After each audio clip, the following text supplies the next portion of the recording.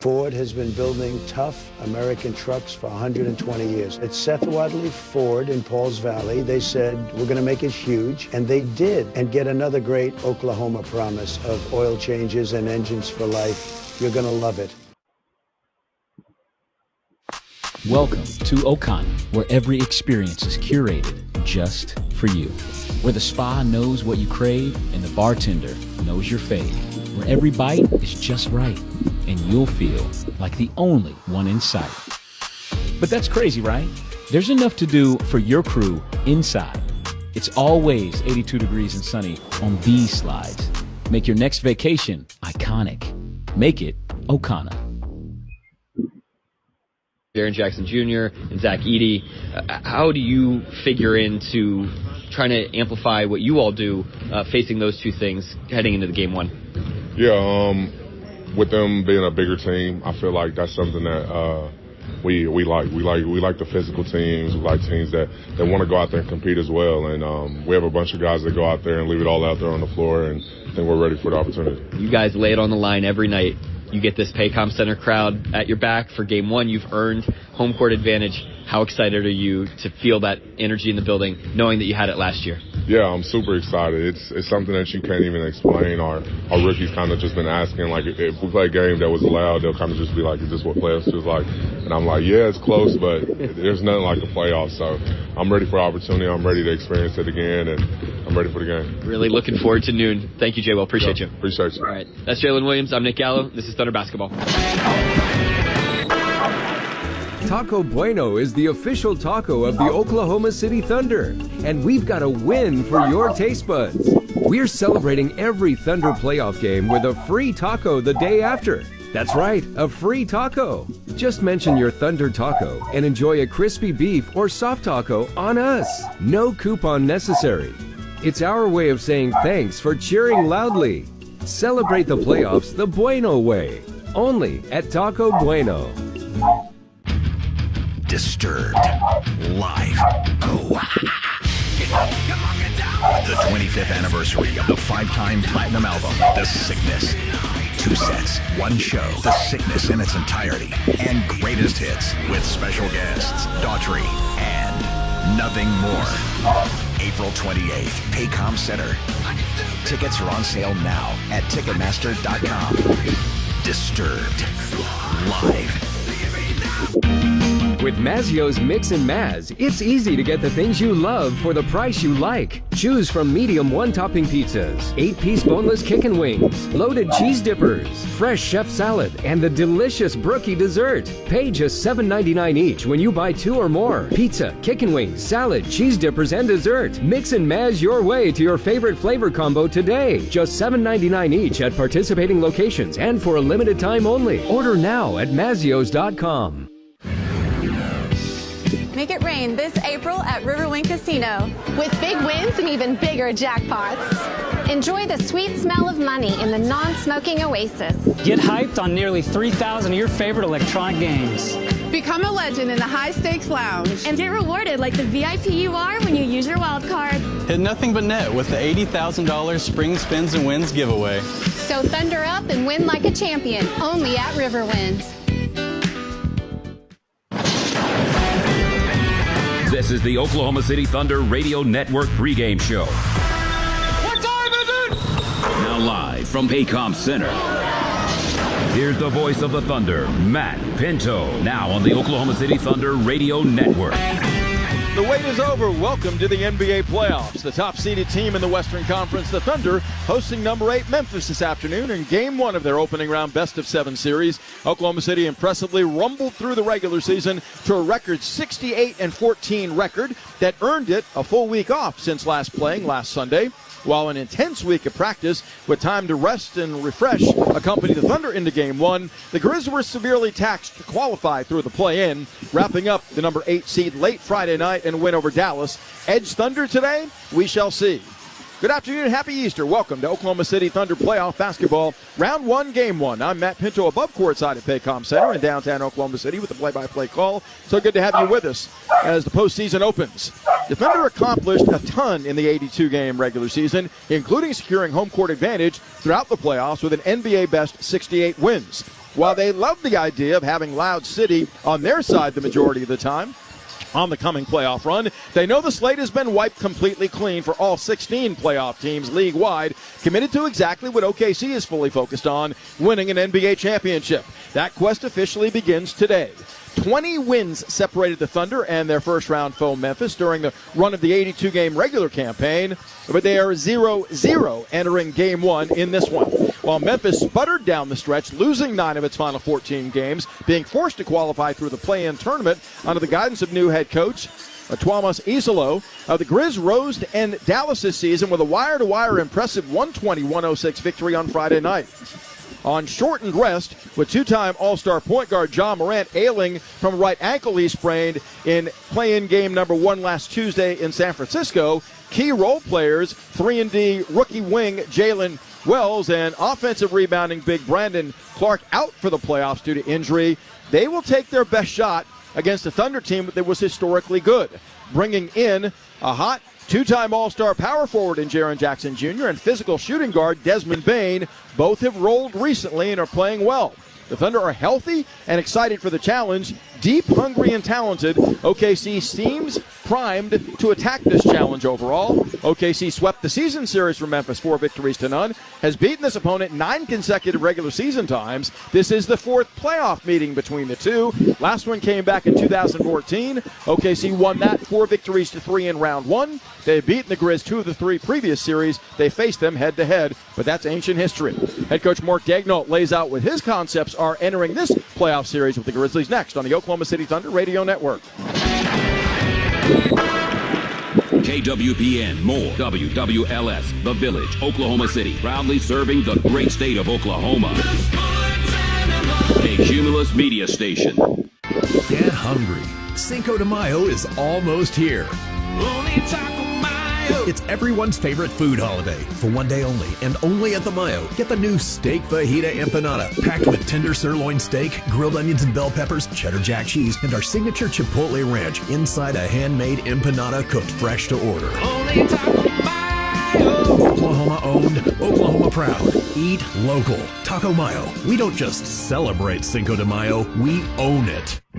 Don't miss out on OKC's hottest entertainment at the Showplace Theater with acts like Randy Rogers Band, May 16th. Jay Leno and Arsenio Hall, June 6th. My wife and I go to the supermarket, and the clerk says, "Do you want a bag for that?" "No, we're going to eat it here, okay?" Nick Swartzen, June 7th. If a girl's driving, I never call shotgun. I'm like trunk, glove compartment. And Sawyer Brown, July 11th. Miles and miles under the sun. Riverwind is OKC's favorite casino experience. It's time to find out what's on the mind of the Thunder head coach. Here's the voice of the Thunder, Matt Pinto, on the Oklahoma City Thunder Radio Network. Playoffs are here. The Thunder open Game 1 round run against Memphis Grizzlies as the top seed in the West. The Grizz earned their way in through the play-in, having knocked off Dallas on Friday night. We're joined by head coach Mark Daigneault inside Paycom Center. And Mark, it's been a few minutes since you guys were actually in game action. Are the guys itching to get back out there? Yeah, I think so. I mean, it's been a long time. For some of our guys, it's been a really long time. And it's just a long week. The guys did a great job of staying focused and taking it a step at a time and staying present in the practices. Can't pass forward on this, but it was a long week, and the guys are itching to play. How did you gear? You went through this a season ago not knowing who you'd play again until late Friday night, as was the case this time around. Did you learn anything a season ago as a 1 seed that you applied this time around? Yeah, I think the biggest thing is understanding that once the series starts, some of the game plan just emerges from there, and so there's not a need to over-prepare before Game 1, especially when you don't know who you're going to play. And so I don't think we overloaded them last year. I thought we did a good job in the first round last year, but I think we did even less this year and made it more of a focus on ourselves and our fundamentals and understanding that stuff's going to matter no matter what. Did this look a little bit like training camp in terms of the level of intensity that you encourage them to exhibit during practice sessions? Yeah, to a degree. I mean, less contact than training camp for sure, because obviously this close to the playoffs and this late in the season, we didn't want to take an injury in practice, which we were able to accomplish. So, training camp's more physical and more banging, but we did do a lot of running. I think we got into our lungs a little bit, and a lot of passing, catching, shooting, skill touch stuff. Before we get into this opponent, the Grizzlies, the team that you swept during the regular season, for your team, your objectives down the stretch were health and making certain your team was fresh and confident coming in. Do you feel like that's been achieved? Yeah, as far as we could. I think certainly healthy, certainly fresh, and then the confidence. We're going to have jitters because it's game one of the playoffs, just like everybody, but you work through those pretty quickly and you settle into the game and into the series, and that's our challenge today. Thomas Iserlohn is their head coach. He became their head coach with 9 games left in the regular season. Seems they're running a lot more ball screens for John Morant than they did with Taylor Jenkins there. Is that the biggest difference you notice in the approach they're taking? Yeah, and Edey playing time. They're playing him more. They're playing him through more situations. I think they're more committed to just playing him through everything. And I think the ball screen observation you're making has something to do with that. He's big, he's a screen setter, he can offensively rebound off those plays, he's a good match with Morant. And so that's what we've noticed, but not a lot of wholesale changes. It's hard to make a ton of changes on the fly like that with that little time left in the season. So they're, the bones of their team are the same. The allocation of what they do is a little bit different. Top paced team in the NBA during the regular season. You really minimize that in your 4 meetings with them. Mark, they had a tough time generating offense because you forced them to settle into the half court for the most part. How important is that in this series to make certain you get back and don't allow them extended opportunities offensively? It's huge. It's all about limiting advantages and limiting the other team's preferences, and they want to play fast. Morant's dynamic in the open floor, especially. Jackson's really good in kind of the secondary parts of the breaks. And so the other night against Dallas was a great example. Back against the wall, they have to play to get in, and they started that game super, super fast. And so understanding that's how they're going to start, understanding that's what they're going to lean on is critical for us. And you have gotten really good run out of your bigger lineup with Chet alongside Isaiah Hartenstein. Is this a series where we'll see a lot of that, you anticipate? We'll see. Certainly going to take a good look at it. It's good with Edey and Jackson. It allows us to match their size. Edey's lineups tend to offensive rebound very well. It helps us there a little bit. So we've got a lot of different options, but that's certainly one of them. It's certainly one of them that we'll go to. I know it's never by definitive design, but you have turned teams over at a high rate all season. This team, no exception. You got out and ran them as well in the regular season. Will that be a component, do you feel like, in how this series unfolds from your perspective? Yeah, the playoffs the turnovers go down a little bit in the playoffs on both ends. I think that's pace related. It's kind of the nature of the game to a degree. But our biggest thing is forcing the other team to play on our terms, and that can sometimes result in turnovers, can sometimes result in shots on our terms. The more possessions we can have like that, the better. What the outcomes are is what they are. And then on the offensive side of the ball, what's important against them as a defense? They're certainly a disruptive defense. They're very scheme-focused, especially with Shea, and even in the regular season, they throw a lot of different stuff at us. So, we're calibrated for kind of everything. We knew during the week that we were going to see a lot of different things in the course of a series. So we're ready to go with everything, but we'll just kind of see how they're going. It's not really something we want to guess at. We'll get a sense for what they're doing to start the game and then go from there. Good luck getting the series off on the right foot with Game 1 in your building, Coach. Thanks, Matt. It's Mark Daigneault, Thunder and the Grizzlies coming up. Game 1, this opening round best of 7 from Paycom Center with the starting lineups next. This is Thunder Basketball. Lil Wayne. What the f*** though? Where the love Live go? in concert. 5, 4, 3, 2, one night only in Oklahoma City. I'm the best to ever do it. With special guests Hot Boys, Juvenile, BG, and Turk. Paycom Center, Friday, May 16th. Get tickets now at Ticketmaster.com. For more, visit LilWayneOfficial.com. Thunder fans, the Thunder are playing excellent basketball, and MidFirst Bank has a great way for you to show our All-Stars your support. Score $200 and a Thunder or Rumble debit card when you open a new MidFirst checking account. Use your $200 to buy fan gear or MVP-worthy apparel. Bank like a champion with the official bank of the Oklahoma City Thunder. Learn more today at midfirst.com/thunderup. Member FDIC. Did you know you can get your prescriptions for less at your local pharmacy? You can with GoodRx. It's the free app that can save you money on your medications. Just search for your prescription, choose the pharmacy and the price that works best for you, and then show your GoodRx coupon to your pharmacist at the drop-off counter. GoodRx works at over 70,000 pharmacies. including Walmart, Rite Aid, and Walgreens. And it works whether you have insurance or not. It's easy to save. Next time you drop off your prescription, check GoodRx. To start saving today, go to GoodRx.com. GoodRx is not insurance. A Progressive Home and Auto Bundle can protect you round the clock, but we can't protect you from those painful moments in sports. I can't believe they're moving the team to another city. True, but you'll never forget all the joy they brought into your life. Joy? They made the playoffs twice in 50 years. Gosh, those 2 times were pretty great, weren't they? How would I know? I wasn't even born yet. Just think of all the free time you'll have on game days. Those games were the highlight of my week. Well, at least your home and auto are protected with a bundle from Progressive. Progressive Casualty Insurance Company affiliates and other insurers. Not available in all states or situations.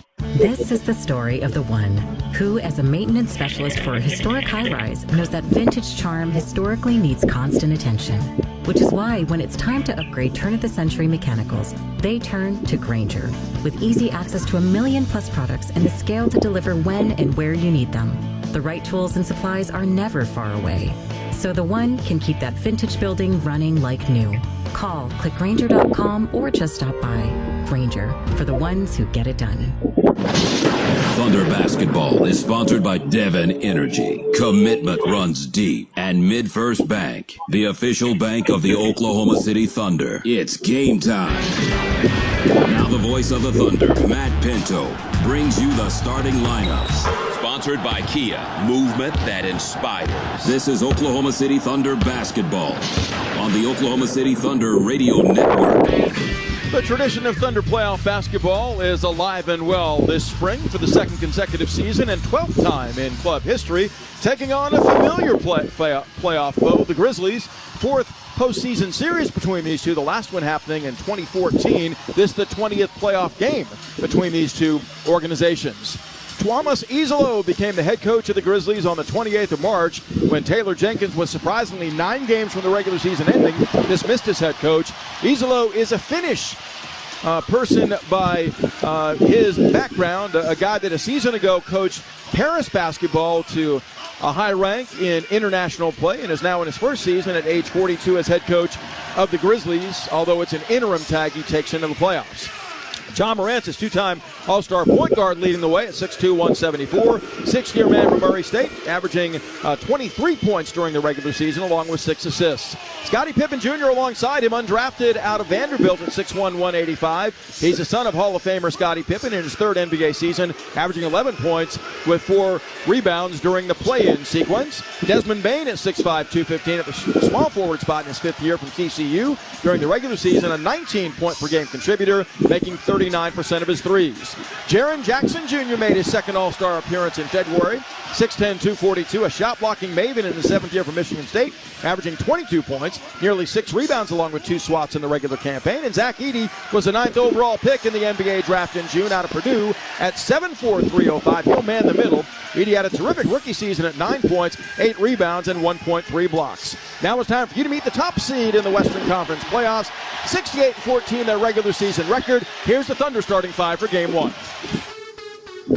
Shai Gilgeous-Alexander, number 2, point guard, Oklahoma City Thunder. Outletting left to Shai, guarded by Wells. Swooping down the lane to the rim, spins a left-hand layup up and in, and he's going up. Jalen Williams, number 8, small forward for the Oklahoma City Thunder. Back between the rings to double with 6 to shoot. To the baseline on the run, lays it up with the left hand and lays it home on Bane. Big-time move by Dub. Dort, number 5, guard, Oklahoma City Thunder. Inside the Dort pump fake, lays it up, counts it, goes and it goes. A Sonkus right-hand reverse. He got tripped up to boot. Isaiah Hartenstein, 55, center, Oklahoma City Thunder. Right wing 3 won't drop. Hartenstein gathers the miss and thunders down a big, ferocious flush on the follow. Chet Holmgren, number 7, athlete, Oklahoma City Thunder. Chet looks behind him, giving to Shai down the lane on the give and go. Holmgren fed, elevates and thumps a big 2-hand rim rocker. That was nice.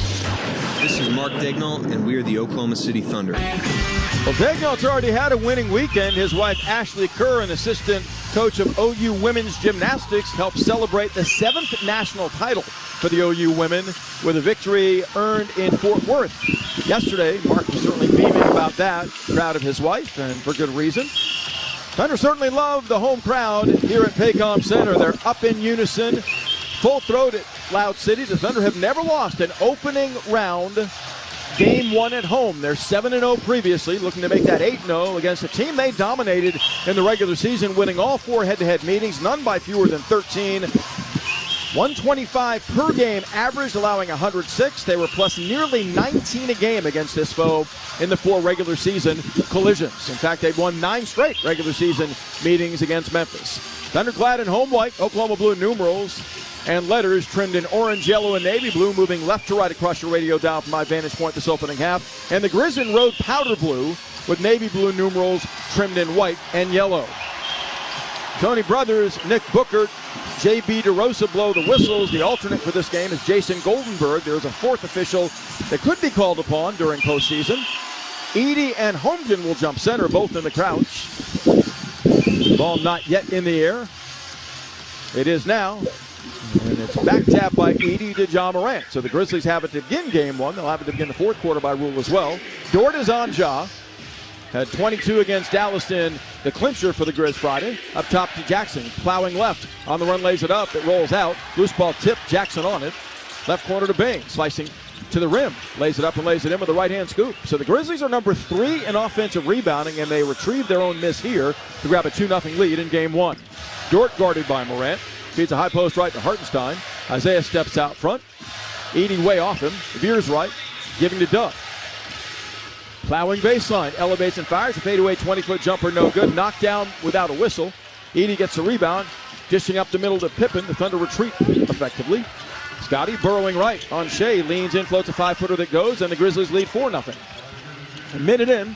Keep in mind the Thunder in game 1 with the elongating rest a season ago barely escaped New Orleans in a series they swept 94-92 in game 1. Shea right at the paint. Steps to the bucket, banks up and in a 12-footer, escaping Pippen en route. Edey came over to try and deter with a shot block that wasn't evident. It's 4-2, Thunder on the board.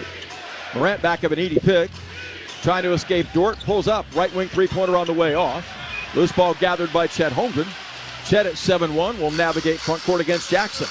Plowing right, Jackson jabbed the dribble away. Chet goes back to get it, feeding top of the key to Hartenstein, bounce feeding back door to Dub. Screen for the right-hand reverse layup. Hartenstein threads the needle. He had a big playoff run with the Knicks a season ago. The game tied at 4. Pippen up the right side against Shea. Swoops baseline, corner left to Jackson. Left wing Morant, up top to Bane. Pump faking. Frees and fires the 3 straight away. That's going to be short. Loose ball deflected off of Shea, but gathered by Holmgren. And the Thunder seek their first lead of game 1. Dub up the left side, exploring. Ridden by 2 to the right flank. Sends it to Shea near midcourt. Shea sizing up Pippen. Gets Hartenstein pick, frees and fires. Leaning in, angle left 3 short. Bane's got the miss shot. Thunder are 2 of 4 from the floor, the Grizz 2 of 5. Bane swooping back, doubled wide right, gives to Morant straight away beyond the 3-point line. Ja holding, gets a Pippen screen high left. Dort fights over it. Now Shea is on Morant with 8 to shoot. Morant dancing on the dribble, shoveling into the lane. Jump stops, pump fakes, gives it up inside to Edey. Swatted going up by Shea, 1 to shoot, got it back. It's going to be a 24-second shot clock violation, or did they call a jump ball? That's got to be a 24-second shot clock violation. Edey was never corralled with the ball inside, but I think there's going to be a jump ball here. The shot clock expired, but apparently they called a jump prior to time completely elapsing. Edey's a mammoth man at 7'4", 305. He's going to be a force on the backboard. He has 2 of the 4 rebounds for the Grizzlies early in game 1. 0.7 on the shot clock. Even if Edey controls this, it's got to be a catch and shoot for the Grizz. Thunder aware of that. 9:38 left in the quarter. Edey back taps to Bane, catches, and gets it to Jackson, but because Dub corralled him on the pass, it's a shot clock violation in the first turnover of game 1. Thunder, good job forcing the Grizz into turnovers during the regular season. Took it away an average of 17 times for 24 points on average. It's about what they forced league-wide as the number 1 team in disruption. 9:36 left in the opening quarter. OKC seeks its first lead of game 1. Thunder, the best home court team during the regular season record-wise at 35-6, winning on average by more than 15 a game here. Established a new point differential mark in the history of the sport at plus 12.9 a night. That's just extraordinary. Right now there is a momentary delay. I'm not sure what this is about. Dub had to tie his shoe, but he's ready to go. And here we go. He receives the inbound pass from Chet.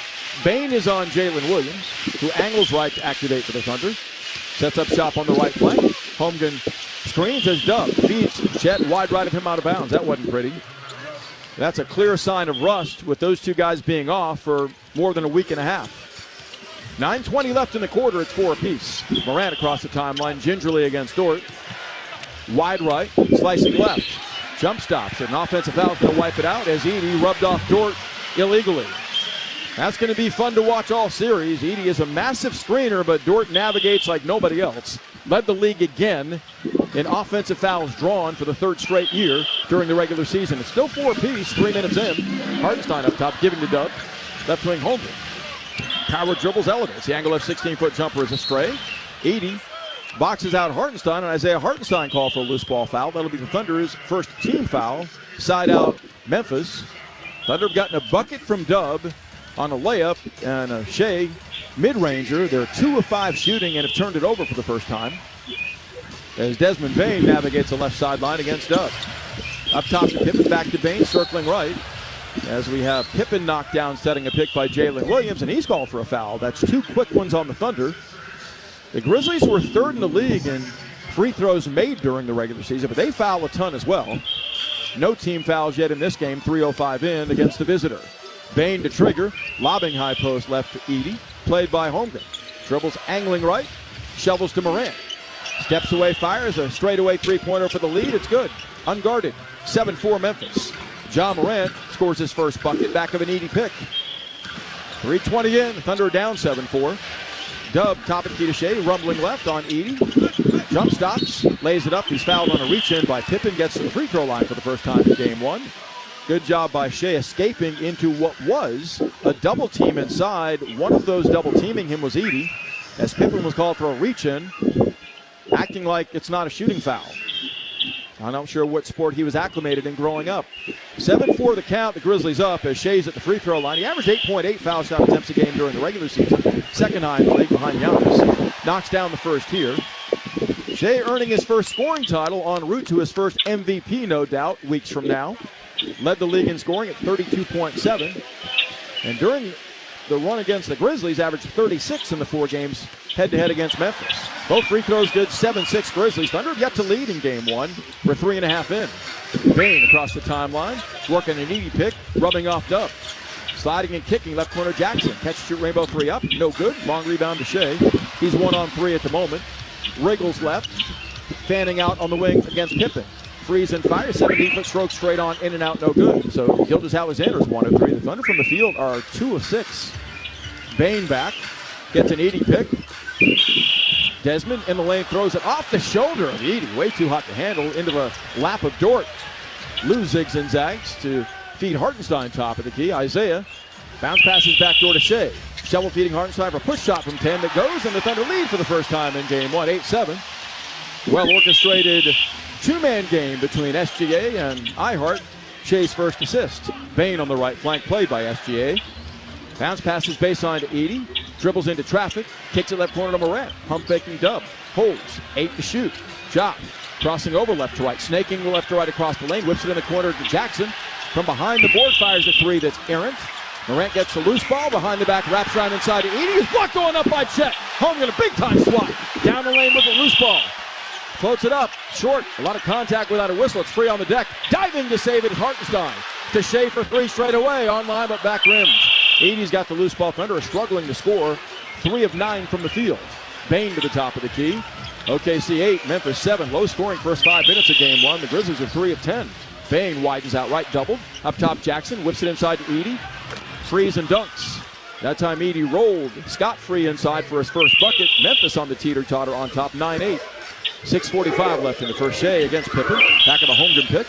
Dumps it left corner to Dub. He wants 3. It's online, but way short. Dort digs out the rebound, sets up Holmgren up top. Right wing to Dort.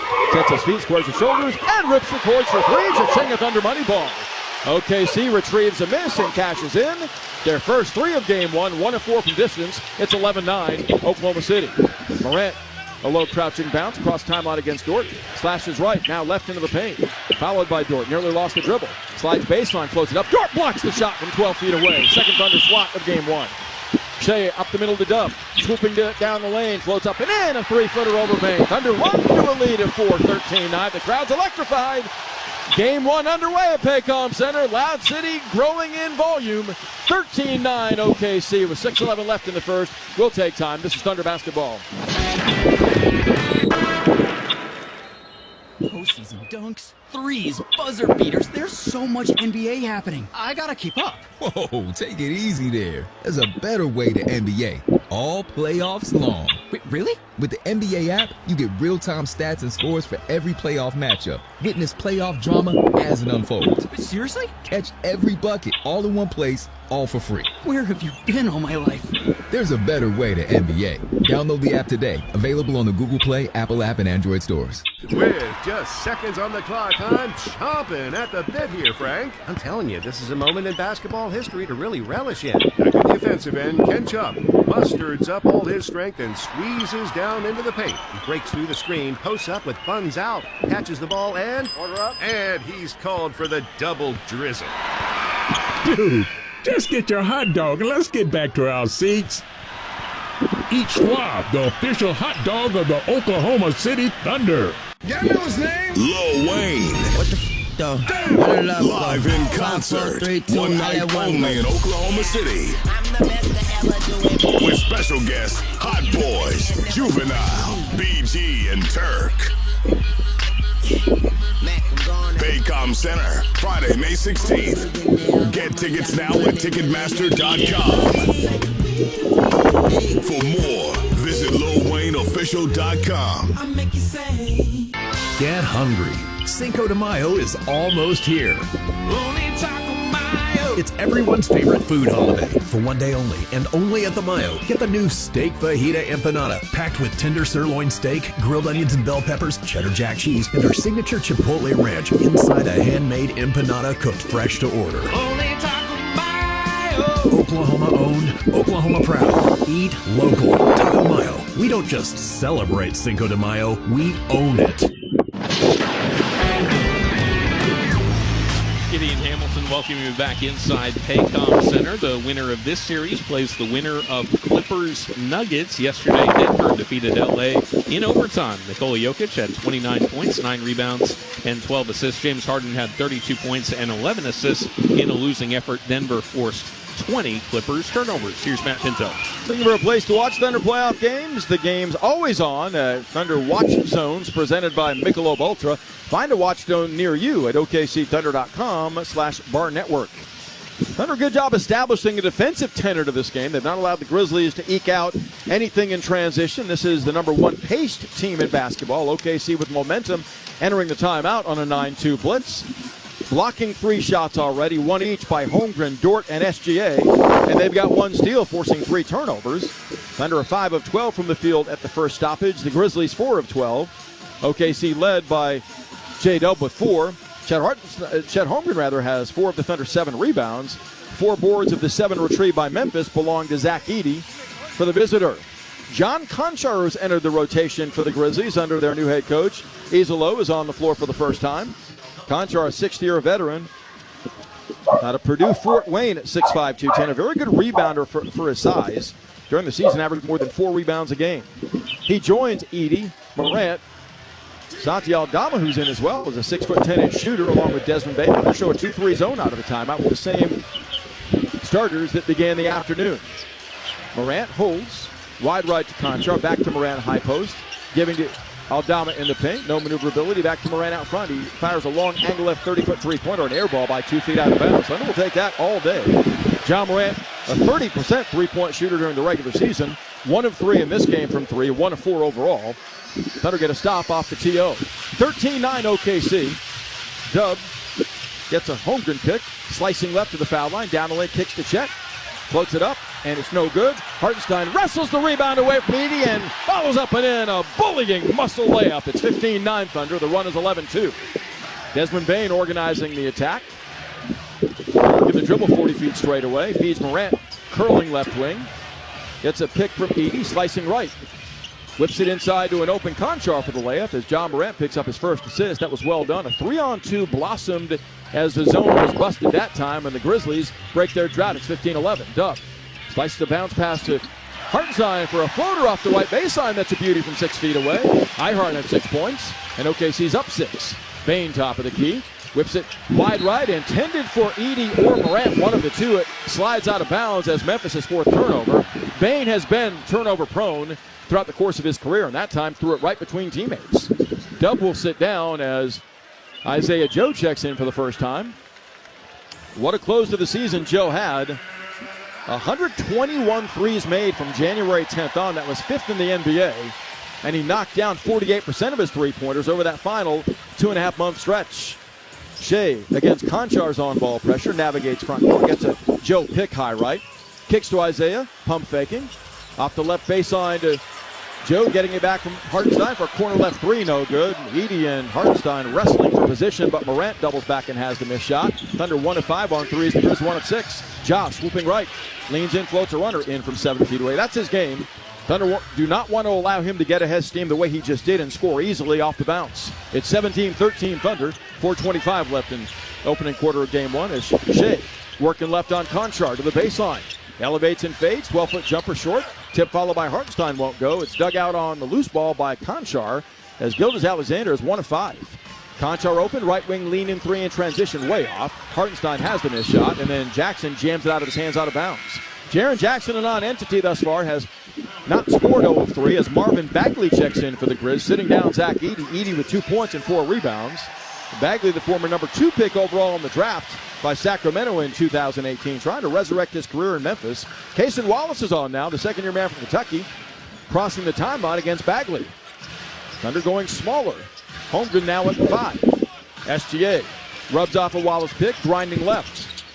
Followed by 3, sets it out front to Dort, pump faking Aldama. Travels. Lou is indecisive as Aldama has some length at 6'10". And the Thunder turn it over for the second time in this opening quarter. It's not been real rhythmy for the Thunder offense. They made only 7 of 17 shots and a 1 of 5 from 3 against a pretty average defense. Morant top of the key. Crosses over behind the back, pump fakes away from Joe, leans in, floats a 5-footer that's short. Holmgren altered that shot and grabs a rebound, his 5th. Giving to SGA. Shea across the timeline against Konchar to Holmgren. Slashing right on Bagley, jump stop, spins. Loses the ball going up because he's reached in on a foul by either Jackson or Bagley.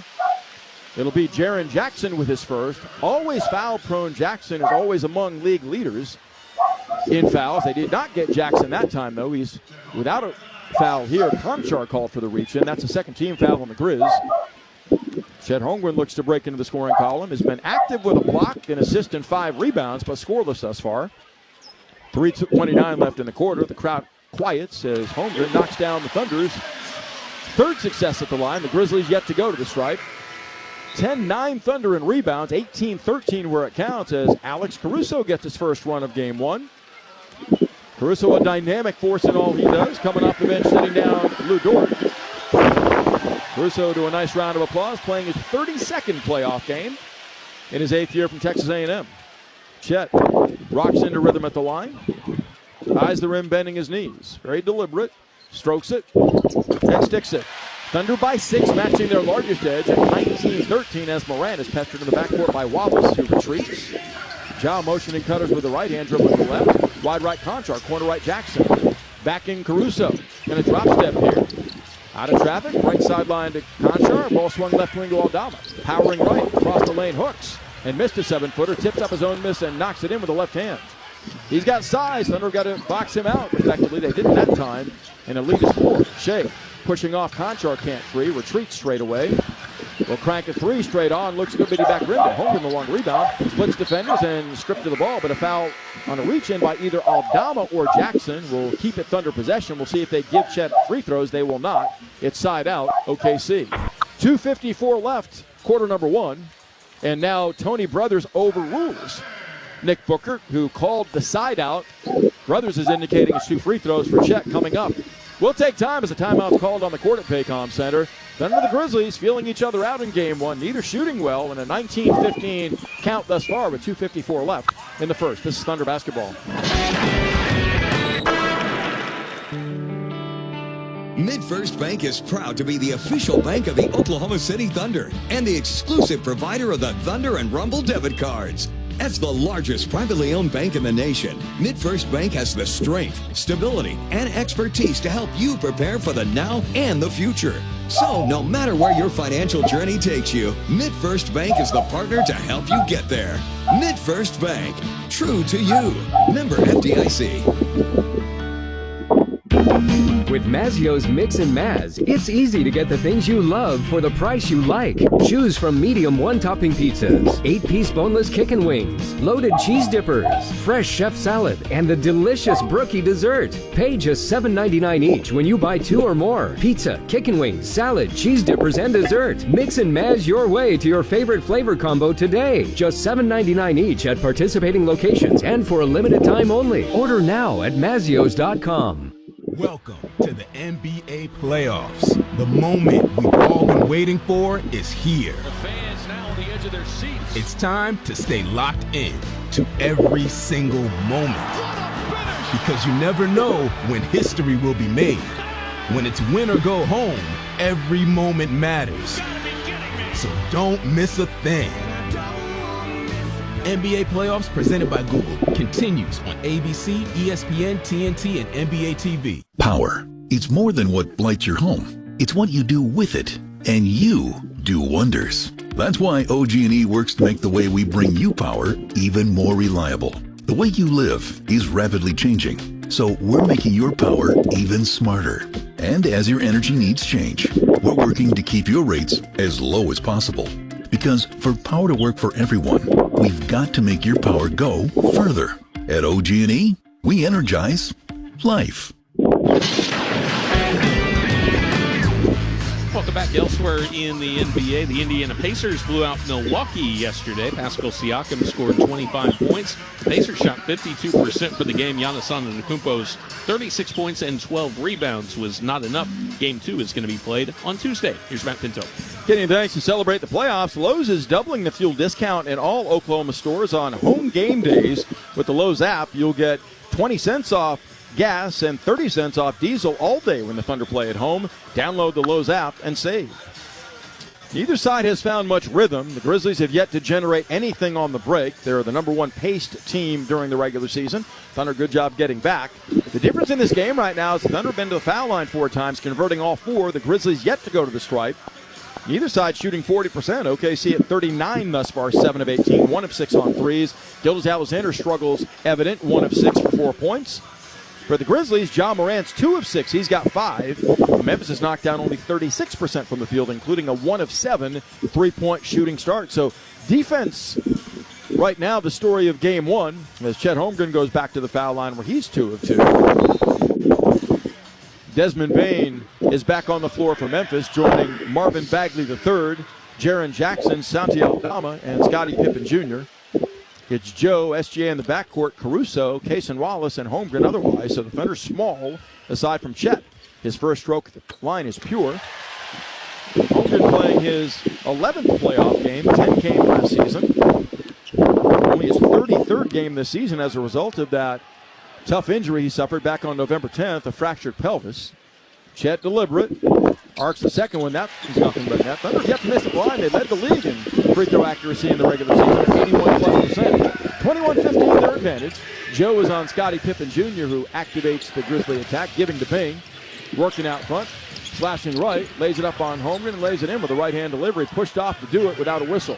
It's 21-17 as the Grizz have 15 points in the paint. Average only 38 in the paint against Thunder in the regular season. Wallace on the handle. Whips it left wing to Holmgren. On the dribble weave to Shea. Angling left on the bounce, followed by 2 defenders. Shovel feeds Chet open, strokes a 3 straight away, online and in there. Cha-ching a Thunder money ball, that'll work. Shea drew 2 and unselfishly gave it up for his second assist. Holmgren 7 points, Thunder up 7, their largest lead. Pippen ranging right, driving on Wallace, pump fakes, one-legged, floats a 7-footer, no good. Holmgren, great job boxing out Bagley to snare a 7 forward, giving to SGA. Shea picked up by Pippen, works a Wallace pick, pulls up left wing leaning for 3. It's short, but he's fouled by Aldama, gets 3 free throws. One of the things I've observed about this Memphis team, even since the coaching changes, they are really undisciplined in critical moments like that one. No reason for Aldama to foul Shea leaning in off balance on a 3, but he did. This team was next to last in fouls committed, which means not very good in that regard. Shea misses the foul shot.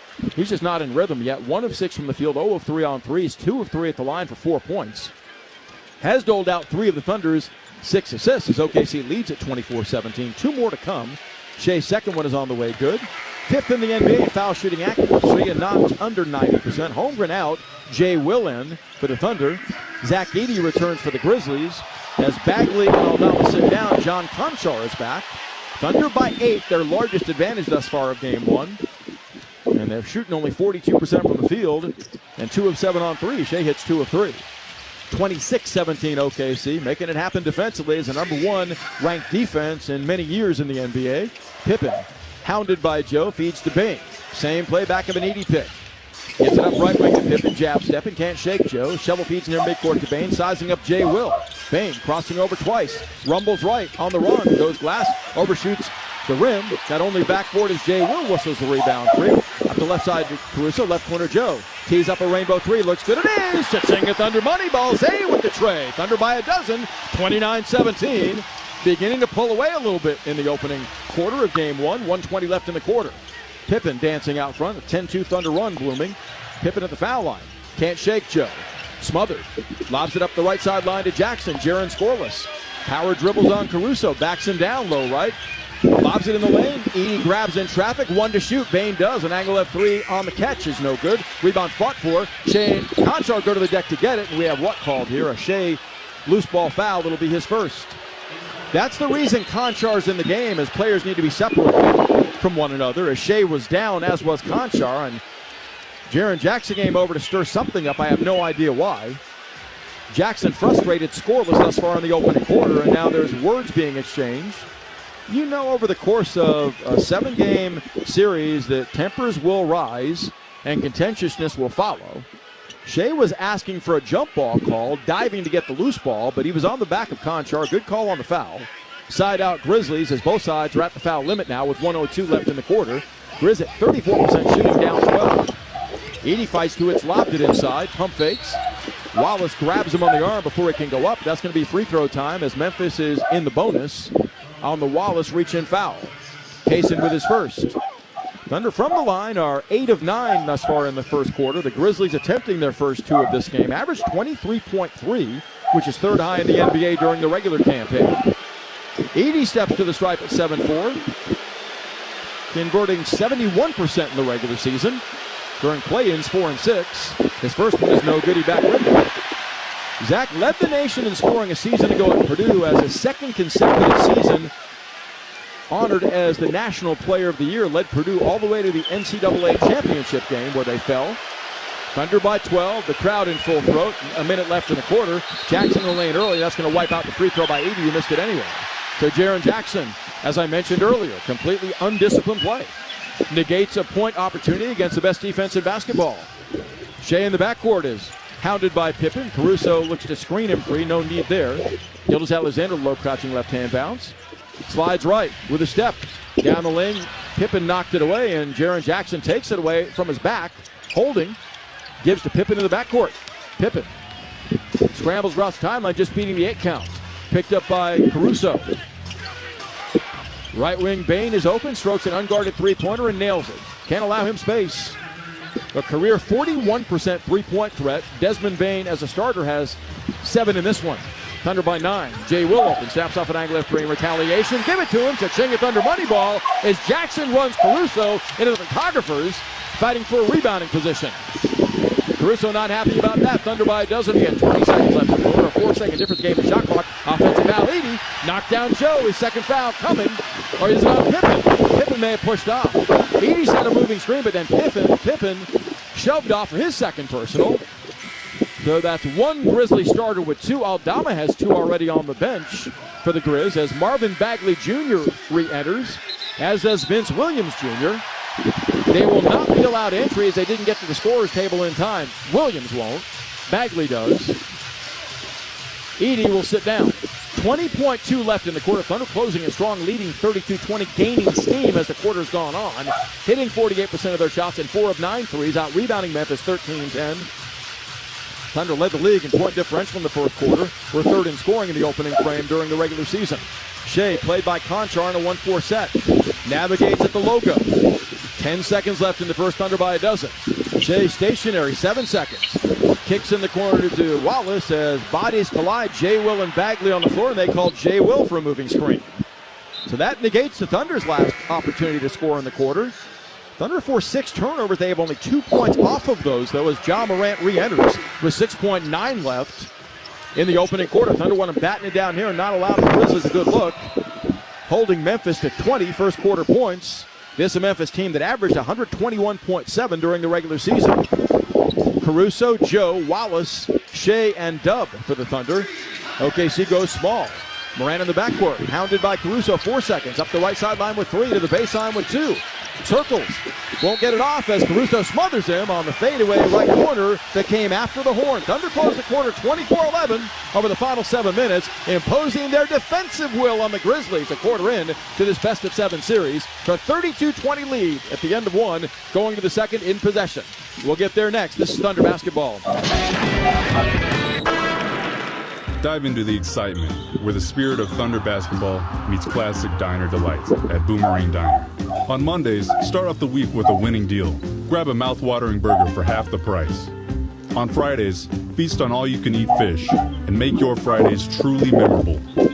And no matter the quarter, it's always breakfast time at Boomerang. Pancakes, eggs, and more, served all day, every day. Fuel up like a champ today. Boomerang Diner. It all starts here. Beats and Bites Festival is back again at Riverwind Casino, where good grooves and great food are on tap all summer long.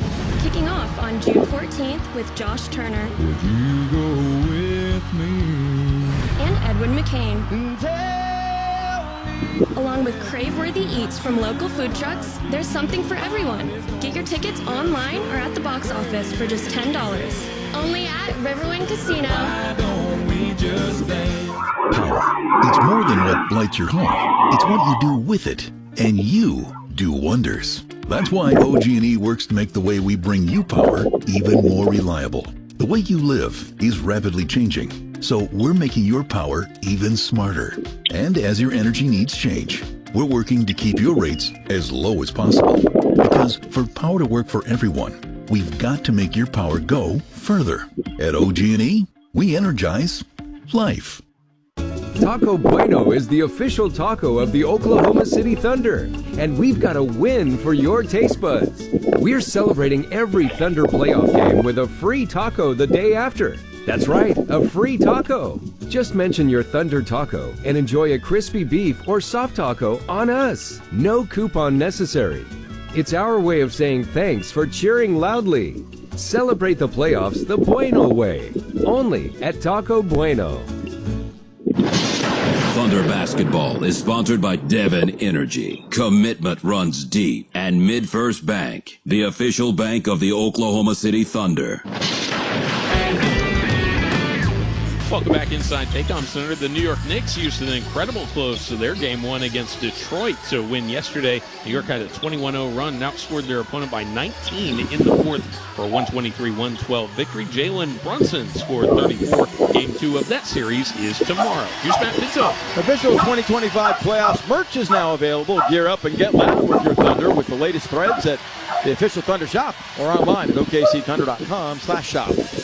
Thunder, good job imposing what was the most robust defensive overall effort in recent league history. They limit the Grizzlies to 37% opening quarter shooting, forcing 6 turnovers, allowing the Grizzlies only 1 free throw that was missed, and outscoring them 7-0 in fast break points.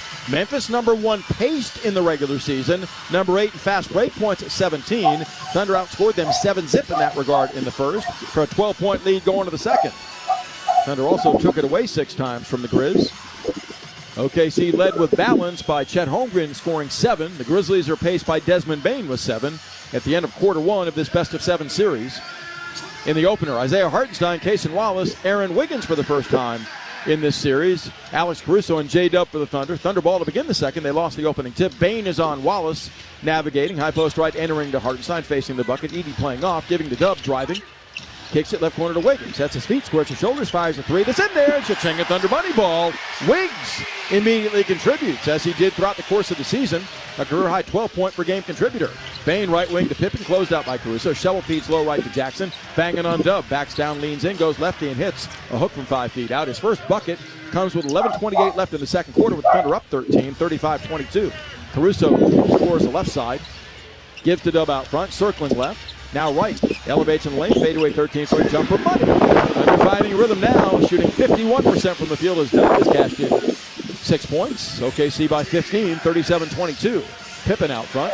Cross-court left to Bane on the perimeter. Challenged by Caruso. Grinding left, pump fake, steps to the rim, leans in, scoops, and it rolls off.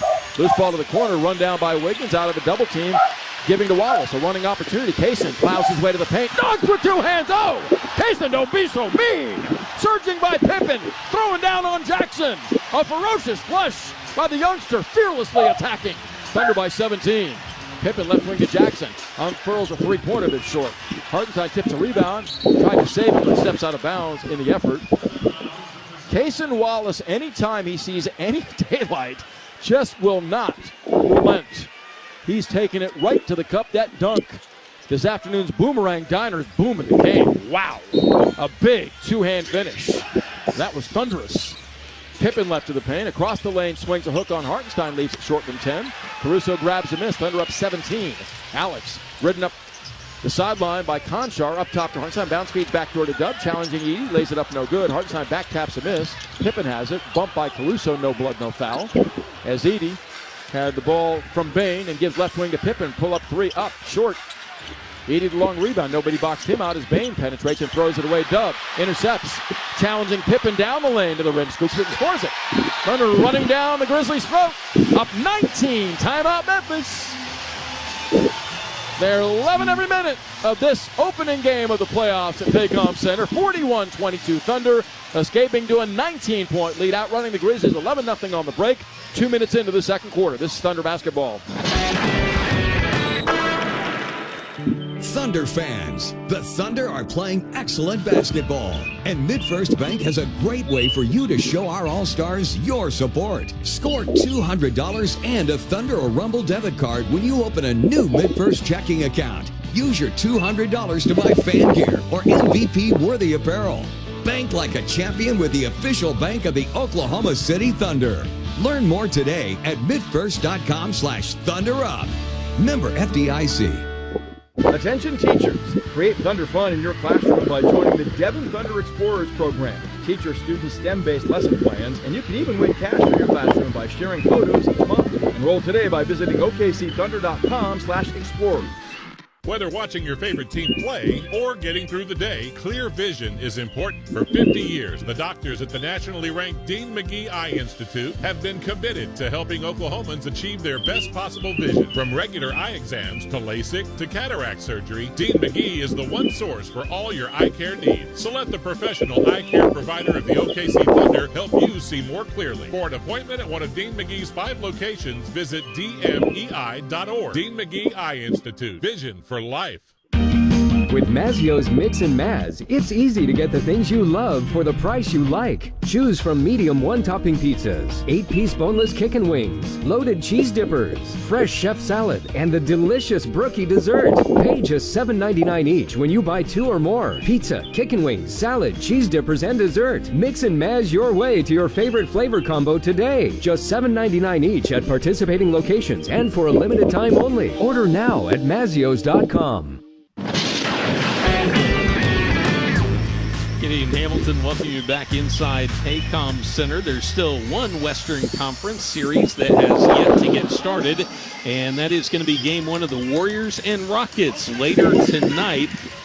Golden State nabbed the 7th seed by defeating the Grizzlies in the play-in. That's late at 8:30 for game 1. Here's Matt Pinto.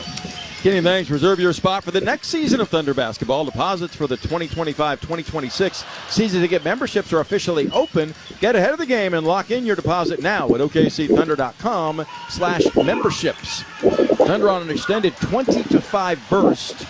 Trailed early on by as many as 4, but they've since rampaged to a 19-point advantage, outscoring the Grizz 9-2 in the second, nailing 9 of their last 14 shots, including 4 of 5 this quarter, while Memphis is wallowing 1 of 5 in the frame with a turnover.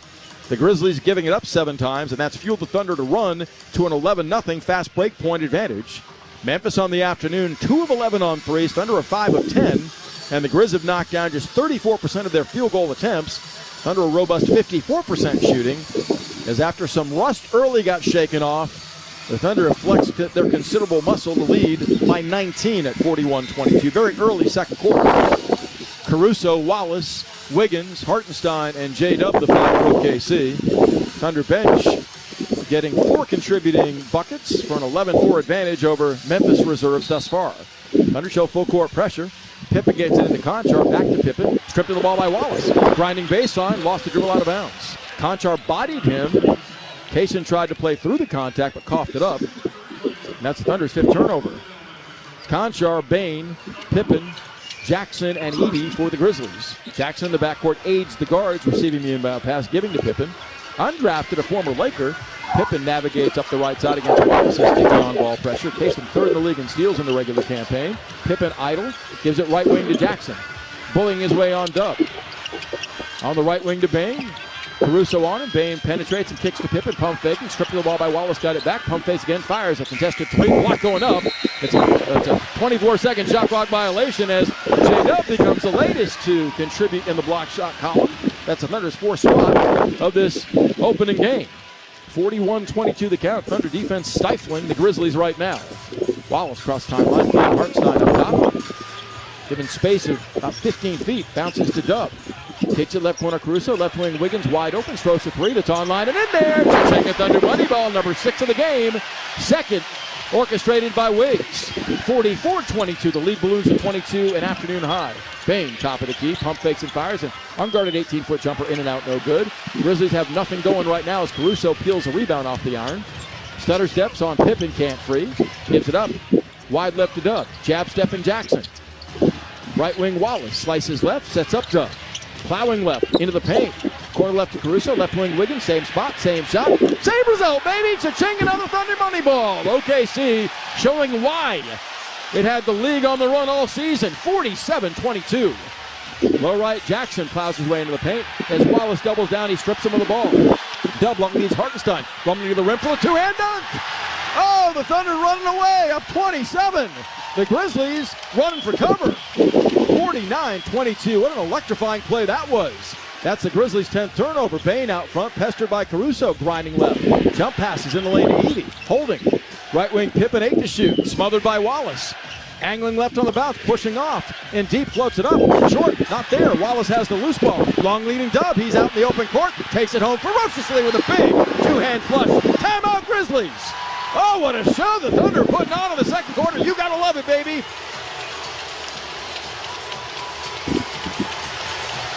.07 left in the second. OKC has outscored the Grizzlies in the quarter 19-2 for a 51-22 advantage. And they're running roughshod right now with 15 fast break points to a lead of 29. We'll take time. This is Thunder Basketball. At Brahms, we offer more than just burgers, shakes, and fries. We have an entire fresh market for your everyday grocery needs, from farm fresh milk to meats, freshly baked breads, and produce. We also carry a wide variety of our premium ice cream, frozen yogurt, and sherbet. And with Brahms delivery trucks running 7 days a week, our items are always fresh. Stop by your neighborhood Brahms Fresh Market for an incredibly fast, incredibly convenient grocery shopping experience so you can spend more time on things that matter most. Make it rain this April at Riverwind Casino with big wins and even bigger jackpots. Enjoy the sweet smell of money in the non-smoking oasis. Get hyped on nearly 3,000 of your favorite electronic games. Become a legend in the high-stakes lounge. And get rewarded like the VIP you are when you use your wild card. Hit nothing but net with the $80,000 Spring Spins and Wins giveaway. So thunder up and win like a champion, only at Riverwind. If you've been injured in a car accident and need the concierge medical care you deserve, then you need Impact MD Accident Care. We'll get you back to the life you had before the accident with no out-of-pocket expense to you. And with 6 locations across OKC and statewide, there's bound to be an Impact MD near you. Call us anytime 24/7 at 405-483-3075 or visit ImpactMD.com. Impact MD is a proud partner of the Oklahoma City Thunder. Disturbed live. The 25th anniversary of the 5-time platinum album, The Sickness. 2 sets, 1 show, The Sickness in its entirety, and greatest hits with special guests, Daughtry and Nothing More. April 28th, Paycom Center. Tickets are on sale now at Ticketmaster.com. Disturbed. Live.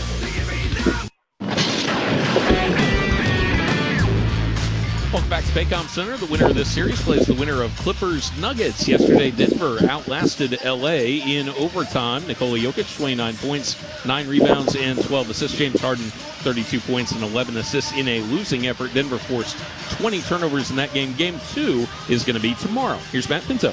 This seems the only Western Conference Round 1 matchup where there's a sizable difference in quality of teams. And look, we're a quarter and 4 minutes into Game 1. Thunder up 51-22, but just by the looks of the schematic of both squads and how they finished the season, the Thunder appear to be a heavy favorite in this series. You ready to bring the Thunder into the playoffs? Stay locked in on all things Thunder during postseason and playoffs text alerts. Receive those. Text playoffs to 405-877-5558. That's 405-877-5558 to join now. Thunder are detonating at the feet of the Grizzlies. 19-2 in the quarter, 8 of 9 shooting with 6 straight made threes. The Grizz have managed 13 points the last 11-plus minutes of Game 1. As OKC's shooting percentage up to 60 for the game, assisting 14 times on 18 makes with 9 scoring, led by Dub with 10. Morant is back, working the point guard spot, slashing left on Wallace, who contains him, but Payson got there a tad late trying to deter the path of Morant, and he's called for a blocking foul that draws groans from the crowd. First team foul in Oklahoma City. It's Morant, Bane, Edey, Conchar, and Aldama for the Grizzlies. Bane will inbound near sideline front court. Caruso providing on-ball pressure. Desmond gets it in left baseline to Ja, sizing up Wallace, isolated. 10 to shoot. Ja into the paint, kicks out right wing to Bane.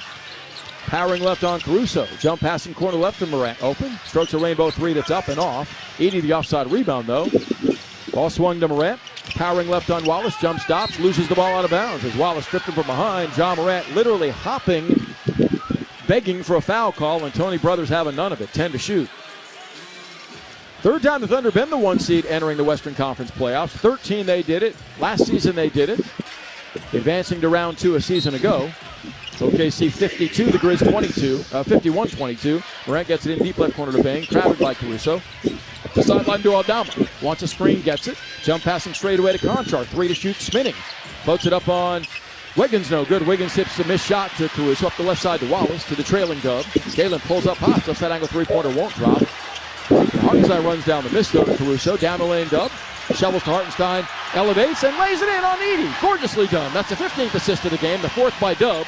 As Isaiah Hartenstein now has 10. It's 53-22, a 31-point lead. Durant steps back and uncorks the 3 straight away from short. Hartenstein gobbles up his 5th rebound. 1 and done for the Grizz. Up the middle, Dub probes, but Memphis is back. Feeding top of the key to Hartenstein. Bounce feeding to Dub.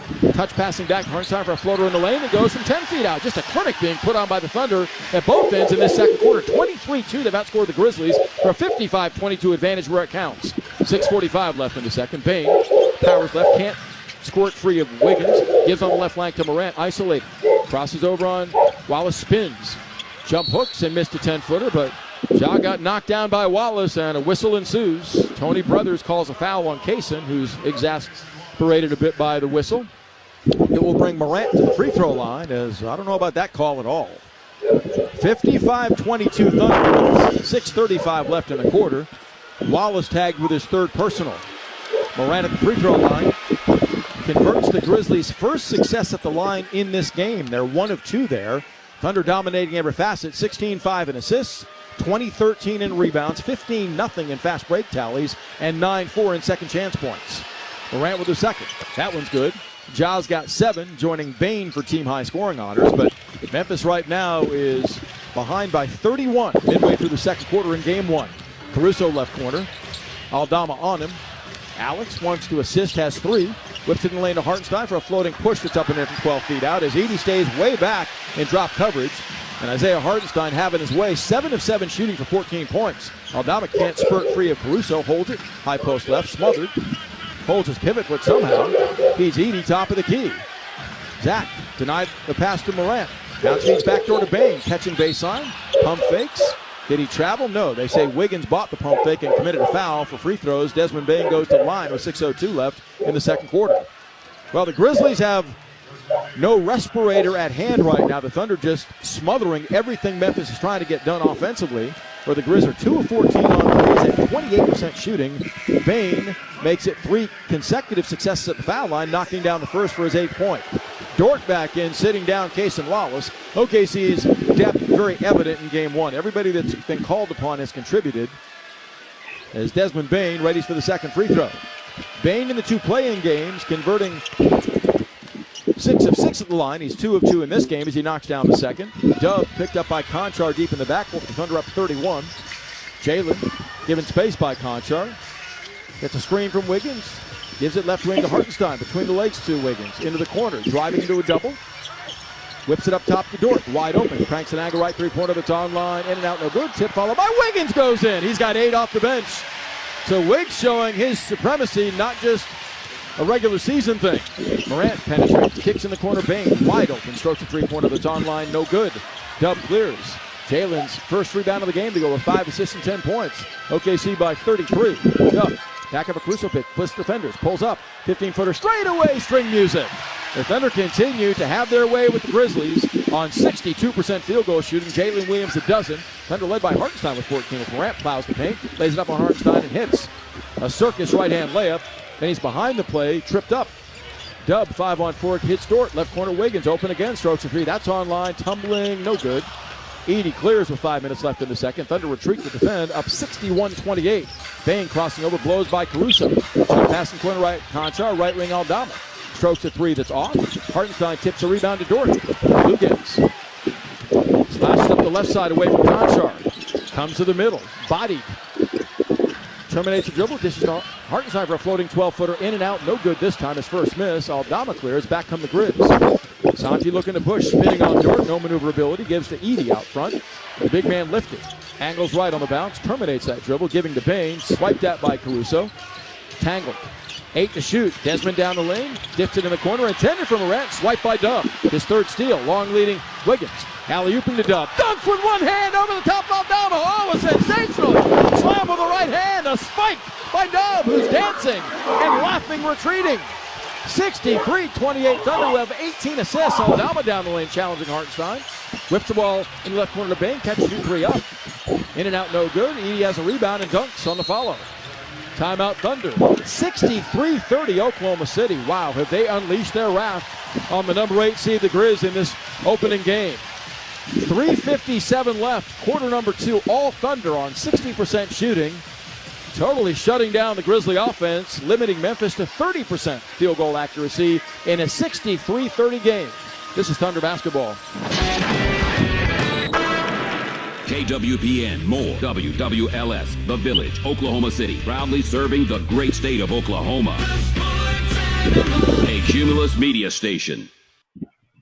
If you've been injured in a car accident and need the concierge medical care you deserve, then you need Impact MD Accident Care. We'll get you back to the life you had before the accident with no out-of-pocket expense to you. And with 6 locations across OKC and statewide, there's bound to be an Impact MD near you. Call us anytime 24/7 at 405-483-3075 or visit ImpactMD.com. Impact MD is a proud partner of the Oklahoma City Thunder.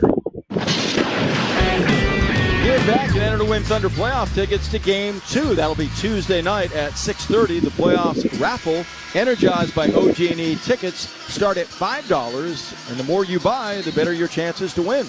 Plus, OG&E will match all raffle proceeds for the foundation up to $15,000. Get your tickets now at OKCThunder.com/playoffs raffle. Thunder have made 14 of 19 second quarter shots to 3 of 16 for the Grizzlies. Aaron Wiggins off the bench, one of 3 Thunder scorers in double figures, 11 points in 8 minutes. Dub leads the way with 14, joined by Hartenstein, who's equaled that scoring total. It's Wiggins, Chet Holmgren, Shea Gilgeous-Alexander, Isaiah Joe, and Lou Dort off the timeout. Holmgren right wing, slashing into the paint on back, gives it up left wing to Dort, swings it straight away to Wiggins. Sizing up Aldama, 8 to shoot, angling right on the dribble. Jump stop, baseline, floats it up off the window, no good. Holmgren tips a rebound, but it's gathered by Bagley. And the Grizzlies get it back with 3.5 left till halftime, down 33. Morant Crossing on the dribble twice. Slices left away from Dort, pulls up. 50-footer straight away, good. That time a screen set by Aldama was not navigated by Dort. John Morant, the first double-figure point man for the Grizz with 11. Shea on the handle, quiet thus far with 6. Down speeds inside to Holmgren. In traffic, not a good decision. Bagley steals the pass. Up the left side, Morant. Ja sizing up Joe. Isolated for the moment. Backs down mid-post. Splits defenders. Got away with the travel. Sets up Pippen for a 3 straight away. That's online, but no good. He back rimmed it. Dort a good box out on Jackson. Grabs the rebound. Lose third. Settles in left wing in transition. Between the rings to Shea. Plowing right, a step on Aldama. Floats it up on the run. Banks it too hard. Shea is now 1 of 7 in the game. Pippen's got the loose ball with 2:44 left in the second. Thunder retreat up 31. Pippen drives into a crowd. Sets up Aldama left baseline. Driving away from Holmgren.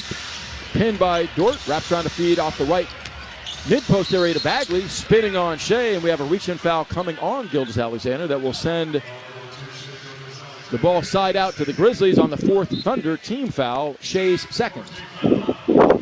Memphis will inbound. J-Dub is back for Aaron Wiggins. Wiggins 2 rebounds and assists and an electrifying 11 points in a 10-minute stint. 63-32 Thunder, 2:33 left to play in the opening half of Game 1. Game 2 coming up Tuesday here at 6:30. Game 3 will be in Memphis on Thursday night at 8:30 Central. Game 4 Saturday at 2:30. Bagley on the dribble lead, giving to Morant. Breeze, jump passes in the lane. Aaron to Bagley off his body into the lap of Holmgren. Dub fed, slashing left, kicks on the wing to Joe. Open, snaps off a 3 that's online but short. Holmgren has the rebound, and he's grabbed by Pippen before he can do anything with it. Scottie Pippen Jr. has his 3rd foul. Side out Thunder, 2:18 left in quarter number 2. Chet Holmgren channeling his inner Dennis Rodman. 7 rebounds in 12 minutes with 7 points. He's been very active in every facet. Bain back in, sitting down Pippen with those 3 fouls. Keep in mind, no Jalen Wells due to a fractured wrist for the Grizzlies. That limits their perimeter depth. And no Brandon Clark due to a knee injury, limiting their front court depth. Shea out front, followed by 2. Jump pass in left corner to Dub. Pump fakes away from Aldama. Drives and kicks, right wing to Dort, up top to Shea. 3 for 3, lets it fly. Leaves it short, 1 of 9. Bain's got the tipped rebound. Surging up the right side again, Shea retreating. Hits the trailing Jackson. Slot left to Aldama. Picks up the bounce on the wing and gives on the baseline to Morant. Can't surge by Joe yet. Crossing over twice. Now behind the back. Comes baseline, lost the ball, gets it back. 7 to shoot, can't dribble again. That's going to be a double dribble, but he is allowed to. Comes up and under, missed the circus layup. Loose ball volleyed. Holmgren rips it away from Jackson. Fouls him on a reach-in. Those two are not taking it any further than that, thankfully. Jaren Jackson picks up his first. And that's the Grizzlies' first team foul in the game's last 2 minutes, so no free throws yet. The Grizzlies continue to play in the mud because of the Thunder's sticky defense. 30% Grizz shooting, 2 of 18 on threes. Wow. Double across the timeline. Thunder with 63 on the board, up 31. Angles and kicks up top to Holmgren on the dribble weave to Shea. Shea will tap up another angle left 3-pointer. This one no good either. Holmgren fights for the rebound, but Morant comes away with it. Shea is 1 of 9. Morant on the right side to Aldama. Guarded by Joe. Crosses him over. Whips it back door to Bagley, who dunks before Holmgren can get there. And the Grizz battle back within 29 at 63-34. Thunder hit a bit of a blip on the offensive end. Shooting down to 53%. It was over 60 a moment ago. Dub top of the key. Crossing over on Aldama. Stutter steps. Powers. Pulls up. Aldama raked the ball away without a whistle. Santi's got the loose ball. Long leads Jackson in the corner. He cranks a 3 that's online and in. So this is what the Grizzlies can do when they're rolling. They quickly slice into what was a 35-point deficit, knocking it down to 26 with 50 seconds left in the second quarter. Shea Gilgeous-Alexander on the handle. Draws 2 defenders, Bagley and Bain, as he pounds a dribble stationary with 10 on the shot clock. He's 40 feet from the bucket. 7 seconds on the shot clock. Stay still stationary. Bounce feeds to Dub. Left corner Joe. Bad pass. He goes to his ankle to get it. Feeding Dub. Stripped by Morant. And a shot clock violation on the Thunder. Thunder wasted way too much time stationary without any movement of player or ball there, and it played right into the Grizzlies' hands. So the Grizzlies have not gone fully away. They're down 26, a sizable hill to climb, but they've got a bit of momentum and traction right now. OKC has napped a bit on the offensive end of late. Caruso in, Joe sits down, joining Dort, SGA, Holmgren, and Dub. Both sides out of fouls as Bain will inbound, has Morant with him in the backcourt. Ja, the only double-figure point man for the Grizz with 11. Thunder led by J-Dub and Isaiah Hartenstein, 14 each. And Aaron Wiggins contributing 11 off the bench. Shea's been held to 6, 4 of those at the foul line. He's 1 of 9 from the field and 0 of 5 from three-point range in game 1. Averaged 36 points a game in the regular season against Memphis. 24 on the shot clock for the Grizz, a 7.9-second game-to-shot clock difference. Memphis could hurry up one here to go 2 for 1. I don't think they will, though. Morant receives the ball deep in the backcourt. Speed dribbles against Dort. Navigates back to a Bagley pick. Cycles right. Jump passing. Out front to Aldama. Plowing on Caruso into the paint. Raps trying to feed behind the back to Bagley. Pump faking Holmgren. Comes up and under and slips in the reverse layup. 63-36. So the Grizzlies closing the quarter strong from 35 down to within 23. Or 27, rather. Shea's on the handle straight away. The crowd rises as one. 5 to shoot. He does an Aguilar 3 up and in. Cha-ching Thunder money ball. Shea says it finally fits. 66-36. 2 seconds. Bane whips one from midcourt and is fouled by Caruso. Going up will get 3 free throws from midcourt. As Alex wants the Thunder to challenge. I don't think they will. I think he was bumped into Bane by a Bagley pick, and now the Thunder will challenge the call. I think they'll win this. Bagley set a moving screen that moved Caruso's body into Bane at midcourt, eliciting the foul call by trail official J.B. DeRosa. The Thunder have challenged it. Ruling on the floor, defensive foul on a three-point attempt. The play has been challenged by Oklahoma City. Tony Brothers, the crew chief, will let you know the verdict on the other side of a stoppage. Thunder by 30, 66-36 over the Grizzlies with 0.4 of a second left in the second quarter. This is Thunder basketball. Devon Energy and the Oklahoma City Thunder have launched Devon Sports Lab, a STEM-based program designed to help students improve their game and become excited about STEM through the science behind basketball drills. Our goal is for students to discover how to improve their athletic performance with a better understanding of fundamental science and math concepts. If you have a student in elementary or middle school, visit www.okcthunder.com/sportslab to learn more.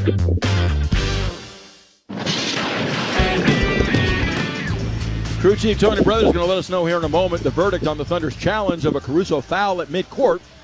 I think it's a Bagley moving screen. It's going to be reversed. We'll see. Thunder by 30. Here's the decision from Tony Brothers. After review, prior to the defensive contact, there was an illegal screen set by Bagley. Therefore, there will be an offensive foul on Bagley. The challenge is successful. Oklahoma City retains their timeout and the ability to challenge the rest of the game. It'll be 1.2 on the game clock. 1.2 on the game clock. The Thunder will inbound near sideline front court. Ample time to get a shot off going the other way. So Bagley called for the moving screen, which is his first foul. The Grizzlies committing their 13th first half turnover, helping the Thunder to 11 points. 30-point Thunder lead. It's been as large as 35 in game 1. Jackson's 7'1" wingspan will have to be thrown around or over by Caruso inbounding near sideline front court. Lobbing off the backboard, but Holmgren gets knocked off the play by Morant. That's going to bring free throws for Chet. And again, an undisciplined play by the Grizzlies. So Chet goes back to the foul line where he's 4-4. He has 7 first half points with 8 rebounds and a block. Thunder a great job executing their game plan. Got off to a slow start offensively, but led 32-20 after one. They've since outscored the Grizzlies 34-16 in the second for a lead of 30. Holmgren has been electrifying with his energy. First foul shot with 1.2 to play is on the way and good. Chet during the regular season was not happy with his foul shooting at 73%. He's a better foul shooter than that, showing that in game 1 where the Thunder as a unit are 9 of 10. He's 5 of 5. Hartenstein going to check in here for, I think, rim protection. 1.2 still on the clock. He's stepping in to make certain that Shea doesn't pick up his third foul. Shea sits down with 2 fouls, 9 points, and 4 assists in game 1. Chet patiently awaits the ball at the foul line. Thunder laying 67 on the Grizz in the opening half of game 1, leading by 31.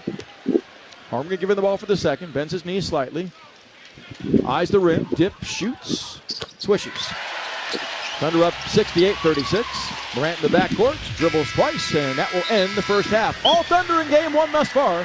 The 1 seed leads the 8 seed by 32 at the break of the opener of this best-of-7 series, 68-36. Halftime coming with Gideon and Matt next. This is Thunder Basketball.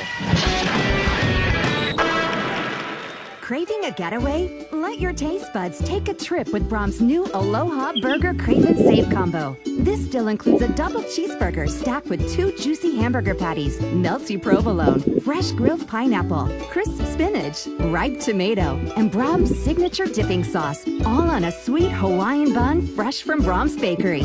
Pair it with Brahms' golden crinkle-cut fries and a hand-dipped milkshake, all for just $8.89. Now that's a deal we're saying aloha to. Whether watching your favorite team play or getting through the day, clear vision is important. For 50 years, the doctors at the nationally ranked Dean McGee Eye Institute have been committed to helping Oklahomans achieve their best possible vision. From regular eye exams to LASIK to cataract surgery, Dean McGee is the one source for all your eye care needs. So let the professional eye care provider of the OKC Thunder help you see more clearly. For an appointment at one of Dean McGee's 5 locations, visit dmei.org. Dean McGee Eye Institute. Vision for life. Power. It's more than what lights your home. It's what you do with it. And you do wonders. That's why OG&E works to make the way we bring you power even more reliable. The way you live is rapidly changing, so we're making your power even smarter. And as your energy needs change, we're working to keep your rates as low as possible. Because for power to work for everyone, we've got to make your power go further. At OG&E, we energize life. Get hungry. Cinco de Mayo is almost here. It's everyone's favorite food holiday. For one day only, and only at the Mayo, get the new Steak Fajita Empanada, packed with tender sirloin steak, grilled onions and bell peppers, cheddar jack cheese, and our signature Chipotle Ranch inside a handmade empanada cooked fresh to order. Oklahoma owned, Oklahoma proud. Eat local. Taco Mayo. We don't just celebrate Cinco de Mayo, we own it. This copyrighted broadcast of the National Basketball Association may not be retransmitted, reproduced, rebroadcast, or otherwise distributed or used in any form without the express written consent of the NBA. This is the Oklahoma City Thunder halftime show with Gideon Hamilton and Matt Ravis. Now on the Oklahoma City Thunder Radio Network. Yeah, Gideon and Matt welcome you back inside Paycom Center. It's halftime of Game 1 of the Western Conference quarterfinal series between the Thunder and the Memphis Grizzlies. And Matt, a dominant first half for Oklahoma City, obviously, as they lead 68-36 at the break. The Thunder mix in some hot shooting. Eventually, after kind of a cool start for both teams, Oklahoma City able to get an advantage at the free throw line where they had the first 9 attempts of the game. And then the barrage started. Aaron Wiggins comes in and hits a number of three-point shots for Oklahoma City. Thunder get out in transition and score off of Memphis miscues and turnovers. And Memphis could never really get anything going whatsoever. What were your impressions of the first half of play? Well, obviously impressive, and I thought that they were very sharp, the Thunder were, on the defensive end. And it's one point where Lou Dort checks out, and I see Alex Caruso, Casey Wallace checking in, and John Moran can only shake his head. That's sort of the way it's been. And honestly, like, Shea did not have you look at the score and you think, man, Shea must have had a great first half. Well, he was 2 of 10 from the field. He had 9 points. He's had a lot better halves than that. But I thought it started on the defensive end, and that's evidenced by the fact that the Thunder are plus 17 in fast break points. Memphis doesn't have any. So the Thunder have started defense to offense, and that's how they blitzed Memphis in that second quarter. Yeah, that bench unit that you were talking about, Casey Wallace, Alex Caruso, they did the most damage. That was the Dub and Hartenstein lineup at the beginning of the second quarter. Oklahoma City started the second quarter 23-2 after they had already just gotten out to a double-figure lead on the Grizzlies. So it was an extended avalanche there for OKC, but I thought that group did a great job. Yeah. Isaiah scored the ball a little bit more in the first half. He was 7 of 8 shooting. Now, a couple of those were right around the rim, but he did have a few floaters. And J-Dub, really an opportunity to run, even off of, I said Grizzlies miscues. That's not just turnovers. It's even off of their misses. Oklahoma City is getting out and running. They were 17 zip on fast break opportunities, and a lot of those were J-Dub pushing the pace or getting out in front of the pack. And that's Memphis's game. Like, Memphis is a team that wants to get out and run. That's when they play their best offense. They're not a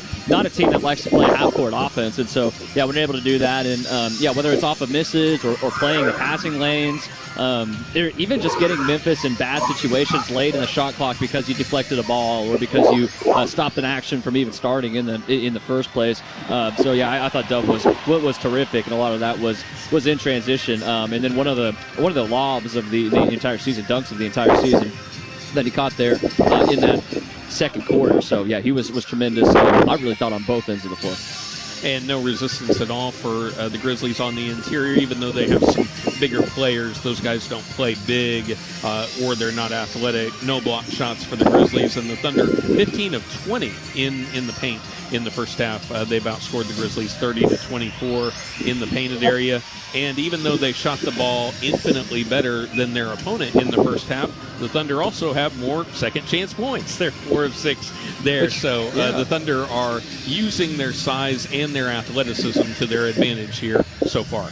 Which is amazing because you look at Zach Edey, it's hard to think of many players you've seen that just physically are that big and that opposing, and also can box out the way he can because he's really, truly elite at boxing out, knowing where to be, using his body and his strength to his advantage, and still, despite that, being able to be active enough, using your hustle enough to make that impact on the board. Isaiah Hartenstein did a wonderful job. I thought he got the better of Zach Edey through it that entire first half. It's a difficult position for Edey to be in, and I know this new coach for Memphis likes to play Edey, but this is not a series where it's going to be very good for him because back there and drop coverage on the defensive end, and Isaiah Hartenstein himself could take advantage of that. The Thunder guards could take advantage of that. To your point, the Thunder hustle and what they were able to do on the glass, what you would think is an advantage for Memphis, was pretty big there. And John Morant, it might look like he's struggling in the first half, 4 of 11 from the field, only 1 assist, only 1 turnover, which actually isn't too bad for the Grizzlies here in the first half. 11 points for Ja in 17 minutes, but it was really the minutes when he went off the floor, Matt, that the bottom fell out, and that was, the beginning of the second quarter. Again there, Ja's only a -9, which in a game where your team has trailed by as many as 35, he was a little bit more productive when the group was out there. When Desmond Bane has had to be the primary ball handler, it's been a debacle. Yeah, and he could get into the teeth of the defense. I mean, he's able to, with his shiftiness and just due to some craftiness, is able to get around the corner and get into the lane, but then he's facing a wall and has to make a decision to pass it off, and then it's up for a Memphis shooter. May not have the best look, so yeah, it's difficult for him. Ja is the guy who can go around those Edey screens and get the defense collapsing and moving around, and that's the best offense for Memphis. But they've had a tough time getting anything going offensively. That second quarter, I think it took 6 minutes to get past the 2-point mark. Yeah. Jared Jackson Jr., 1 of 5, continues to do absolutely nothing against the Thunder. Scottie Pippen, 1 for 7 in the first half. Grizzlies overall 15 of 45. That's 33% from the field and 2 of 18 from three-point distance. Also took them a while to get to the free throw line for the first time in this game. So everything is going wrong for the Grizzlies here in the first half as they trail by 32 to the Oklahoma City Thunder. And coming up next, maybe the only drama left in this game, a conversation that we'll bring up of when do you start to think about the rest of the series here in terms of player involvement in the rest of this game. That's when we return to Paycom Center. You're listening to Thunder Basketball. Power. It's more than what lights your home. It's what you do with it. And you do wonders. That's why OG&E works to make the way we bring you power even more reliable. The way you live is rapidly changing, so we're making your power even smarter. And as your energy needs change, we're working to keep your rates as low as possible. Because for power to work for everyone, we've got to make your power go further. At OG&E, we energize life. Lil Wayne. What the though? What a love. Live in concert. 4, 3, 2, one night only in Oklahoma City. I'm the best to ever do it. With special guests Hot Boys, Juvenile, BG, and Turk. Paycom Center, Friday, May 16th. Get tickets now at Ticketmaster.com. For more, visit LilWayneOfficial.com.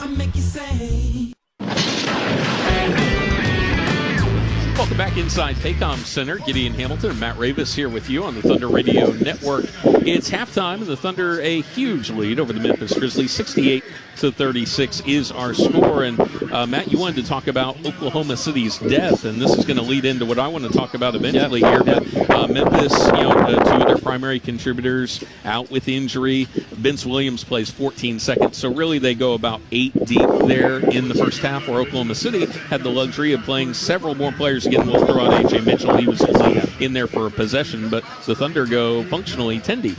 Yeah, I didn't expect to see A.J. Mitchell today, though, so that was a surprise. We talked about it before Dagnall asked about it, the depth, because typically you do see playoff rotation shortened. You don't see 10 guys get into the first quarter, and like you said, Mitchell was just a couple of seconds, but that just speaks to their depth, and not going to use that as a disadvantage, not going to spark guys because you feel like you need to. You can keep them healthy, you can keep them active. A guy like Kenrich Williams, doesn't even get into that game. There's a point where the Thunder might need his physicality and need what he can provide, but I think they also have a bunch of guys who understand that, but my time has come in, and it will be eventually.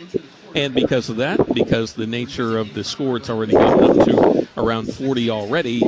Is there a point that you come to in this third quarter where you decide, hey, maybe this series is not going to be competitive, but this is not the time I want to take a stand and maybe have a guy playing when he's not when it's not essential, that could hinder us for the rest of the postseason? And that's a long way of just asking you the question of when do you yank these guys if it's mid-30s in the third quarter?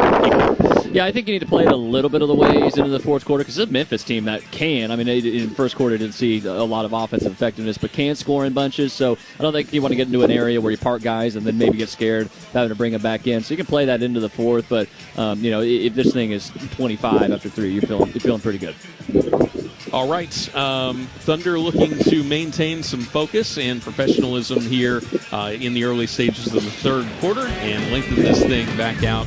It's a 68-36 score in favor of Oklahoma City. And coming up next, Matt Pinto will have the call of the second half. You're listening to Thunder Basketball.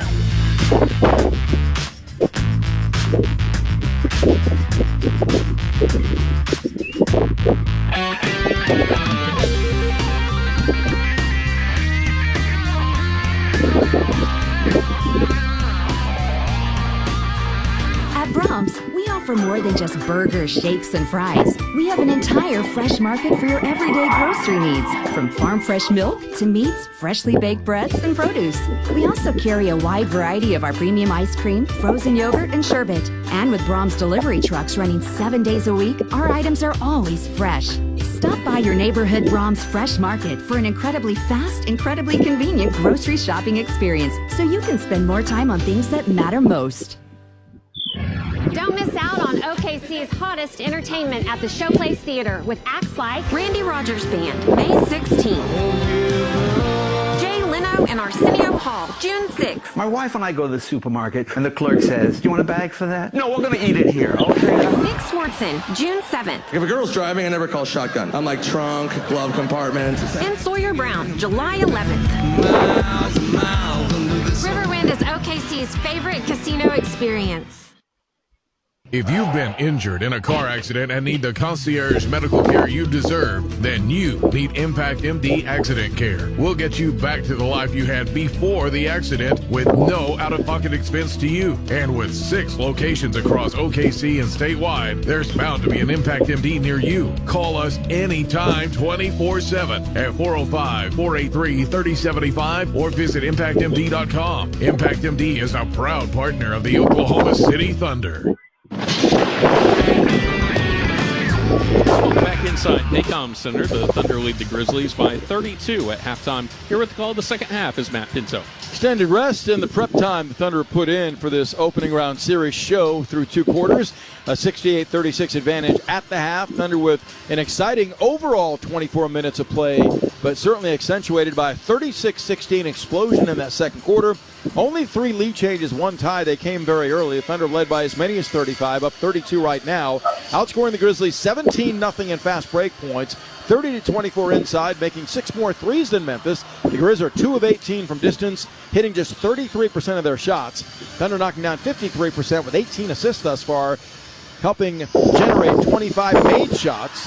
Thunder attempted 11 free throws to 5 for the Grizz, converting 10 of those 11. 3 in double figures for Oklahoma City, led by J-Dub and Isaiah Hartenstein with 14 each. Ihart 7 of 8 from the field. Dub is 7 of 12. And off the bench, Aaron Wiggins has 11.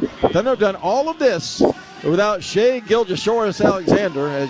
If you've seen the Jurassic World promos, you know that Shai is a big part of that movie being pushed, and kind of funny to see him as large as he is. And that certainly has been his stature during the course of the regular season. Not so much in game 1, 2 of 10 shooting, 1 of 6 on threes, but he does have 4 assists and a block shot. 9 points total. Grizz are led by Ja Morant with 11. It's taken him 11 shots to get there, though 4 of 11. Nothing really working for the Grizzlies right now. I would suspect we'll see Memphis try some gimmicks, go with zone to try and muck up this game defensively to get back into it if at all possible. Grizz playing on shortened rest, having secured the 8th seed with a play-in win over Dallas late on Friday night. Thunder had the entire run-up of a full week to gear themselves up, and it shows in this one. 1 seed up on the 8th seed by 32. Thunder shooting the basket to my left in the second half. Dub, Holmgren, SGA, Hartenstein and Dort. Holmgren open, right wing 3 on the way, back rim no good. Loose ball, Edey had it ripped away by Dort. Lugens in the corner, bounce feeds to Holmgren down the lane, flips inside and scores it with a left-hand swooping scoop. Love to see the hustle from Dort. It's always evident. Lou securing his 4th rebound of this game, and the Thunder lead 70-36. Dort is on Moran, who gets a high screen from Jackson, rubs off it, right hooks it to Jackson open, snaps off an angle left 3 that tumbles short. Holmgren a great box out on Edey for his 9th rebound to go with 11 points. Shai fed, navigates behind the back, on the dribble, followed by 2, dumps it inside to Hartenstein, driving and kicking to Holmgren. Sets his feet, squares his shoulders, angle right 3-pointer, nothing but net. Cha-ching at Thunder money ball. OKC as sharp as they were to end the half to begin the third. Holmgren now 14 points. 73-36 Thunder, their largest lead. Navigating left Pippen behind a pick by Edey, can't free, gives to Bane. Steps away and fires the left wing 3 that's up, around and out, no good. Hartenstein the rebound. Gives in the backcourt to SGA. Ihart has 6 boards, Holmgren 9. Shai, hand check by Morant, double by Edey. Gets off it, high post right to Hartenstein, kicking left wing to Dort. Pump fakes and fires a 3, no good. Hartenstein the rebound off the iron. Across the lane, gives it up to Dort straight away. He'll crank another 3. This one on line, cha-ching at Thunder money ball. OKC relentless, up 40. Lou Dort has stroked home 2 threes. He's got 6 points, 3 rebounds, and an assist. The lead is swelled to 40 in game 1, a minute 20 into the third quarter. Morant not at all attacking. Right wing Pippen. Chased down by Shai, comes baseline. Navigates inside, shovel feeds across lane to Edey. Takes it up, smothered by Shai, his second block. Dub on the loose ball. Kicks to Shai. Slicing baseline, leaps and leans, a floating 7-footer over Edey, a beauty. Lofted it home high.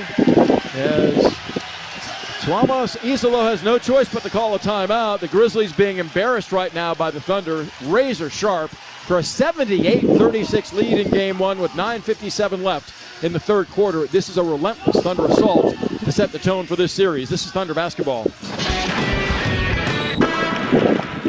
Taco Bueno is the official taco of the Oklahoma City Thunder, and we've got a win for your taste buds.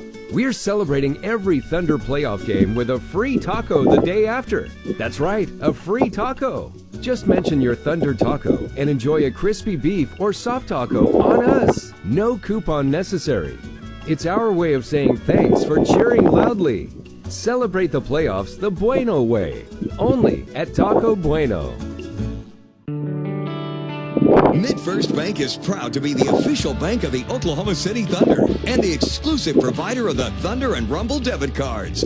As the largest privately owned bank in the nation, MidFirst Bank has the strength, stability, and expertise to help you prepare for the now and the future. So, no matter where your financial journey takes you, MidFirst Bank is the partner to help you get there. MidFirst Bank, true to you. Member FDIC. Is back again at Riverwind Casino, where good grooves and great food are on tap all summer long. Kicking off on June 14th with Josh Turner. Would you go with me? And Edwin McCain. Along with crave-worthy eats from local food trucks, there's something for everyone. Get your tickets online or at the box office for just $10. Only at Riverwind Casino.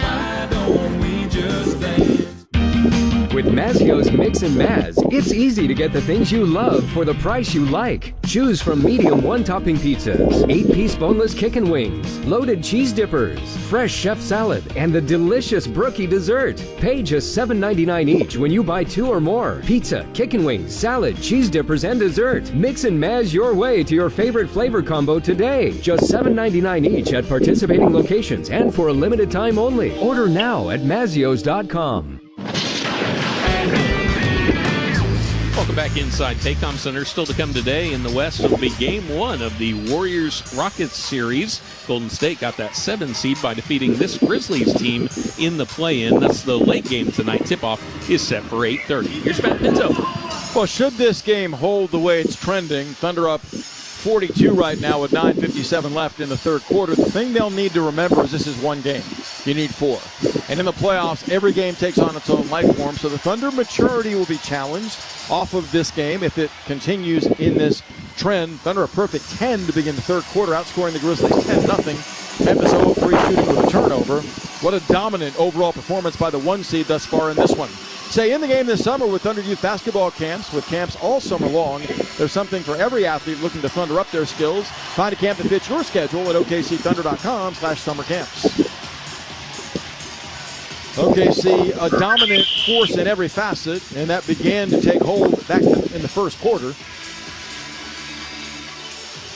As they bring Dub, SGA, Dort, Chet Holmgren, and Isaiah Hartenstein against Bagley, who's in off the bench, with Jaren Jackson Jr. He steps off. Desmond Bain, Scottie Pippen Jr., and John Morant for the Grizz. Grizz qualified Friday, defeating Dallas wire-to-wire by 14 to earn the 8 seed, but they've stepped into a buzzsaw in Game 1 at Paycom Center on this Easter afternoon. Pippen intending it right wing to Morant, stolen by Dort, long leading Shea to the rim. Hit hard from behind by Pippen, knocked down by Pippen. We'll see if they determine there's anything more than just a common foul there. Pippen with frustration hatcheted Shea going up with a right-hand driving layup. It's a 4th on Pippen off the Grizzlies' 16th turnover, netting the Thunder 15 points thus far. Shea readying for free throws where he is 4 of 5 in the game. He has 11 points. That's the Grizzlies' first team foul here in the third quarter. Vince Williams Jr., speaking of hard fouls, will check in now for Memphis. Very surprised that we've not seen Luke Kennard yet. I suspect we will. That's a player that can crank up an offense. This team is 2 of 20 on threes as Shea lofts home the first foul shot successfully. He's got a dozen. Very pedestrian by his extraordinary standards. You hear the echoed call of MVP, and it is SGA MVP in the NBA this season, no question. Both free throws are good. Thunder 80, Memphis 36. Morant strides across timeline against Dort. Bagley screens as Morant swoops into the paint, pump fakes, squeeze, holds the ball, about a 3-second lane violation, fades away and missed a 12-footer. Loose ball volleyed. Jackson has it, flips it up left-handed, no good. Bagley got it back and lays it in. So the Grizz show some fight there. Bagley showed some fight in the opening half when he played. Has 3 rebounds now with 6 points in 7 minutes. 80-38 Thunder. Dub right wing draws a double. Crowded. Rapp trying to feed right side to Hartenstein, lobbing inside to Holmgren, catching and kicking. Left corner Dort. Sets his feet, squares his shoulders, and rips the court for 3. Cha-ching, a Thunder money ball. Beautifully done. On the Thunder's 23rd assist, they made 11 trays now in Game 1. Lead at 83-38. Blasting left. Jackson floats it up over the rim, left-handed, no good, but Bagley is there again. Grabs a loose ball and spins in the follow. He's got 8 points. Bagley in his first playoff game. It's 83-40. Dub up top. High post right to Hartenstein. Dub cuts by. Lob the ball backdoor, takes it up, and lays it in with a right-hand reverse. That was easy. Ihart 5 assists, 14 points, 7 rebounds in his Thunder playoff debut. 85-40. Morant slices right, leaps and leans, floats it up, no good from 7. Hartenstein bothered that and nabs his 8th rebound, giving to SGA in the backcourt. Shea across the timeline, 3.5 into the third. Crossing over into a double. Steps back and snaps off an angle left three-pointer, in and out, no good. Rebound fought for. Bagley secures it. Marvin Bagley grabbing his 4th rebound in 8 minutes. The big lefty across the timeline. Collegiate Player of the Year at Duke in his 1 season there. Right of the paint, dishes to Bain. Right corner, Vince Williams. Cross courts it errantly. Knocked away, stolen by Dort. 2-on-1 with Dub. Luke ends on the left wing. Will set himself for a 3 unguarded. Fires and misses. This one, Dub has a rebound though.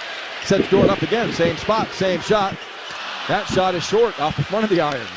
Inside the loose ball taken by Bagley. Outletting right to Jackson. Bagley Bagley holding between the rings, siphoning to Morant.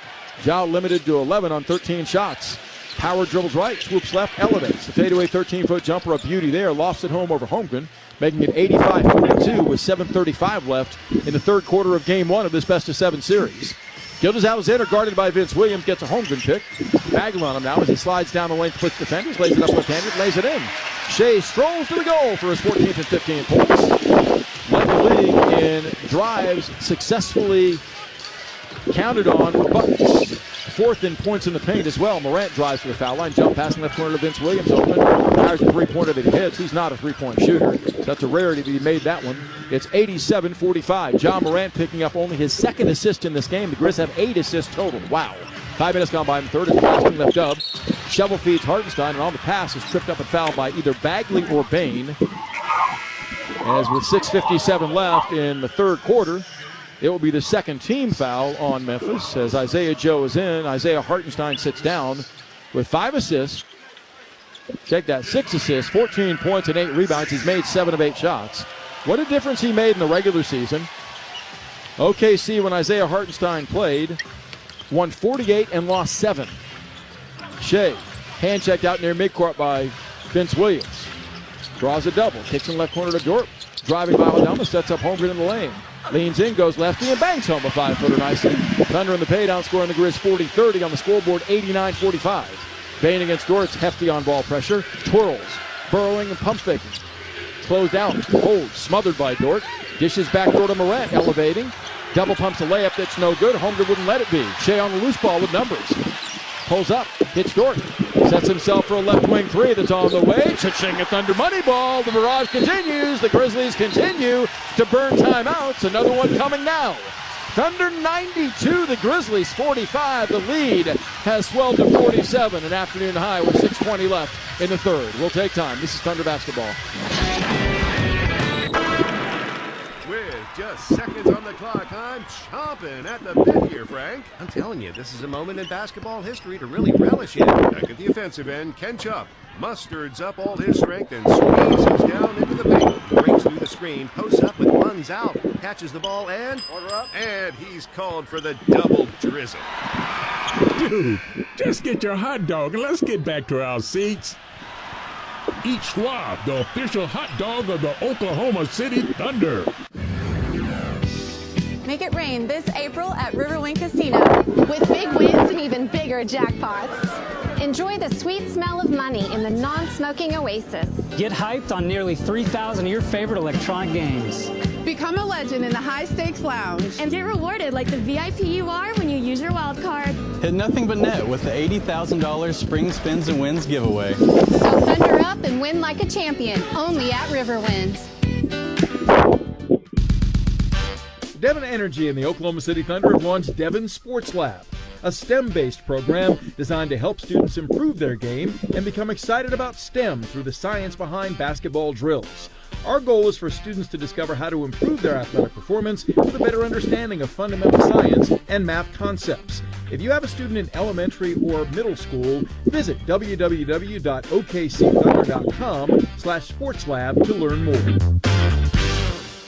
Craving a getaway? Let your taste buds take a trip with Brahms' new Aloha Burger Crave and Save combo. This still includes a double cheeseburger stacked with 2 juicy hamburger patties, melty provolone, fresh grilled pineapple, crisp spinach, ripe tomato, and Brahms' signature dipping sauce, all on a sweet Hawaiian bun fresh from Brahms Bakery. Pair it with Brahms' golden crinkle-cut fries and a hand-dipped milkshake, all for just $8.89. Now that's a deal we're saying aloha to. Welcome back. The winner of this series plays the winner of Clippers Nuggets. Yesterday, Denver defeated LA in overtime. Nikola Jokic finished with 29 points, 9 rebounds, and 12 assists. James Harden, 32 in a losing effort. Denver forced 20 turnovers in that game. By the way, Game 2 is tomorrow night. Here's Matt Pinto. Fassler Hall is now Thunder Hall, your official Thunder watch party destination for the playoffs. Watch the Thunder on the big screen all postseason long with giveaways, good food, and more. Head to OKCThunder.com/Thunder Hall for more information. This is the largest ever Thunder playoff lead, up 47 on the Grizzlies right now, 92-45. This is the fourth playoff series between these two Western Conference rivals, and it's been all Thunder in Game 1 of this one. OKC was extraordinary in the regular season, and a pretty loud hint, they plan to be extraordinary in the postseason as well, given their Game 1 performance. 56% field goal shooting, 12 of 29 on threes, 26 assists versus 8 turnovers, and the Grizz have a total of 8 assists, turning it over 17 times. Memphis limited to 3 of 21 on threes and 33% shooting in this game. Thunder shut the Grizzlies out in fast break points, 22-zip for a lead of 47 at the moment, 92-45. Remains Dort, Dub, SGA, Isaiah Joe, and Chet Holmgren now against Marvin Bagley, Desmond Bane, Vince Williams Jr., Ja Morant, and Santi Aldama for the visitor. Game 2 Tuesday, 6:30 right here at Paycom Center. Morant speed dribbles front court, Dort on him. Angles right back of a Bagley pick. Slides and double pumps, pass to Bagley open. He lays it in with the left hand. Bagley, a basket hanger, has 10 points now in 10 minutes, 5 of 5 shooting. Morant picking up his third assist on that dribble penetration. 92-47 Thunder inside the 6-minute mark of the third. Dub working the dribble, gets a Joe pick. Aldama on him on a switch. He burrows left, spins right, frees. Down the lane, dunks. Having a big afternoon, 9 of 14 shooting for 18. Thunder with balance offensively. Nobody at 20 yet. Bane right wing. Powers baseline, pulls up, Reigns and misses an 18-foot jumper in and out. Gilgeous-Alexander corrals his third rebound. Crossing the timeline with a white headband. Dancing, navigating into the paint, lobbing. Holmgren gathers and then missed a dunk. Bagley bothered it, Bane on it. Desmond in the middle in transition, the trailing Morant. Back left wing, Bane, jump pass and go to Aldama. Got away with the travel, lays it up, blows the bunny. Holmgren after that has a double-double in the game. 16 points, 10 boards. Chet swoops down the lane, lays it up on Morant, no good. Out of contact, no whistle. Shea has it. Left corner, Joe. Snaps off a rainbow three that he back rimmed. Back tapped rebound. Tipped inside the timeline by Shea to Joe. Corner left, Holmgren. Keys up a three that's online and in there. Chitsing it under money ball. Chet Holmgren on the brink of a 20-plus point, 10-plus rebound double-double in Game 1. Has 19 points. Morant has blood on apparently his left hand. Infection control not on the clock, but timeout called here as the medical staff will attend to that as Ja walks to the sideline. Thunder by 50, 97-47. Their largest ever playoff win was 108-70 in 2016 against Dallas. The largest ever playoff win in NBA history, Denver over New Orleans, 121-63 in 2009, a 58-point Nugget win. Thunder made 5 threes in the quarter, 13 in the game, while the Grizzlies have knocked down just 3 of 21. That's why I'm saying I'm surprised we haven't seen Luke Kennard, a historically great three-point shooter. Morant slashing left, jump stop, lays it up on Holmgren, no good, but he gets knocked down, and Holmgren called for foul. Chet wants Mark Daigneault to challenge that off his first foul of the afternoon. Holmgren's come out breathing fire in this game. 19 points, 10 rebounds, a couple of assists, altering a lot of shots around the rim, blocking 1 thus far. Morant to the free throw line where he's 2 of 2, has 13 points. He and Bagley the only double-figure point men for the Grizz in Game 1 of this series. Morant's first foul shot is good. Ja's had a bit of a tumultuous run the last couple of seasons, multiple suspensions by the NBA, multiple injuries, playing only 50 of the 82 in the regular campaign this year. His shoulders, both of them providing problems. Holmgren, SGA, Dort out. Aaron Wiggins, Cason Wallace, and Jay Will in for the Thunder. 4:50 left in the third. Have we seen the last of the guys that just exited? We'll see. OKC's on top right now by 49, 97-48. Morant misses the second, and J-Dub grabs his 5th rebound to go with 6 assists and 18 points. The third-year man, first-time All-Star, Kansas, top of the key, spins on Vince Williams, leans in and lays it in with the right hand. He took Williams off the bounce. He's knocked down 10 of 15 shots. Thunder making it look easy right now against the Grizz, up 99-48, 4.5 left in the third. Morant pulls up and strokes. It's from 3 straight away, errant. Wiggins mistimed his jump and loses the ball, but it's off the body of Jaren Jackson out of bounds. Jaren Jackson, null and void in Game 1. 2 points on 1 of 8 shooting, 0 of 4 on threes with 2 rebounds and 2 assists. This is an all-star. OKC's totally stymied him in the opener of this series. Wallace peels off a high screen by Jay Will, gives to Jay Will straight away. On the dribble, weave to Dub. Jalen open, snaps off an angle left three-pointer. It's an air ball by 2 feet out of bounds. The only thing he hasn't done in game one is make a three. He's 0 of 4 there, but the Thunder have knocked down 13 and 32 tries, 41% efficient overall. 99-48. High post right, Jackson banging on Dub. Jump stops, leans in. His jump hook and left hand block going up by Dub. Jay Will on the loose ball. Lobs up the sideline errantly. Bagley steals it, shoveling to Morant. Crossing over on Dub. Down the lane, runs into Jay Will. Blocking foul, and the bucket counts for Morant as Jay Will was leaning left, attempting to get in position. Morant is slippery, and that time surged free inside. As with 3:52 left in the third quarter, Ja's got a three-point opportunity and 16 points in back pocket. Playing through what looked to be a really difficult right ankle turn in a loss to Golden State in the first play-in game last Tuesday. I should say Tuesday of this past week. Morant able to go against Dallas Friday, helping the Grizz knock the Mavericks off by 14. And obviously he's out there in game one here, logging 25 minutes thus far. The free throw good, 99-51 Thunder. Wiggins up top, high post right to Jay Will. Hand check by Bagley, holds. Reverse pivots, sends it to Wiggins straight away. Wiggins dancing, dashing left. Spins, elevates, jump hooks and hits a 7-footer. Unscathed. He's made 5 of 7 shots. He's got 13. Thunder a blistering 55% shooting, leading 101-51. 50-point advantage. Bagley at the foul line. Shovel feeds Morant, retreating. Hanging lip back to Bagley, picking to the paint. Jump pass inside Bagley, catching and dunking with two hands. So Morant and Bagley got a little thing going here in the third quarter. Bagley has cashed in 12 points for the Grizz, has yet to miss a shot in 6 tries. Jay Will opens, snaps off an angle right three-pointer. It's short, tumbling off the front rim out of bounds, as there's no Thunder player in the vicinity. Kenrich Williams sees his first action in game one. The veteran is on, along with Jay Will, Aaron Wiggins, Isaiah Joe, and Cason Wallace. Scottie Pippen Jr. sits down Morant for the Grizzlies as Scotty's back with 4 fouls. Thunder 101, the Grizzlies 53. Thunder 23 times during the regular season get over 100 points scored before 3 quarters were elapsed. There's 3 minutes still left in the third here. They're up 101-53. Jackson, mid-post right, Williams on it. Double by Wallace, pushing off, leans in, hooks with the left hand, no good from 7. Loose ball dug out by Vince Williams, lobbing to Bagley for the dunk. Timeout Thunder. Mark Daigneault does not like the slippage in habits he's seeing the last 2 or 3 minutes and gathers the troops. This run in postseason will come down to, can the Thunder maintain the discipline and playing to the standards they established during the regular season, and have certainly unloaded on the Grizzlies here in the opening game of the series, but a little slippage recently. 2:47 left in the third. Thunder Group up 101-55. Will take time. This is Thunder basketball.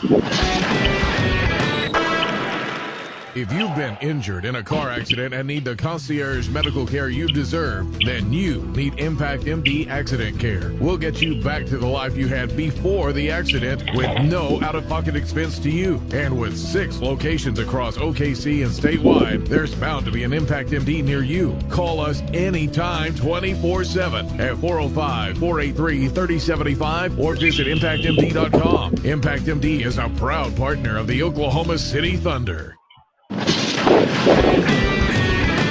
Matt Pinto welcoming you back above courtside at Paycom Center in downtown Oklahoma City. A noon start to the playoff run for the number 1 seeded Thunder, and they have been on full display with all of their various strengths. The only team in basketball to be top 3, both in offensive and defensive rating this season, and established an historic plus 12.9 net, the greatest in the 79-year history of the sport. And they've displayed both ends in this game, limiting the Grizzlies to 55 points late in the third quarter while scoring 101 themselves. The assists are 27-11 Thunder. They forced 17 turnovers, giving up 9 times themselves, and have 6 in double figures in this game, led by J-Dub with 20. Thunder ball off the timeout. Mark Daigneault grouping them. Wallace feeds a high post right to Jay Will. Hand check by Bagley. Shovels to Joe. Isaiah whirls to the wing, draws 2, sets up Wallace, dumping it inside to Jay Will for a floating hook over the left shoulder. He knocks down and gets hit doing so by Vince Williams Jr. Excellent ball movement by the Thunder. That's their 27th assist of game 1 for a 103-55 lead with 2:31 left. Thunder closed the season winning their final 4, 15 of 17, posting 7 of 8 in the successful column at home and 14 of 15 on the road. They led the league in home court regular season record, finished second to only Boston on the road by 1 win. Pippen slices right. The free throw good by Dub. Loses the ball in the lane, but Wallace caught with his hand in the cookie jar to pry it away. And Cason called for his 4th foul. with 2:24 left in the quarter. It'll be side out Memphis as Thomas Isolo is indicating his player was shooting, but he wasn't. That's Thunder's third team foul. As Vince Williams gets it in right baseline to Pippen. Escapes, kicks corner left to Aldama for a rainbow three that's no good. Payson Wallace clears, bounce feeds in front to Wiggins. Down the baseline for the right-hand scoop that he scores, and he's hacked in the act by Pippen, who has 5. This is why this team is so special. They don't play the scoreboard. They don't play an opponent necessarily. They play to their standards, and they've shown that this second half. They've been up by as many as 51 in this game, and that's where it stands right now at 106-55. They've outscored the Grizzlies 38-19 in the third quarter after pummeling them 36-16 in the second, led by 12 after 1. So it's been an afternoon-long display of what the Thunder are about. Wiggins makes the foul shot. He's got 15 points in 12 minutes. It's 107-55. Pippen back of a Jackson pick. Works top of the key on the dribble. Jackson wants it. Battling for position against A.J. Mitchell, who's checked in. Mid-post right, Jay Wills does a good job of staying with Jackson, who misses the left-hand jump hook, then misses the stick back. He's 1 of 12 today. Left wing Joe, corralled by Vince Williams Jr. to the trailing Jay Will, and he's called for cupping the dribble. That's a violation. The Thunder's 10th turnover. OKC #1 protecting the ball in the NBA this season. That's been evident in this game. Good to see A.J. Mitchell in his first playoff action. Returned with 2 games left in the regular season from toe surgery. Pippen freeze fires. Angle left three is on the way, no good. Kenrich Williams clears the Grizzlies a woeful 3 of 24 from distance. K-Rich down the lane swooping. Loses the ball going up in traffic as it's off of Bagley out of bounds with 16 to shoot. 1:30 left third quarter. It's A.J. Mitchell, Aaron Wiggins, Jay Will, Isaiah Joe, and K-Rich for the Thunder. Thunder the 1 seed, the Grizzlies the 8, and many perceive there'd be separation in this series, unlike the other first-rounders in the West, and that's certainly evident in this game. Thunder by 52. Down the lane dashes Joe, kicks out right wing to Kenrich Williams, wide open, strokes a three-pointer, missed it back rim. Loose ball back tap, grabbed by Pippen. Scotty speed dribbles, hits to trailing Aldama open. Leans in and launches. The angle right three is good. Santi Aldama, a good three-point shooter, makes his first of this game. He has only 5 points. It's 107-58. Final minute of the third unfolding in game 1. Jay Will high post right. Shovel feeds on the wing to Mitchell. Slicing left into the lane. Steps back, fires a rainbow 13-foot jumper that's nothing but net. So Mitchell gets his first playoff points. 109-58. Pippen guarded by Mitchell. He's become a sturdy defender throughout the course of his first season. Pippen holding well beyond the three-point line. Gets a Bagley pick high right. Rumbles behind it. Kicks to Jackson.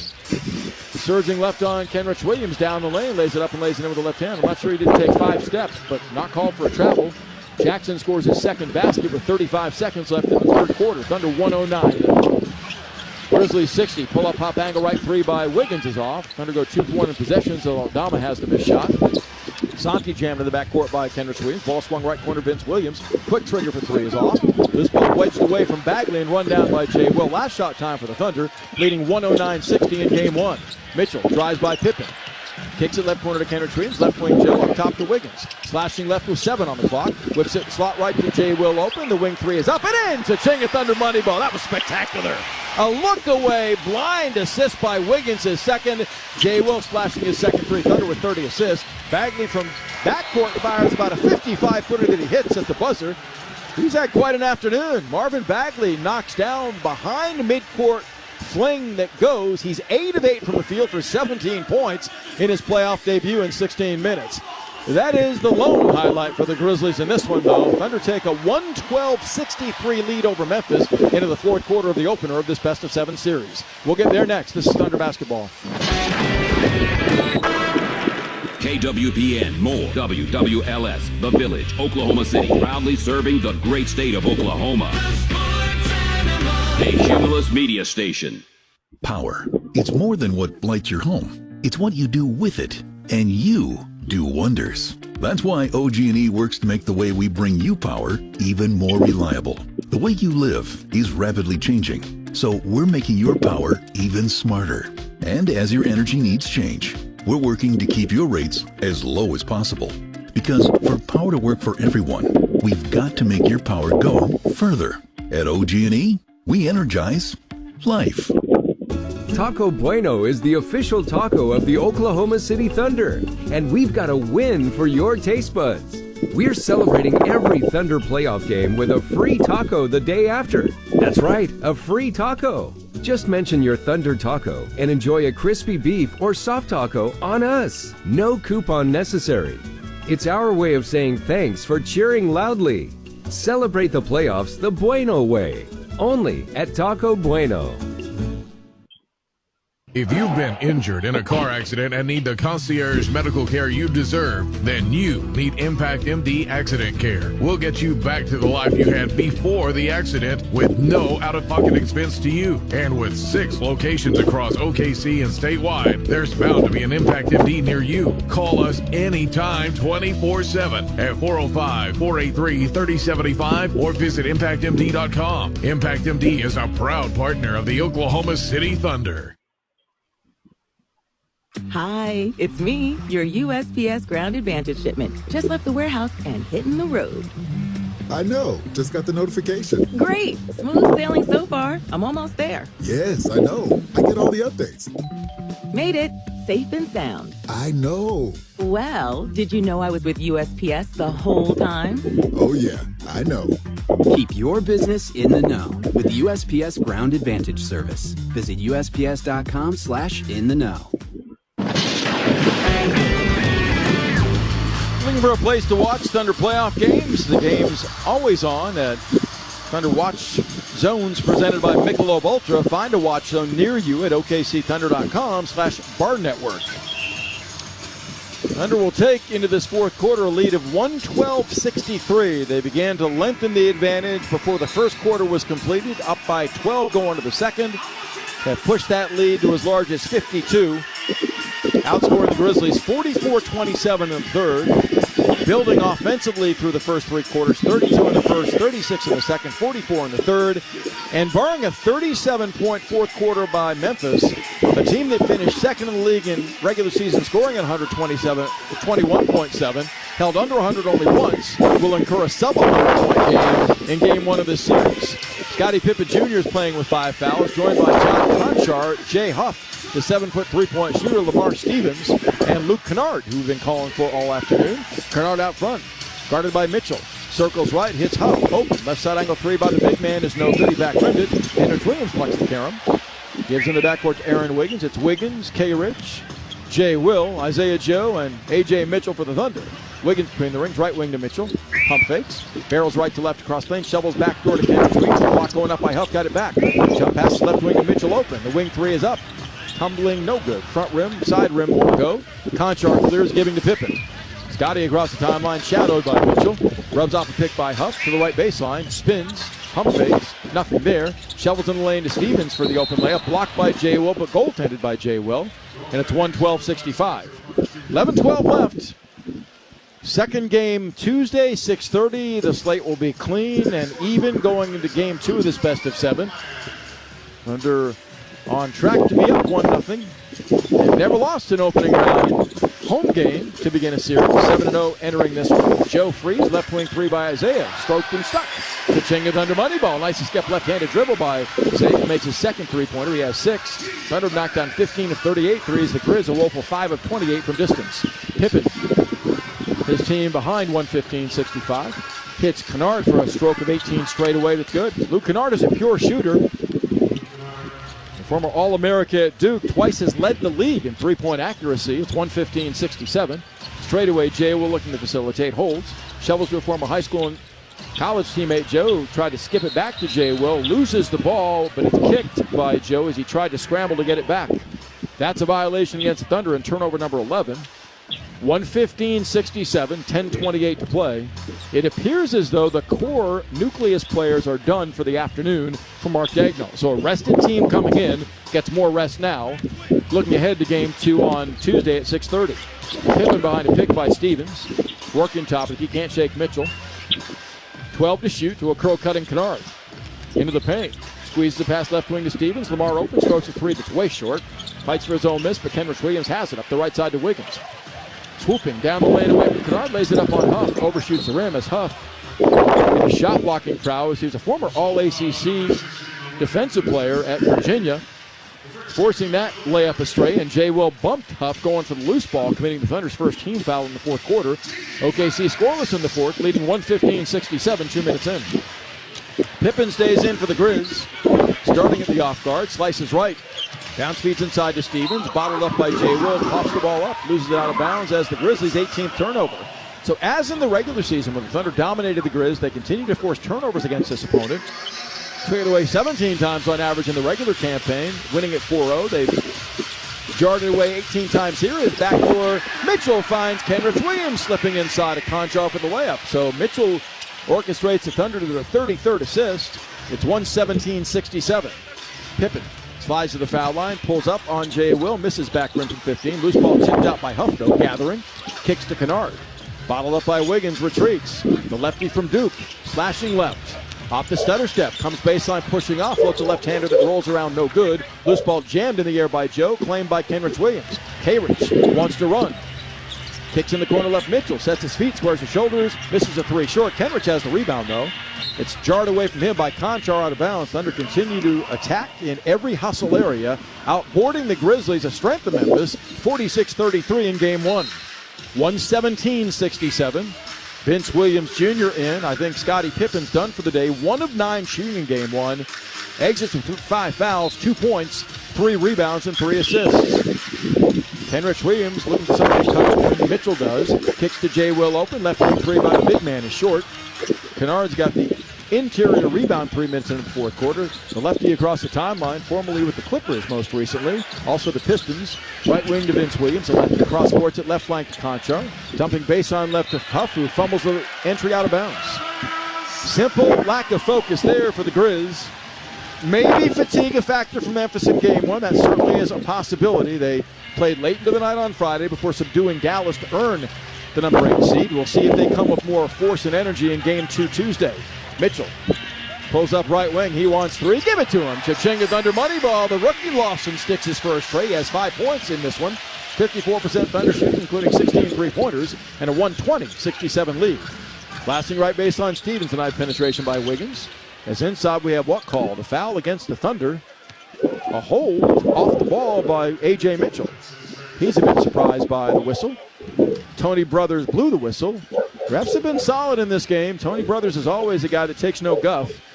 It's enjoyable to see he's crew chiefing when he's on site. Huff off the inbound, had it stripped by Kenrich Williams, who's in the open court. Lays it up and lays it in with the left hand. So that punctuates the Thunder afternoon.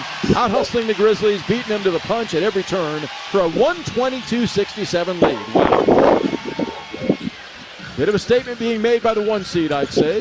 Vince Williams cross-courts it, tipped by Kenrich Williams, stolen by Joe. Dylan Jones ready to enter 4 minutes into the fourth. Kenrich pulls up, pops, angle right three-pointer, won't drop. He back rimmed it. Joe high from loose ball, tips it, but Vince Williams corrals it in the lane for the Grizzlies. 7:55 left, under 122, the Grizz 67. Left corner Stevens dared to shoot, does. It's for 3, it's online but back rimmed. Kennard pushing off on Kenrich Williams inside, incurs a loose ball foul. Be Memphis' first team foul, first on him as well. Dylan Jones enters as he will do so to a nice round of applause at Paycom Center. It's applause for the team and the effort the team has given in this game, no doubt. 122-67. Thunder up by 55 right now. They're well on their way to establishing a team record for margin of victory in a playoff game. That being 38 that came in the 16 playoffs against Dallas, 108-70. High post right, Jay Will holds, kicks to Dylan Jones, whips it right corner, Kenrich Williams, in a vacant lot, fires the 3 that's online but short. 2 open. Kennard's got the outside rebound, 122-67. Luke picked up by Wiggins. Stabilizing back of a Huff pick. Slashing left, pushing off, no maneuverability, feeds Huff, high post. Jay to the wing, grinding right down the lane. Bottled up by Wiggins, foul by Wiggins, but Aaron giving no quarter to a guy that's 7-1. Commits the reach-in foul. It'll be his second with 7:17 left. So Jay Huff gets to the free throw line. Both sides emptying their rosters down the stretch of the opener of this series. Huff 7'1", 240, a fourth-year pro from Virginia, undrafted in 2021. Part of that 2019 NCAA title team the Cavaliers crafted. 7:17 to play. The big man lost the first free throw. It's good. Grizzlies not a frequent visitor to the line. They were second in the league in free throws attempted during the regular season, but not the case in this one. They're 7 of 9 at the stripe in this game, with under 14 to 15. Huff readies for the second. The big man eyes the rim, lofts it. That one good as well. It's 122-69 Thunder with 7:17 left. OKC a record-breaking season and on the brink of a record-breaking opener to their playoff run. High post right, Jay Will, hand check by Huff. Holds, faces up, dared to shoot, won't. Sails it over the head of Kenrich Williams out of bounds with a cross-court attempt. Grizzlies have 21 turnovers in this game for 24 Thunder points. That's the Thunder's 12th giveaway. But OKC has put game one to bed with 7 minutes to play, up 122-69. Really impressive start to this postseason push by the number 1 seed. Kennard between the rings, chased down by Dylan Jones. Holds, 35 feet from the bucket. Circles now where Mitchell's on him. Back of a pick by Huff. Gives it up in the right corner to Stevens. Dancing, steps back. Pump fakes and jump passes inside. It's deflected by Jay Will, taken by Kenrich Williams. Another Grizzly turnover up the right side to Wiggins. Aaron against Huff, crosses him over. Cashing down the lane, lays it up, and Huff knocks the ball away out of bounds off of Wiggins, apparently. That's how it's seen by J.B. DeRosa. As with 6:32 left, the ball goes to the Grizz. 122-69 Thunder, a mandatory timeout. Still one more of those to come. And by that point, mercifully, we'll about put this thing away. OKC big in game one, mighty impressively up 122-69. This is Thunder basketball.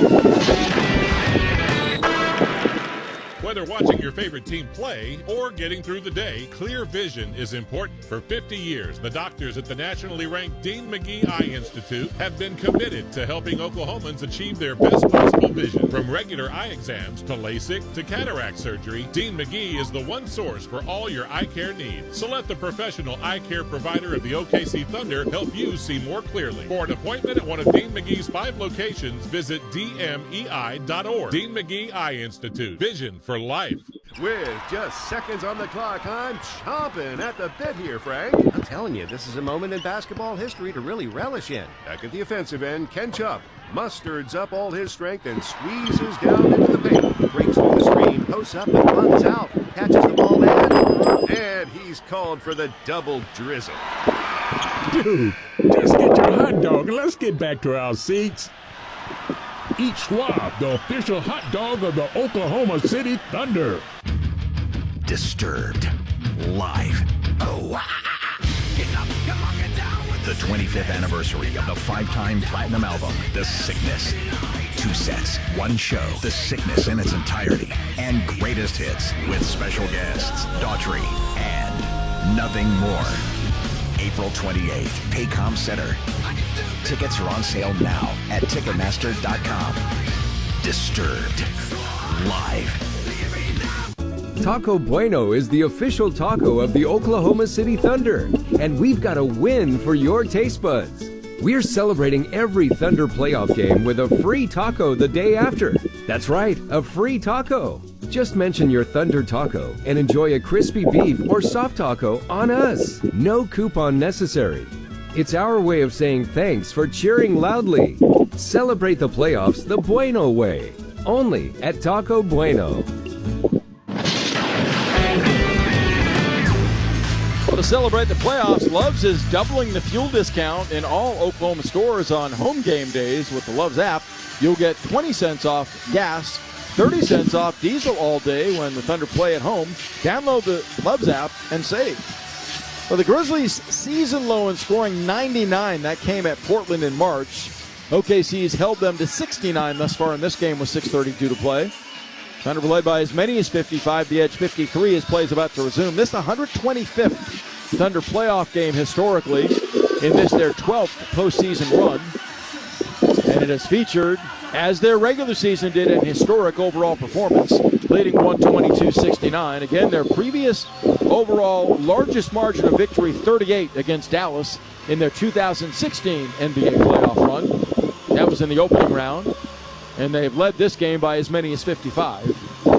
Coming with Dylan Jones, Aaron Wiggins, A.J. Mitchell, Jay Will, and Kenrich Williams against Luke Kennard, Vince Williams Jr., Lamar Stevens, a former Cavalier and Celtic, Jay Huff, and John Conchar for the Grizz. Game 2, Tuesday, 6:30, right back here before the scene shifts to Memphis for Games 3 and 4 Thursday of the coming week, and then Saturday for Game 4.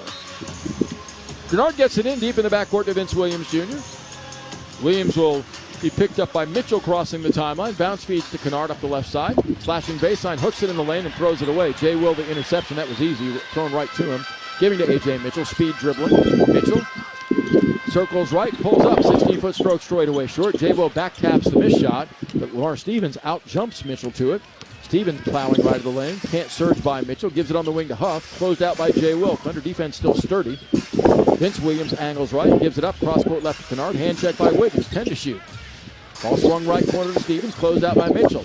Lamar working mid-post. Elevates in the lane for a fadeaway 12-foot jumper short. Beautifully defended sequence. Jay Will doubles back. That's his fifth. Also got 9 points off the bench. Jay Will giving to Wiggins up top. Sliding left. Hooks the ball to Kenrich Williams. Straight away, Jay Will. Closed out by a guard. Kennard won't shoot. Giving to Dylan Jones. Crosses over. Straight away stroke. Fading away from 18 feet away that rips the cords. Thunder of 124 on the board and lead at 124-69. Dylan Jones cashing in his first playoff bucket. 5:20 left. Stevens on the right wing. Conchar up top to Vince Williams. Veering left. Smothered by Kenrich Williams. It swung right wing to Stevens. Pump faking. Slides baseline between defenders. Lays it up. Blocked by Jay Will. Mitchell the loose ball. AJ down the lane. Kicks on the wing to Jones. Corner right Wiggins. Catch and shoot three denied as we have what call? Was that a step out of bounds by Jones? Apparently so. Oklahoma City now 8 block shots in this game with 11 steals, forcing the Grizz into 22 turnovers for 24 points. So that disruptive defense, very prominent in game 1. Vince Williams on the right wing to Conchard. Can't beat Jones off the dribble. Shovel feeds mid-post right to Huff. Backing down, drop steps, and is grabbed and fouled by A.J. Mitchell before it can go airborne. We'll see if they give him continuation with 4:54 left. And that's a sequence that I'm going to award Mitchell for giving no quarter against a guy that's 7-1. That's the OG&E power play of the game. OG&E, we energize life. No matter what the scoreboard says, this team is relentless. They give no quarter. They're fearless in their attacks, and they just continue to compete. Huff makes the first foul shot, his 3rd point of this game coming off the bench. So we'll see what the Grizzlies have in follow-up to this overall effort. And frankly, it will be a test of their own resilience. A team that has not beaten a winning team since February 3rd when they knocked off the Bucks. This will be a 15th consecutive loss to teams over 500 incurred by the Grizzlies. 124-71, both free throws are good for Huff. Dylan Jones feeds a high post right to Jay Will. Thunder held 19 foes under 100 during the regular season. It'll be 20, including this one. Jones dancing and shoveling right corner Jay Will. Finding Wiggins for an open three that he can. Cha-ching, that's Thunder money ball, number 17 for OKC. As Aaron Wiggins has 19 points. So picking up where his regular season left him. 28 in the final game for the Thunder in New Orleans a week ago today. Vince Williams right wing to Conchar behind the back dribbling, shuttling baseline, lobbing inside to Huff for the open floating layup that he hits. 127-73 with 4:10 left. Dylan Jones barrels up the right sideline contained. Straight away to Mitchell. Inside the 4-minute mark. On the dribble weave, Kenrich Williams probes the paint. Down the lane, dashes, lays it up. Huff blocks the layup. Kennard on the loose ball. Drives left, shovels in the corner. Conchar catches your rainbow three is up. Short, tumbling up, over, and out to the Thunder as the Grizzlies, not a great three-point shooting team during the regular season. 13th of 30 teams. 5 of 32 in this game from distance. And for a team that was first in pace in the NBA during the regular season, held to 3 fast break points and 44 points in the paint. They were second in points in the paint at 56 during the regular campaign. 127-73. OKC's on top by 54. Wiggins slashes left, tried to kick to Jay Will, the ball deflected, taken by Conchar. Long leading Stevens right through his hands out of bounds. Deflected through his mitts by Kenrich Williams, who, again, he's called Kenny Hustle because he knows nothing else than hustling. 23rd Grizzly turnover. 127-73, Thunder closing out. A mighty impressive Game 1 rout of the Grizz to go up 1-0 in this series. 3:26 left. Wiggins, slot left.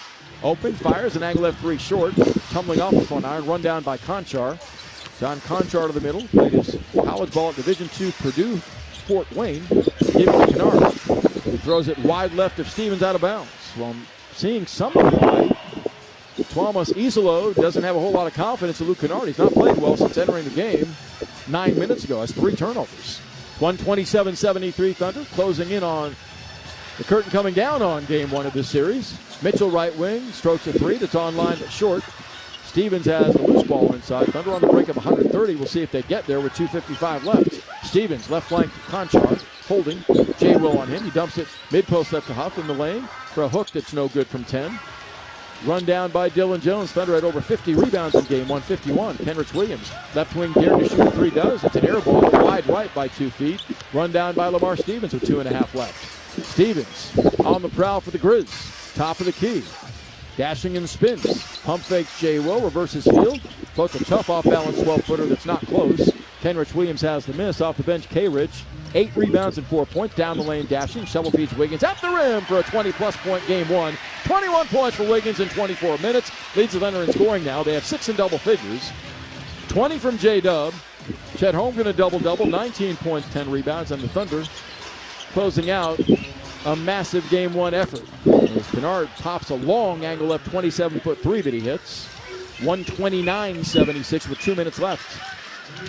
Opportunity to get over 130 in game 1 for the Thunder on this sequence. Mitchell burrowing right, kicks on the wing to Wiggins, slicing left. Down the lane, lays it high off the window errantly. Huff altered that shot. Kennard has the loose ball as Wiggins wanted a foul. Luke leaks up the left side against Dylan Jones. Can't dribble free, gets it back up the sideline from Stevens. Whips it corner left Conchar, dumping it inside to Stevens for the dunk. That was well done. As the Grizzlies score inside and make it 129-78. There were 3 lead changes early on in one tie. Grizz led by as many as 4 very early. Thunder were up by 12 after 1 and never looked back in game 1.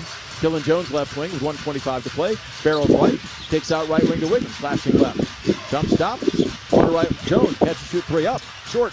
J. Will tips the rebound. Wiggins can't get to it, Huff has it.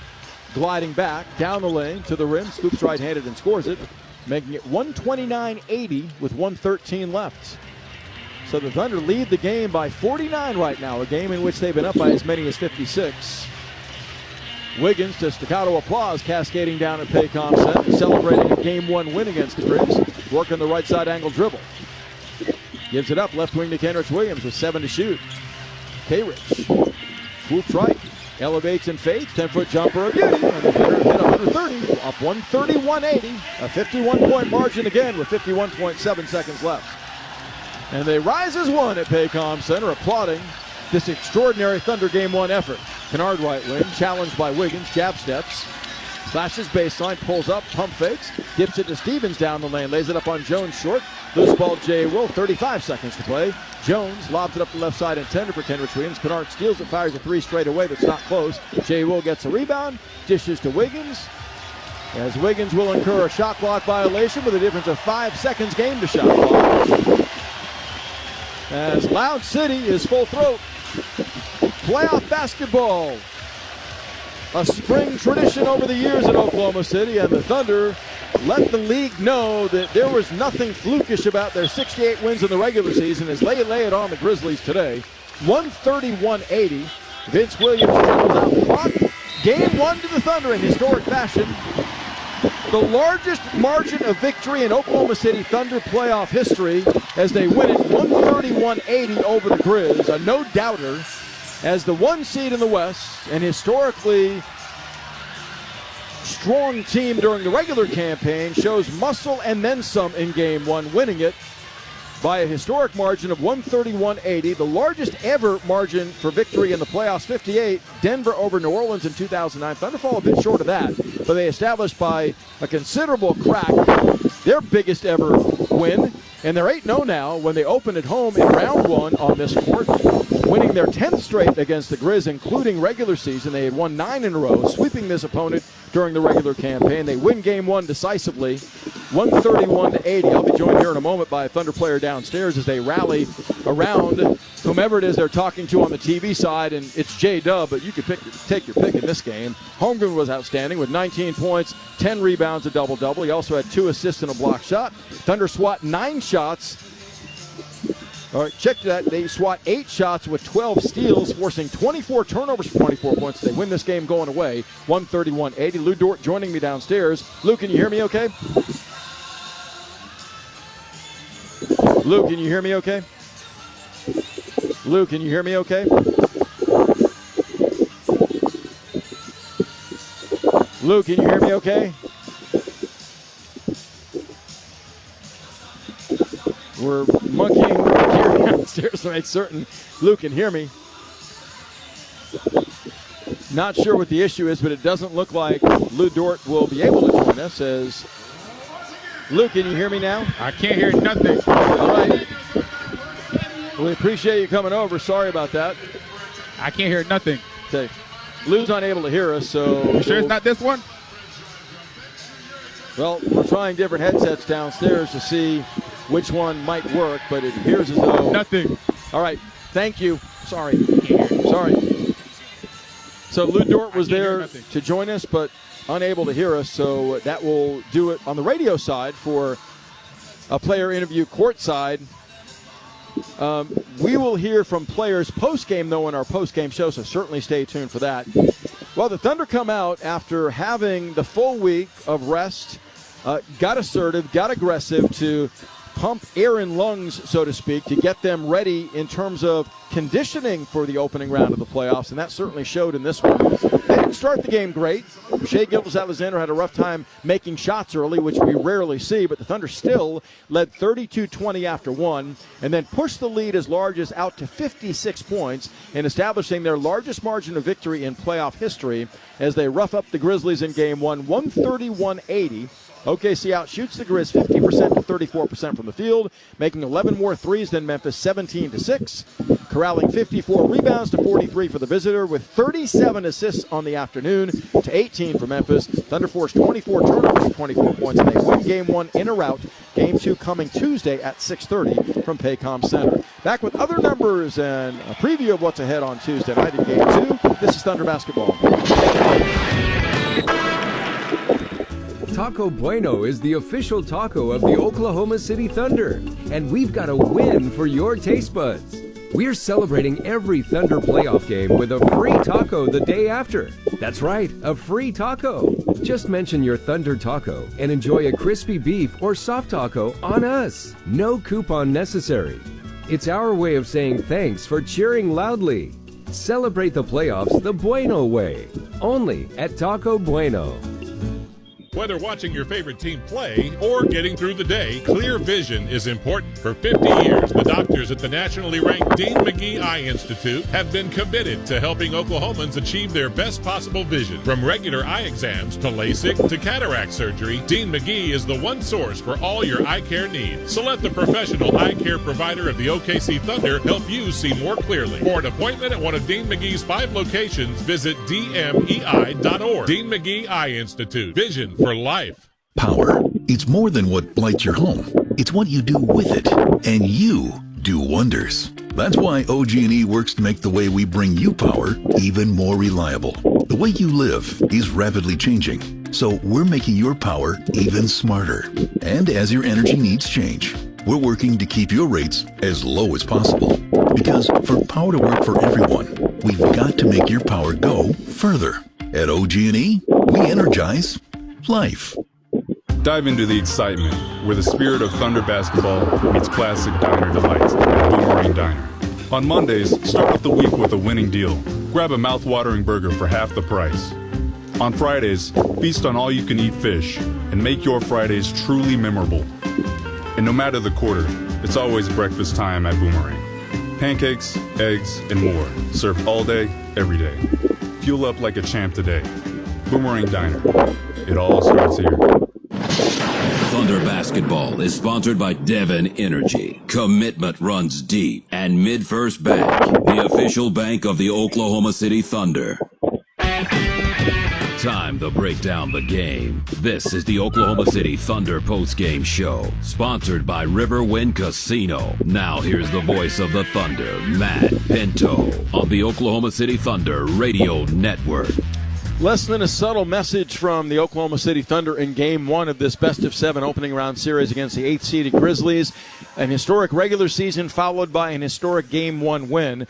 The largest margin of victory ever for the Thunder in their playoff history. This is season 12 of that. 131-80. They win it by 51 over Memphis. A game that really they were never challenged in once they took the lead in the opening quarter. Grizz led by as many as 4 very early, but the Thunder scored 32 in the first while limiting Memphis to 20 points in that opening quarter. That pretty much established the tone for this game. The Grizzlies, the second highest scoring team during the regular season at 121.7, held under 100 only once. That was at Portland late, scoring 99 on that occasion, held to 80 in game 1 here by the most stout defense the league has seen in years. OKC comes up with 12 steals, 8 block shots, forcing 24 turnovers, limiting the Grizz to 34% field goal shooting, 17% on threes, 6 of 34, winning the rebounding battle by 11, out-assisting Memphis by 19. They win it decisively. Jaren Jackson Jr., Desmond Bane are both necessary cogs that must play exceptionally well for the Grizzlies to be competitive in this series. Neither were allowed to do that by the Thunder defense. Jackson 2 of 13 for 4 points in game 1. Bane 3 of 12, 1 of 6 on threes for 9. Minus 51 in the raw plus-minus was Bane. The Grizz were led by Ja Morant with 17, but it took him 17 shots to get there, 6 of 17 shooting, 1 of 6 from 3. He had a team-high tying 4 assists with 1 block shot. He was minus 25. Scottie Pippen Jr. nearly fouled out, had 5 fouls in 22 minutes, made 1 of 9 shots for 2. At the off-guard spot, had 4 assists, 2 rebounds, minus 39. Zach Edey logged 20 minutes, had 9 boards, 4 of those offensive in that stretch, with 1 assist, 4 points, scored minus 38. Jaren Jackson Jr., as I mentioned, a 2-time All-Star with 4 points, 3 rebounds, 2 assists, 1 steal, as he was 2 of 13 shooting, missing all 4 of his 3-point tries for 4 points. 29 minutes played, minus 36. And Desmond Bane, as I mentioned, last time in here held to 3 points by the Thunder defensive scheme. In this game, 3 of 12 shooting, 1 of 6 on threes for 9. Had 2 rebounds, 4 turnovers, though, minus 51 off the bench. Marvin Bagley's first ever playoff game was memorable for him. He made a 55-footer to end the third quarter from beyond midcourt, knocked down all 8 of his shots, including that 3 for 17 points in 16 minutes, had 5 rebounds with 2 steals and a block, still minus 11. Santi Aldama scored 5 in reserve, John Conchar 2, Vince Williams Jr. contributed a 3. 4 points generated by Lamar Stevens over the final quarter. Luke Kennard scored 5 points, but also had a couple of turnovers. 8 points generated by Jay Huff in 12 minutes. The Grizzlies at 34% shooting, 32 of 93. Thunder getting up 6 more shots than the Grizz. 6 of 34 from 3 for Memphis, 17%.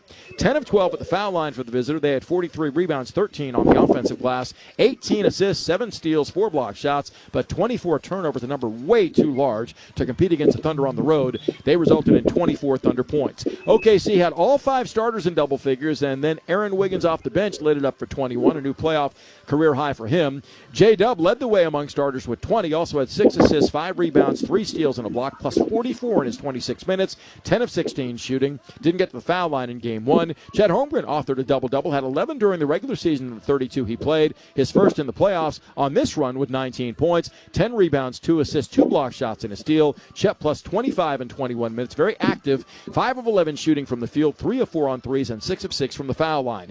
Isaiah Hartenstein, a near double-double man in his debut for the Thunder in postseason with 14 points, 8 rebounds, 4 of which came offensively, doling out 5 assists with 1 steal. He was plus 35 in 21 minutes, nailing 7 of 8 shots overall. Lou Dort in 22 minutes, electrifying defense with 3 steals and a block, plus 22 overall with 12 points, 4 of 8 from the field, 4 of 8 from 3. Also grabbed 3 rebounds with 2 assists. Shai Gilgeous-Alexander averaged an NBA-high 32.7 during the regular season to win the scoring title. Off his game by his standards in this one. 4 of 13 shooting, 1 of 7 on threes, 6 of 7 from the foul line. But he did dole out 5 assists, staring at double teams throughout with 3 rebounds, 2 block shots. Shai was plus 28 in 23 minutes with 15 points. Aaron Wiggins led the way off the bench. 21 points in 26 minutes of playing time. 8 of 15 shooting, 4 of 7 on threes. He had 4 rebounds, 3 assists, plus 21. Isaiah Joe cashed in a couple of threes. He had 6 points. Cason Wallace, 2 points with 1 steal. Also 3 assists and 2 rebounds, plus 30. Alex Caruso also plus 30 in 12 minutes of playing time, scoreless, but had 4 assists with 3 rebounds. Jay Will, 9 points, 5 rebounds, 3 assists, a steal, and 2 block shots. Very active in his 19 minutes. A.J. Mitchell got 14 minutes of playing time in his postseason debut with 5 points, 2 assists, 1 rebound. A plus 21 for Aaron Wiggins, as I mentioned, with 21 points. Kenrich Williams logged 16 minutes in which he generated 8 rebounds, an assist, 2 steals, and 6 points. And Dylan Jones played the final 8 minutes in which he scored on 1 of 2 shots for 2. Thunder at 50.5% shooting, 50 of 99, 17 of 48 on threes, 35%, 14 of 15 free throwing, won the rebounding battle 54-43 with a dozen coming offensively, 37 assists for the Thunder in this game with 12 steals, 8 blocks, 16 turnovers, accounting for 10 Grizzly points. Thunder dominated the Grizz inside 60-48 in the paint, 17-12 OKC in second chance points, and ran the Grizzlies out of the building in fast break tallies 27-5. 3 lead changes, 1 tie early. Thunder by as many as 56. Memphis led by 4 before surrendering the game 1 overall verdict by 51 to the Thunder, the largest ever Thunder victory in postseason. It's back to 0-0 for Game 2 Tuesday at 6:30 as the Grizzlies will battle to somehow recover from the embarrassment of this one as they are ready to take on the 1 seed Tuesday night at 6:30. That means a 6:30 tip is a start time of 5 o'clock on the flagship station, 98.1 FM, WWLS Sports Animal in Oklahoma City, with a start time on the network of 6 o'clock for pregame coverage. Thunder the Grizz, Game 2, coming up Tuesday night at Paycom Center at 6:30. Thanks for our on-site engineer Mike Mosteller's efforts in this one. Daryl Pinto, our statistician. Josh Lee produces Thunder Broadcast, assisted by Preston Poole. Thanks for their efforts always. Thanks to you for listening as OKC robustly goes up 1-0 in this best-of-7 series with Game 2 on the horizon Tuesday at 6:30. Till then, this is Matt Pinto wishing you a happy Easter, a great afternoon. Back with you Tuesday night for Game 2 of this series from Paycom Center. Until then, our post-game show gets underway with Gideon and Matt next. Stay tuned for that. This is Thunder Basketball. Lil Wayne. What the f*** though? What a love. Live in concert. 3, 2, one night only in Oklahoma City. With special guests Hot Boys, Juvenile, BG, and Turk. Paycom Center, Friday, May 16th. Get tickets now at Ticketmaster.com. For more, visit LilWayneOfficial.com. Don't miss out on OKC's hottest entertainment at the Showplace Theater with acts like Randy Rogers Band, May 16th. Jay Leno and Arsenio Hall, June 6th. My wife and I go to the supermarket, and the clerk says, "Do you want a bag for that?" "No, we're going to eat it here, okay?" Nick Swartzen, June 7th. If a girl's driving, I never call shotgun. I'm like trunk, glove compartment. And Sawyer Brown, July 11th. Riverwind is OKC's favorite casino experience. Whether watching your favorite team play or getting through the day, clear vision is important. For 50 years, the doctors at the nationally ranked Dean McGee Eye Institute have been committed to helping Oklahomans achieve their best possible vision. From regular eye exams to LASIK to cataract surgery, Dean McGee is the one source for all your eye care needs. So let the professional eye care provider of the OKC Thunder help you see more clearly. For an appointment at one of Dean McGee's 5 locations, visit dmei.org. Dean McGee Eye Institute. Vision for life. With Mazzio's Mix and Maz, it's easy to get the things you love for the price you like. Choose from medium one-topping pizzas, 8-piece boneless chicken wings, loaded cheese dippers, fresh chef salad, and the delicious Brookie dessert. Pay just $7.99 each when you buy 2 or more. Pizza, chicken wings, salad, cheese dippers, and dessert. Mix and Maz your way to your favorite flavor combo today. Just $7.99 each at participating locations and for a limited time only. Order now at Mazzios.com. Welcome back to the Oklahoma City Thunder postgame show. Gideon Hamilton and Matt Ravis with you. We are awaiting word from Mark Daigneault, his postgame press conference. We're going to hear from him momentarily, but first up, a dominant performance in Game 1 of the Western Conference first-round series for Oklahoma City. 131 to 80 was the final. And Matt Ravis, we talked about this at halftime. The game had already gotten well out of hand prior to the game, talking about, the Thunder having an advantage, a sizable advantage in really every matchup across the board. But it's another thing to go out and implement that. And what were some of the things that you saw in this game that were important in taking this from what could have, you never know, be a competitive game to one that was very much not so? Yeah, he came out at the start of the second half and stomped on their throat. And it started with the on the defensive end, and that's where he turned it into offense. Final fast break points, 27-5. That's the formula Memphis wins games with. They outscore their opponents by 20 plus on in fast break points. So and then I just thought they sort of broke the will of Memphis in that second half. Marvin Bagley played really hard in that second half. Outside of him, I didn't think any Grizzlies players appeared too interested. Let's hear from the head coach of the Oklahoma City Thunder, Mark Daigneault. Effort today, did you feel like kind of pushed Memphis over the edge? I thought we did a good job tonally to start the game. We were ready to play. I thought we were tight in our stuff. And like I said, set a good tone. But they played 36 hours ago and had an emotional game, had to turn around and play at noon today, which is a really tough turnaround. So they're going to be better, Tuesday. So I thought we did a good job, but, I don't think we can expect that. From them, they're going to play a lot better than that. They're going to be fresher. They have big-time competitors. So we need to be ready to play on Tuesday. A lot of that lead was built, when Shea was on the bench in the second. This probably speaks more to your depth. Just what you see when he was gone for the team to build that lead. Yeah, the units played well all year. They played well tonight. I thought Dub really set the tone with his facilitation. He did a really good job of getting the ball ahead of them. And then we made really good plays off of it. We made shots, and we also made extra passes and got ourselves some closeouts on offense. And so I thought he really set a tone just with the way he moved the ball. And so that group was positive, but all the way through, I was impressed with how the guys came out and played. Yeah, Mark, you guys set quite a few franchise playoff records tonight. One of them that sticks out is most forced turnovers in a game. So what do you like about you guys' point of attack defense? And didn't really seem like the Grizzlies got many good looks all night. Yeah, we were amped up. I give the guys a lot of credit for the week of practice that we had. That's a sneaky tough week because it's a lot of days without a game. It gets you out of the rhythm of games, and you have to get back into a kind of a practice mindset. And I thought they did a great job all week of just taking it a day at a time and knocking out what we needed to knock out. Our staff and two-way guys did a great job all week of helping us get ready. So I thought we were really sharp, to start the game. I give a lot of credit to the preparation. But again, we've got to now, win the gaps between the games and prepare for the next one.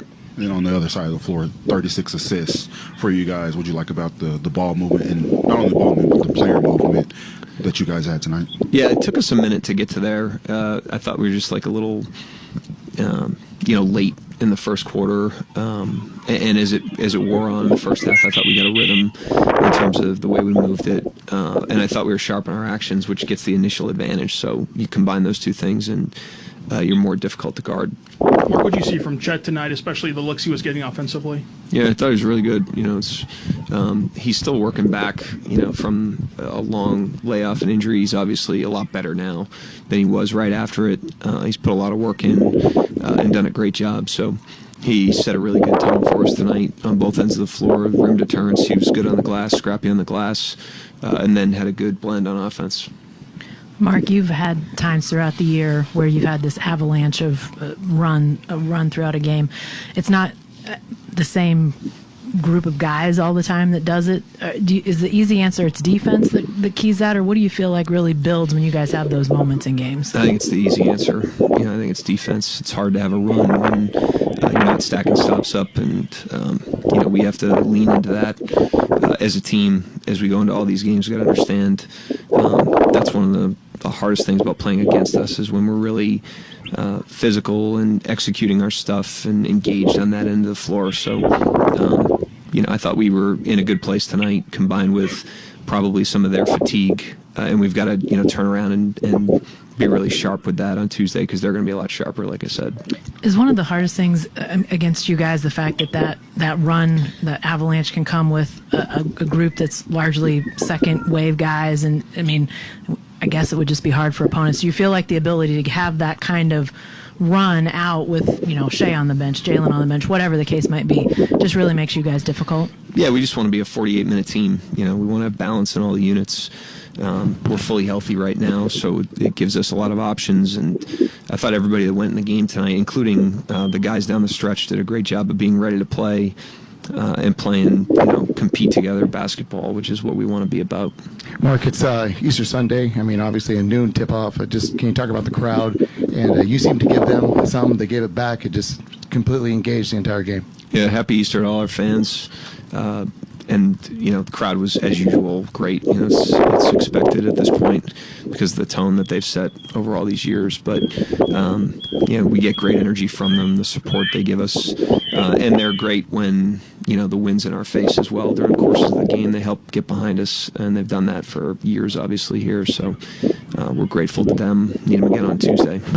Yeah, Mark Shea had his usual bad game every 3 months today, and you win by historic margins, not just win, but easy. Is that comforting as a coach to know even if your superstar is off, you don't have to scratch and claw to win? That's what a team is. You don't want to be dependent on one player for anything. You don't want to. Lou Dort's a great defender, but our defense shouldn't be predicated on how Lou defends. I think that's what teams do, is they pick each other up, and they compensate for one another. The whole's better than the sum of the parts, and that allows everybody to just stay plugged in. I thought Shea didn't have it going early with his shooting, but stayed inside of what we were trying to do. Played a really good floor game, especially in the third. I thought he came out of halftime with great intentionality. He just made all the right plays, got his teammates shots. They started doubling him. I thought he handled those really well. So. Look like your bigs, both Chet and Howard, that complement each other really well tonight, offense and defense, whether it's rim protection, scoring, feeding the open guy tonight. Yeah, we've put a lot of time into that, since Chet's been back, just because he missed so much time, and that was just a version of our team that we didn't really know, and they didn't really know. So we've done that a lot, for this purpose, because there's going to be times in games and times in this series where we're going to need those guys out there together, and they've developed a great rhythm and collaboration on both ends of the floor. I thought they played really well in their minutes together today. And for a game that was pretty much over at halftime, you guys, it stayed pretty clean. You had like a 10-0 run to start the third quarter, and they never really let it develop into just kind of ugly basketball. Yeah, we want to play the possessions and not the score. That's important. It's a series. We play Memphis again Tuesday. So regardless what the score is, whether you're up or down, you're always building habits. You're always setting a tone in a series. And I thought all the guys did a great job of just running through the finish line of the game and taking advantage of every possession, not playing the score. Michael Martin, let's talk Thunder. Mark, you mentioned a lot of the context around the Grizzlies and sort of the play and the emotions of them getting this quick turnaround. With a game like this and sort of the margin, how much can you extrapolate from a game like this, or is it more so just burn the tape in a lot of ways because of just how different it is from a regular game? Never burn the tape. You get a sense of how they're trying to attack, and you get a sense of how they try to counter certain things that we do. So we can definitely learn from it. So can they. Both teams will learn from it, and have a plan for Tuesday. I just was saying that because it's a series, and this is a team that's got really good players. They've played really well this season, and they've got great competitors. And so coming off a game like this, it's pretty predictable that they're going to be better and they're going to be motivated on Tuesday, and we need to have our mind wrapped around that. Yeah, Coach, you played, I think, 10 players there in that first quarter, and I think Wiggs started the second quarter. He went on to lead the team in scoring. Can you just talk about his never-ending ability to turn it on a dime? Yeah, he's got great readiness and professionalism. You put him in any situation, and he can figure his way, out of it. And he's really good. He's been really good in those units all season. We wanted to get the rotation the way it was tonight, but we'll move things around as necessary, or if the game calls for it. But like I said, he's got great readiness, professionalism. He's been building this muscle for a long time. I wanted to ask about Alex Caruso and Cason Wallace off the bench. Neither one played big minutes. There's only one shot between the two of them, but there was still a pretty loud presence from them on the court. Just tell me about what you saw from them today. Yeah, big time, winning basketball by those two guys. From the defensive pressure, execution of the game plan, energy plays. And like I said, I thought the ball movement early in the game was just a little sticky, and we were just kind of finding our way in the game. We haven't played in a while together, and that group kind of got us into a groove. It started with Dub with the attacks and the early passes, and then those guys played on the closeouts really well and made sound decisions and kept the ball ahead of the defense. So they were great, obviously. Mark, Darnell Mayberry, The Athletic. Can you go back to that challenge at the half, right before the half? It was a small thing in the grand scheme of things, but it was a hell of a sequence. What did you see that made you challenge, and what did you think that meant for your team in that moment? I mean, I'm just trying to help the team in any way I can. I didn't think Bagley was legal on that play. Obviously, he wasn't, because they confirmed that with the challenge. But even there, they're about to give the guy 3 shots in a wide margin game. So that challenge doesn't have to have a high probability to make it worth it in my mind. But Alex was pretty convicted that he was illegal on the court. Thought the replay showed enough that he was illegal. That's why we went and got it. Yeah, Coach. AJ Mitchell's first playoff minutes off an injury. How do you feel about him? Yeah, he was great. He's still getting in shape. Like I said, the Chet conversation too. These guys are out for a long time. It takes time to get conditioning back. It takes time to get rhythm back. But in his time with us during the season, he proved to be, a highly functional player that brings certain utility to our group with the things that he does. And it was good to be able to get him out there for those minutes tonight and get him a burn and get him breathing, get him playing. Build some confidence, because we're going to need all these guys to be ready to contribute their strengths at different times, including him. So I thought he did a great job. In 21, this team beat you by 73 points. Does any part of you think about that game today? No. I'm thinking about game 2. I was just going to go back to the Wiggins question about his readiness, and what to you defines readiness whenever you look at a player and can trust that they're going to be ready to go regardless of the situation. Yeah, just you see him in enough situations over the course of 82 games, and in Aaron's case over the course of years, and when they can prove to be consistent in changing circumstances and in different contexts, then it's easy to trust them in any circumstance and in any context. And we've got a lot of guys like that. We try to help them build that muscle. That's part of being a pro. But nobody carries that flag better than him. He's done it for a long time and done it well. And now it's good to see, like on a stage like this, for him to be able to just get his number called and be ready to play. His first time he touched the ball, he made a 3. He's just got a great mindset for that stuff. There you go. You hear Mark Daigneault, head coach of the Oklahoma City Thunder's remarks after a record-breaking victory, 51-point, the largest playoff win in Thunder history. Thunder lead the Grizzlies 1-0. Thunder recap coming up next. We'd love to hear from you. You can call or text us the same number either way, 405-900-9957, 405-900-9957. We'll feature your calls and text coming up next. This is Thunder Basketball.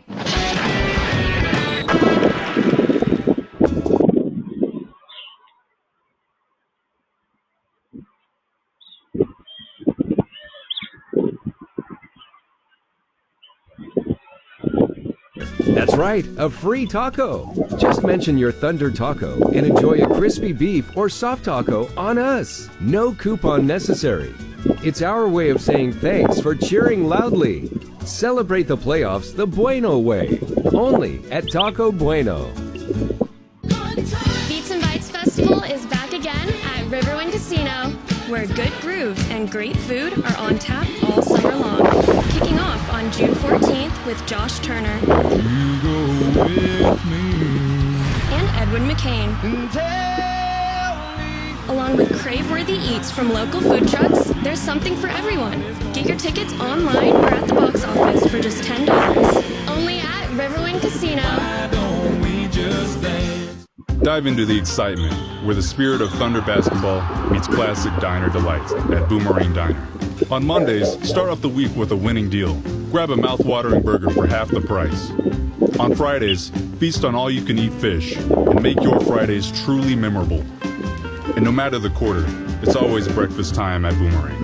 Pancakes, eggs, and more, served all day, every day. Fuel up like a champ today. Boomerang Diner. It all starts here. Make it rain this April at Riverwind Casino with big wins and even bigger jackpots. Enjoy the sweet smell of money in the non-smoking oasis. Get hyped on nearly 3,000 of your favorite electronic games. Become a legend in the high-stakes lounge. And get rewarded like the VIP you are when you use your wild card. Hit nothing but net with the $80,000 Spring Spins and Wins giveaway. So thunder up and win like a champion, only at Riverwind. Disturbed. Live. Oh, get up, come on, get down with the 25th anniversary of the 5-time platinum album, The Sickness. 2 sets, 1 show, The Sickness in its entirety, and greatest hits with special guests, Daughtry, and Nothing More. April 28th, Paycom Center. Tickets are on sale now at Ticketmaster.com. Disturbed. Live. With Mazzio's Mix and Maz, it's easy to get the things you love for the price you like. Choose from medium one-topping pizzas, 8-piece boneless chicken wings, loaded cheese dippers, fresh chef salad, and the delicious brookie dessert. Pay just $7.99 each when you buy 2 or more. Pizza, chicken wings, salad, cheese dippers, and dessert. Mix and Maz your way to your favorite flavor combo today. Just $7.99 each at participating locations and for a limited time only. Order now at Mazzios.com. Don't miss out on OKC's hottest entertainment at the Showplace Theater with acts like Randy Rogers Band, May 16th. Jay Leno and Arsenio Hall, June 6th. My wife and I go to the supermarket, and the clerk says, "Do you want a bag for that?" "No, we're going to eat it here, okay?" Nick Swartzen, June 7th. If a girl's driving, I never call shotgun. I like trunk, glove compartment. And Sawyer Brown, July 11th. Riverwind is OKC's favorite casino experience. Oh, by the way, Ivan's no longer on the project. His wife got a new job, so they're moving across the country. Robin's top researcher is deviating to a new market.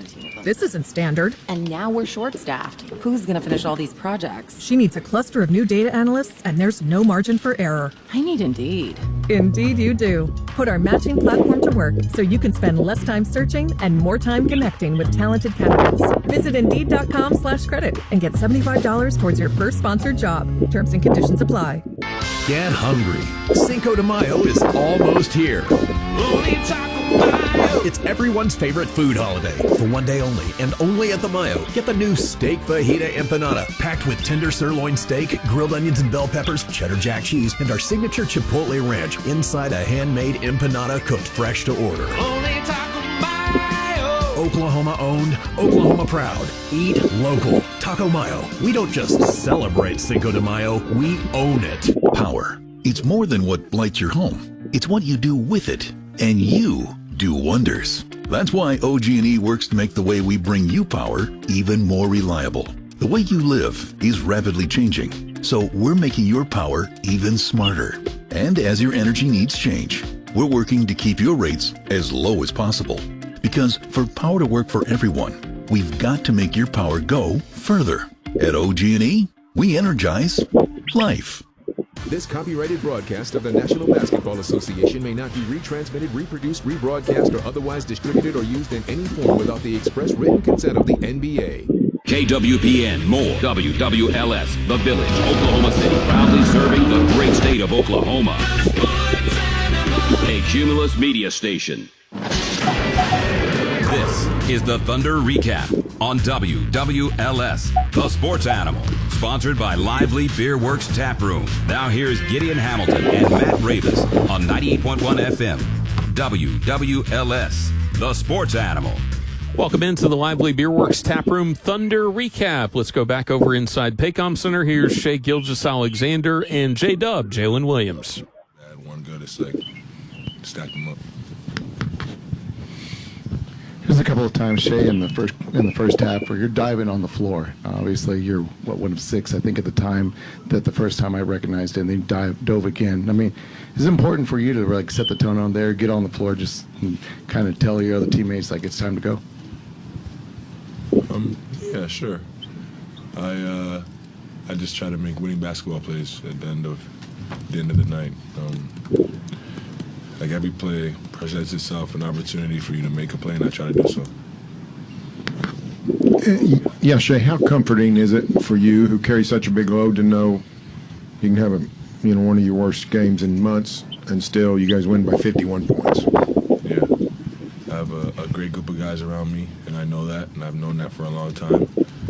So tonight is no surprise. They obviously played amazing.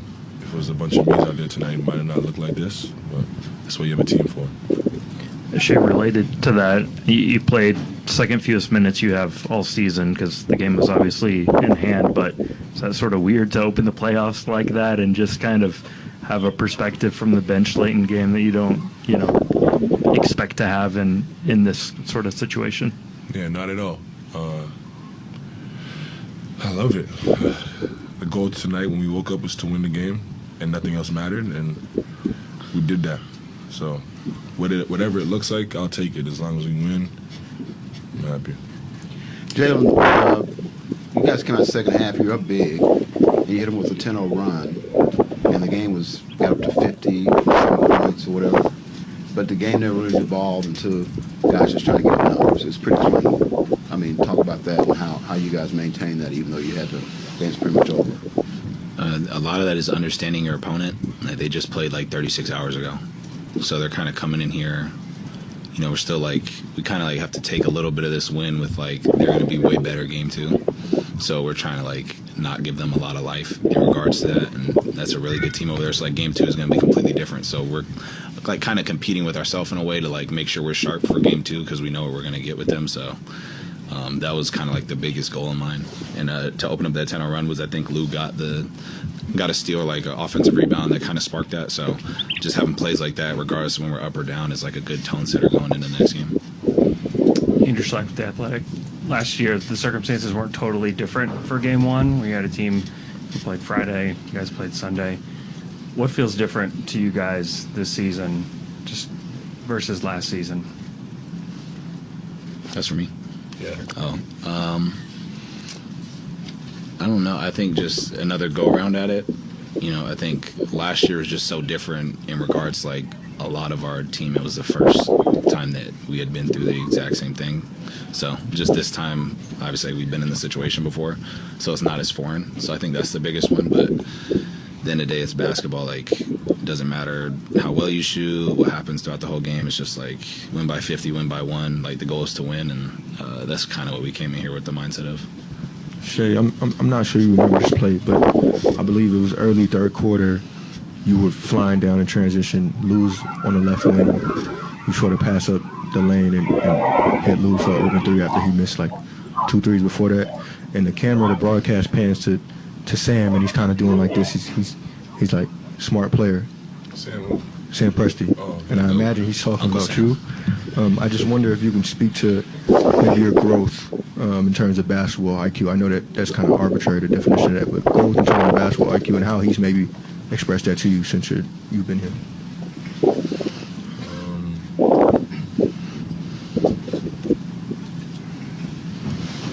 Yeah, part of becoming a better player is seeing the game and having a feel for everybody on the court, and not just yourself, your teammates and the other team as well.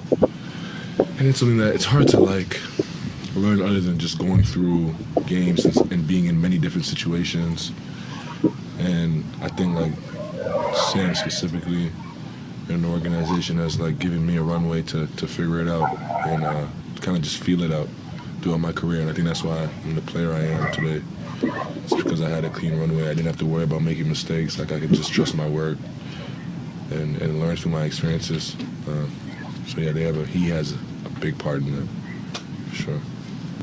Anybody else? Yeah. We got 2 more. 1, 2. Wiggs didn't play in the first quarter at all. You guys went 10 deep. He did not play. He went on to lead the team in scoring. Can you just talk about his never-ending ability to turn it on at any moment?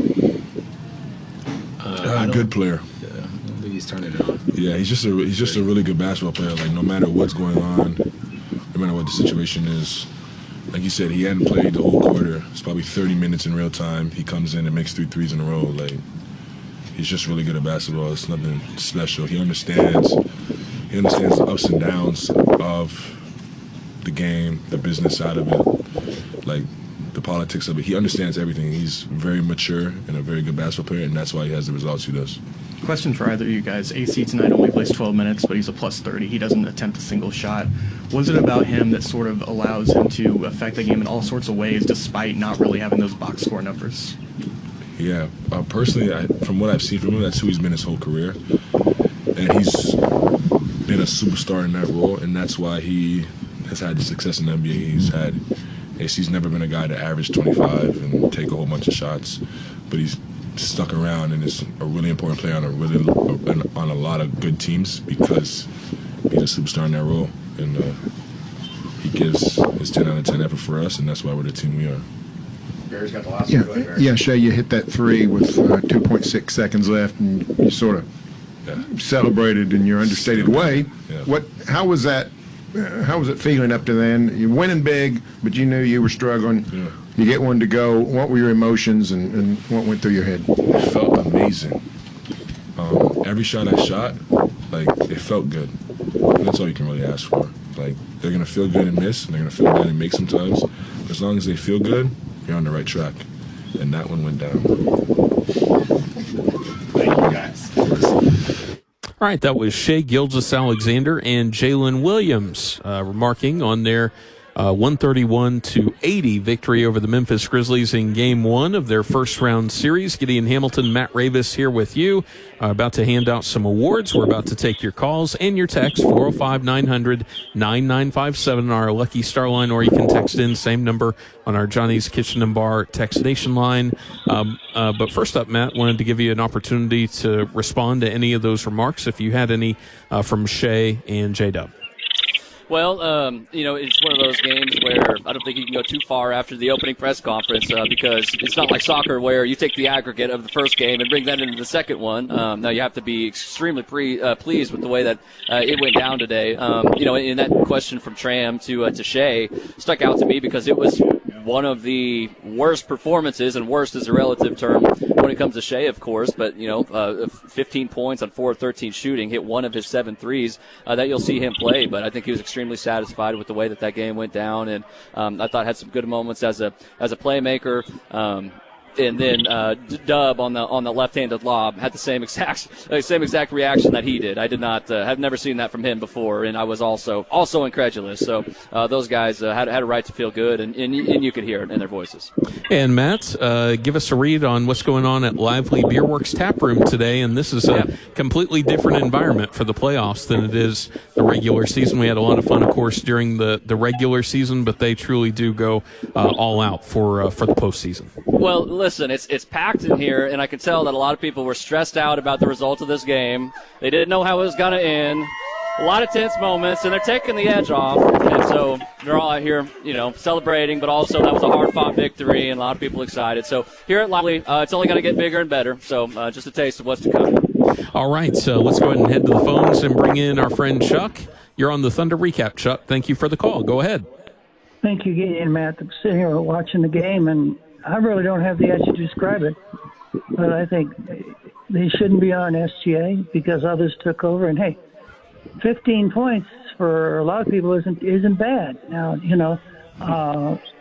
so there are times when you're covered and you're unselfish and you dish it off to, there's 4 other players on the team. I'm not surprised at that Thunder victory, but by this much, I don't have the edge to describe it. So what I'm going to do is hang up and listen, and I will talk to you Tuesday night and listen to the show and talk Tuesday night. Appreciate both of you. Thanks. Thanks, Chuck. Thank you, Chuck. We appreciate the phone call, and we've got another one on hold, and this is Justin. You're on the Thunder Recap. Justin, go ahead. Hey, guys, just wanted to call in and how about that victory today? I enjoyed the show. I enjoyed the postseason show. The postseason's here. Man, just who would have thought that they would have won by 51 points, and SGA only had, 15 points? And just an all-around team game. I tell you what, man, it's showing for a long time, what was missing with the Thunder was a big man that could do everything, man. And, how big was that Isaiah Hartenstein pickup, man? That's probably the pickup of the year, really, to tell you the truth, man. He's he brings the dynamics of the game that's just unbelievable, man. He has that little touch shot. It's automatic. Lou Dort, his eye arching three. Everybody's playing well, and it's just, I don't know. I don't see. I was telling my friends, man, I don't see them a weakness where they're going to be losing. I'm sure as they progress in the playoffs, there's going to be some games that they're going to be challenged in, but of course. Golly, what? Will they lose in the playoffs? Yes, Justin. They're not going to sweep their way to the finals. So that probably will happen. I know, it's difficult to see into a game like this. They've dominated the Grizzlies. I think it's either 9 or 10 in a row, Gideon, that they've 10. Won 10 in a row against Memphis. 2022 was the last time. They got asked. I knew Dignault would answer like this, Gideon, but about the massive Denver or Memphis win, several years back during the tanking years where they won 152-79. An NBA record win. Of course, they're not thinking of that, but I was thinking of that. Yeah, and most of these victories are by blowout margins, too. I mean, we documented this in the pregame. Whenever you play anybody in the postseason, there's typically going to be a give and take, and there's going to be an edge, or there's going to be kind of a question mark when you go by the tail of the tape in every single either individual matchup or positional matchup or just anything between the teams. And this is just one of those few series where the Grizzlies simply do not have any advantage at all over Oklahoma City, and the Thunder really played like that today.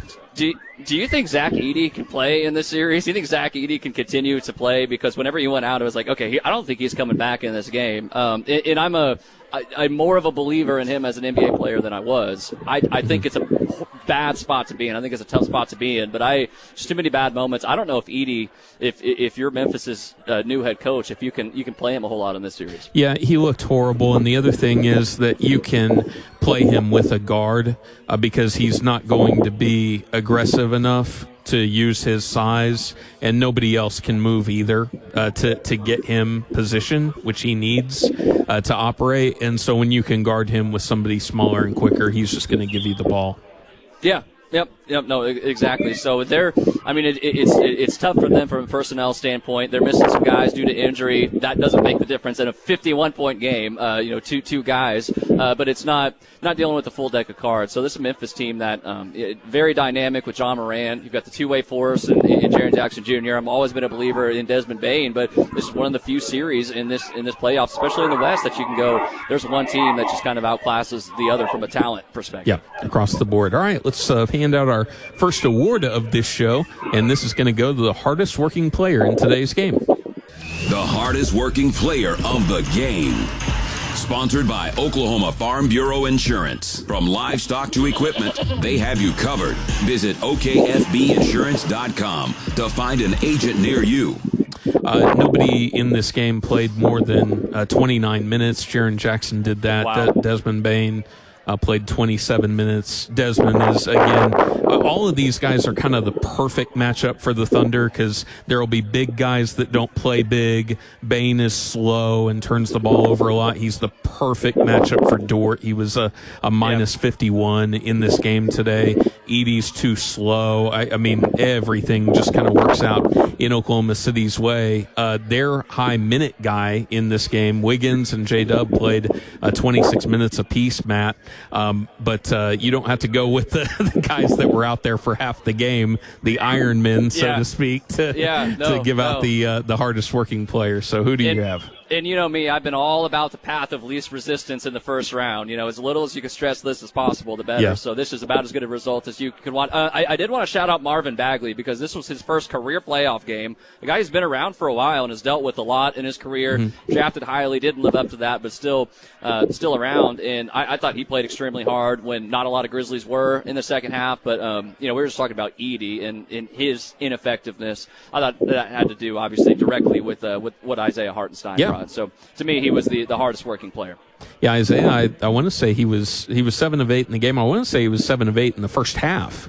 Had 8 rebounds, 5 assists, was a plus 35 in those 21 minutes. And his front court mate was Chet Holmgren, and Chet has just taken his place at the podium. Let's listen in. In a week of practice right before the playoffs, all types of stuff happened this year, and we're fortunate enough to come into the playoffs with pretty much everybody being healthy, knock on wood that we're able to keep that going. But we did what we could this week in practice. We went hard. We got up and down, kept the wind going, focused on where we could get better, and we just got to keep doing that. Chet, you had 2 of the 8 blocks that you guys had tonight, and I mean, there were a couple that weren't cheap at all. They're right at the rim going at it. Was that just something in the game plan as far as playing these guys and being aggressive defensively at the rim? I mean, that's just what I'm going to do every single night. As long as I can remember playing basketball, ever since I could play above the rim, that's been something that I've hung my hat on. At the end of the day, easy ones breathe confidence, and at the end of the day, as a defense, you just have to make everything tough. Teams are going to score. There's no such thing as a shutout in the NBA. But when you make everything tough and try to limit confidence as much as possible, that's what you have to lean to. And just like with the Athletic, the lineups with you and iHeart are still a pretty small sample, but it seemed to work really well today, plus 16 with the starters. What were you seeing out there? Again, just everybody being bought in, understanding that there's going to be mistakes no matter what you do and what lineup you throw out there. There's going to be mistakes, but just having the right mentality around it, understanding that all the mistakes, they happen with the right purpose, and everybody's trying to get things right. And over time, you just have to trust that that's going to continue to get you better and better. And that's what we've done all year. And we're not going to stop that now. You mentioned the energy in the ball. You talking about just guys shots coming out. You had several occasions where you guys really had to find the open shooter. Sometimes it was Wiggs, sometimes it was you. It seemed like that was in the second half, in particular when the game was a blowout. It seemed like you did that really well as a team. Yeah, 100%. And at the end of the day, the credit has to start at the top with that one. Shea did a great job of trusting everybody, giving up the ball, when that's what the defense was giving him. And, not forcing the issue like he could, at the end of the day. I've said it before. There's no defense you throw at him that limits him from being able to get a shot off. So he could get a shot off anytime he wants, but he trusted us to make the right plays tonight. And then, even when he wasn't on the floor, those lineups that were out there, made big plays. So, Chet over here. This is obviously a very business-like win for you guys tonight, 51 points. You obviously had a lot of fun, but did you have a favorite moment or sequence from this one?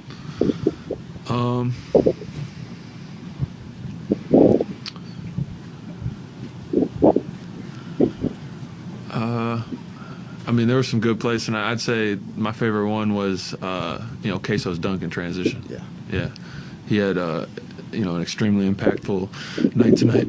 You might not see it looking in the scores column, but, he was extremely disruptive, made everything tough on Memphis, and, it didn't matter whether he was getting to shoot the ball every time down or not. He was locked in and making plays, and those are the type of dudes that you want to play with. You want out there, and they got your back, so you got to have their back in time game tonight. Chet, you had a big play in the first half. Can you sort of take us through it where Ja gets the offensive rebound, it's instant behind the back pass, and you're right there at the rim on that block on Edey? Like, I think most guys couldn't react fast enough just watching it, but you're in the play and you're right there. Yeah, I'd say the biggest thing is just not having any hesitation. He was butt naked under the rim when he got the ball, and if you hesitate for a second, like he's probably going to be able to dunk this. That's when he's able to dunk this. So it's just not having any hesitation, whether he makes a good play or I do my job better on that play. You just got to trust that you got to do what you got to do, and on that play I was able to make a play. Speaking of that, Mark's praised you in the past for just being fearless underneath the rim. Has that always been a thing for you, or is that something you had to overcome at one point of just not being afraid of being dunked on or anything like that? As I was growing up and everybody got more athletic, and I was playing up at times, I've had my fair share, even in the NBA, I've had my fair share of times where the other player made a better play than I did at the rim. But I also understand, that's my job to go out there, help protect the rim. That's what the team needs me to do at times. And, when you're bought into trying to win and whatever it takes, you're not worried about, mistakes or, somebody getting the better of you on a single play. It's just whatever you can do to try and help us win. And, obviously that's one of the plays that I got hurt on, and actually both times. But, at the end of the day, if I'm out there hesitating for any reason, then I shouldn't be out there. So it's time. It's when there's time to make a play, you just got to no hesitation try and make a play. Daniel Bell. Pass the mic back. Thank you. Yeah, Chet, oftentimes we see when teams go up big in any game, we kind of let off a little bit, and team might come back and win, might come back and it'll be a closer game. But there was no point in this game where you guys let up and let them come back remotely close. What do you feel like went into not letting up and just increasing the lead throughout the game? Just sticking to who we are again. You can't play the scoreboard. Especially in the playoffs. The playoffs are a time of huge ups and downs for both teams. And at the end of the day, if you get caught up playing the score, things can work against your favor. And we have to do a really good job of whether we're up or down. Playing within the moment and doing what we need to execute in the moment. Because that moment is going to help us get better for the next one. And if we're playing circumstances that, we shouldn't be, that's only going to hurt us. Anybody else? Jeff. Appreciate y'all.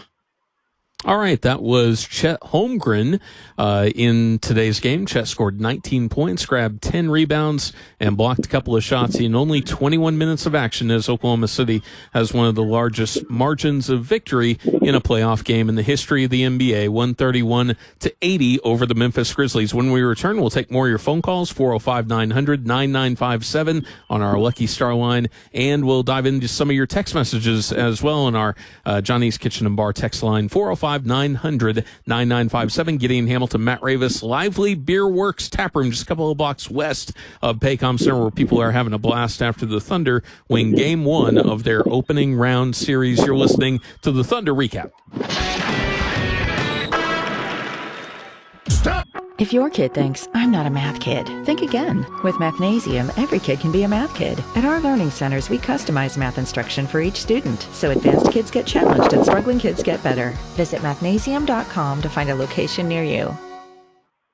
Heyo, Cindy here from Lawton Kia. We've got tons of amazing deals on lots of fantastic rides. Right now at Lawton Kia, we've got a showroom full of stunning new Kias just waiting for their perfect match. Whether you're dreaming of a sleek sedan or a spacious SUV, we've got something that'll fit anyone's vibe. And here's the best part, you can drive home in a new Kia today. It's that simple. Visit us in person or check us out online at lawtonkia.com. We'll even deliver right to your door. Don't wait, these deals are too good to last. When planning for life's most important moments, sometimes the hardest part is simply knowing where to start. That's why we're here to help.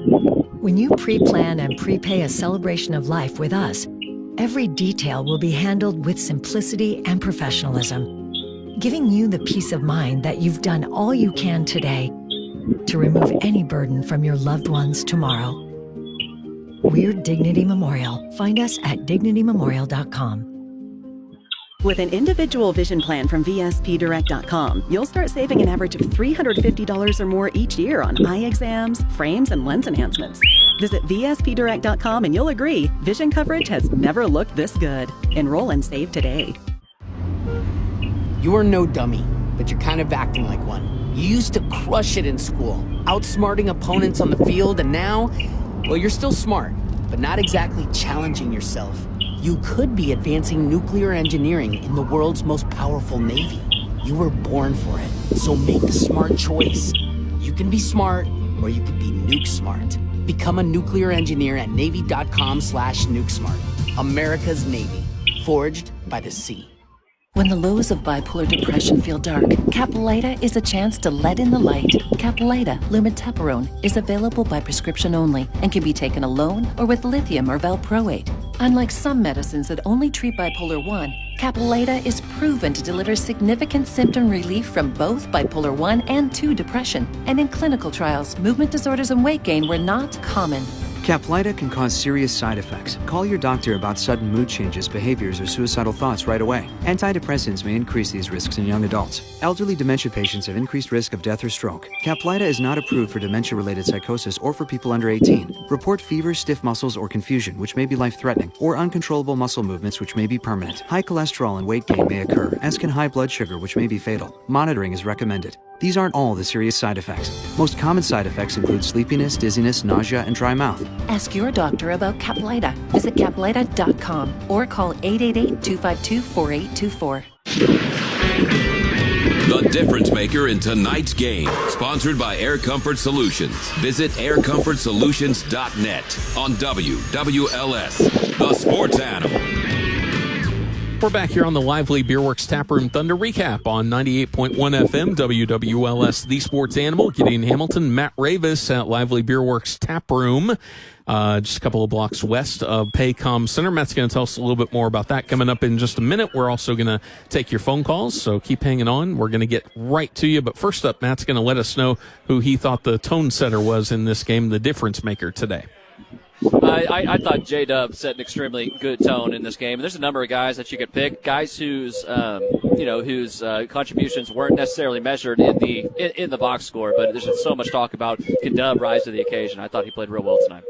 This afternoon, I should say. Yes, it's force of habit. Okay, yeah. And by the way, if you missed this show, maybe it took you a while to get out of the parking garage. You're like, oh man, I missed Shay and J-Dub. I just caught the end of that. This entire show will be on our podcast page, thesportsanimal.com, so you can go back and listen to the players. You'll listen to Shay, J-Dub, and Chet Holmgren.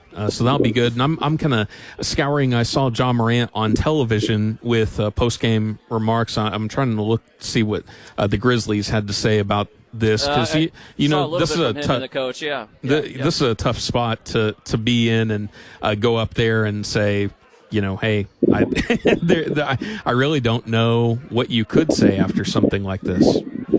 No, yeah, exactly. I mean, what do you say? But Ja and the coach basically said. I think the coach said in as many words, that's about the worst game we'll ever play. And Ja said we'll never play that bad again. So he's dealing with the ankle. I know he didn't make an excuse for that. He said I felt good. I was available. So didn't make an excuse on the ankle or anything like that, which I guess you should definitely respect him for. But they were not, as you would imagine, pleased. But yeah, what do you say after that? I mean, yeah.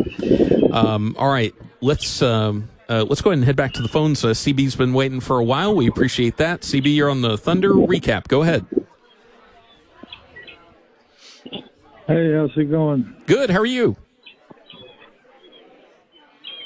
I'm good. Excellent. What's on your mind, CB? All right, let's head back to the phones. Josh is up next. You're on the Thunder recap. Josh, go ahead. Hey, guys. Thanks so much for taking my call. You bet. Of course. Got a question for you, just regarding statistics. Obviously, the win is what you want. But when statistics happen as far as like Shay's 20 points, above that, does everything start over a brand new for the playoffs? No. So like next year, so that was the end of the streak today? Yeah, that's why he didn't care. that's why he was kind of being a little bit more passive in the third quarter. Unless otherwise noted that it's regular season and combined, then it's just regular season. Yeah. Gotcha. I appreciate it, guys. Looking forward to this playoff series, man. All right. Thanks for the call, Josh. We appreciate that. And right now, let's find out who provided quality service in today's game. Who delivered quality service in tonight's game? Driven by Randy Bowen Chevy GMC in Chandler, where the buying experience is different by design. And before we do that, Matt, I know they always provide terrific service over there at Lively Beerworks Taproom. Yeah, even if you walk in wearing a Grizzlies number 12 John Morant jersey, you might get booed on the way in, but they'll treat you the exact same behind the bar. So we love Lively Beerworks Taproom, and this is going to be a great place to come watch the games moving forward. They have something called the Church of Thunder out here. They did not want to step on the toes of the Easter holiday, so they did not do this, but literally what it is they have church pews that they have bought, and they will put them back there in the back where they make the beer, where they package it, where they literally brew their beer, and you'll be able to watch it back there. In the atmosphere is unmatched. So get out here to Lively Beer Works, and we'll be here after every single Thunder game. Great deals and great beers here at Lively Beer Works, just west of the Paycom Center on Oklahoma City Boulevard. All right, and the Thunder with 37 assists today on their 50 makes, and those were really spread around. Almost everybody that played in the game except Dylan Jones had one in this game today.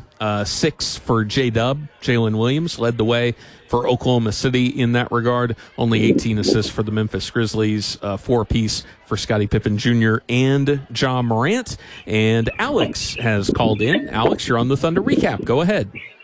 How are you doing today, guys? Good, Alex. How are you? I'm doing just fine. First and foremost, I want to wish everyone a happy Easter. And secondly, a happy first Thunder playoff victory. That was incredible. came out. They definitely made a statement in their opening game. And I think us here in Oklahoma City, I think they looked exactly how we were expecting them to look. We knew they were a better team than Memphis coming in. We knew Memphis was hobbled coming in. So I think we were all expecting a short series. I didn't think that they were going to probably sweep them just because I thought Memphis would get a game in Memphis. I still think that. But it would not shock me if they ended up pulling off a sweep. A 51-point victory, the largest playoff victory in Oklahoma City franchise history. This was actually their 60th home playoff game, which is really exciting. Just a really overall a good first win, and hopefully one down, 15 more to go. It's a good way to look at it, Alex. We appreciate the call, and yeah, I mean they've done really well in these home openers. For whatever reason, I'm sure part of that is the crowd, but the home openers in Oklahoma City, the Thunder have not yet lost in the playoffs. All right, Matt, I know you passed along. We've got some activity on our Johnny's Kitchen and Bar text line. Questions, comments about today's game and the playoffs at large. Let's go ahead and get into some of those. I thought Captain Terry, who texted us, I mean, if we did 82 shows this year, he texted us 83 times. Terry was there the whole year long. Captain Terry says this: obviously, OKC is heavily favored to win this series. So besides being historic in the nature of the blowout, how significant was this win? Oh, the problem is, I told you this. The second time they played Memphis this season, is that Memphis is afraid of them. Memphis has almost everybody on the team is uncomfortable at least playing against the Thunder, and at most frightened of them. And you could tell that the second time that they played, and there's really not much. There's kind of nowhere to go from there. I really liked Memphis at one point in the season, and as soon as I saw them play the Thunder, that completely changed. And typically, that's not a way that I like to operate. There's never anything that I say that's really based on just a week of play, because we know how quickly things can turn around in this league. But I was super, super disturbed at what I saw from Memphis the first time they played against the Thunder, and I never thought about them the same way again. You just don't see that a whole lot in this league, and especially from a team like Memphis, you wouldn't think that would be the reaction, but no, I saw that, and I saw that today. And you know how I am. Like, we'll sit there at halftime, get in, and be like, okay, what do the Thunder need to do in this third quarter? I'd be like, watch out, Memphis is a team that can pour on, so definitely can't take your foot off the gas. And then what did the Thunder start in the third quarter, getting in 10-0? Yeah. I think it was a 10-0 run to start that, and they just wilted at that point. Their will was ready to be broken and easily broken in this game. So I buy what you're selling. Let me take a different route on this one. Let me take it from a different angle. Just like significant from a national perspective, everybody was watching this game. There was not a game that was competing with this one. Oh, yeah. That's a good one. And I think a lot of people saw this and went, okay, well, if I had any doubts about this Thunder team, and again, should you change it off of one game? No, probably not. But if there's a lot of people who are going to be automatically on that other side, because that's what we do in the playoffs. We go based off results. This result gels with what we said about this team all year. But I think from a national perspective, Gideon, may have opened some eyes. Yes, I think that's an excellent point, and this is why I wanted the road of Warriors, whoever, and then Lakers, is because when you win those series, everybody is paying more attention to them, and they're forced to acknowledge you. And by the same token, there will be plenty of excuses made for the other teams that you're playing. But if you go Memphis, someone, and Houston, nobody is paying attention to you at all until the finals. And then if you get there and you don't win, it's like, what do you expect? Look who they played in the postseason. And so wins like this that are extraordinary in nature do make up for the fact that you're playing a team that, just fired their coach a few weeks ago or whatever. No, they're just completely headed in the wrong direction, headed into the NBA playoffs. This was not a team that was trending in the right way. Yeah. I do have an update for people. The other game, the other 1-8, or this is a 2-7 game, but the Magic and the Heat, or the Celtics, excuse me, it's 44-42 Boston with 2 minutes remaining in the first half. That was the exact same point spread, 13.5. Boston very, very easily could blow them out, but still right now, with a couple minutes left in the first half, are tangling with the Magic. Yeah, but psychologically, like if this was the Thunder contender and somebody that had beaten them in the first round, then I would say, yeah, psychologically this really could have an impact on the rest of the series, to answer Terry's question specifically. But the impact has already been made here long time ago. Jim has an opinion on John Morant. By the way, you can text us if you want, 405-900-9957. Jim says John Morant, I think, was wanting a new head coach, which they downplayed as usual, letting a star player dictate what a GM does is very poorly. Don't be surprised if Morant is traded eventually. I would trade him out of the 402, which is the Lincoln, Nebraska area. Biggest question mark for me going into the playoffs is what would defensive intensity look like? What we saw early in the year or what we saw down the stretch when there wasn't much to play for, pretty impressive. I thought they were relentless tonight. Certainly. And let's see here. Some more opinions on John Morant. People not happy with him. And then some people wishing us happy Easter as well, which we appreciate. And we read everything, even if we don't read the text on air. Sometimes we reply, but we see everything.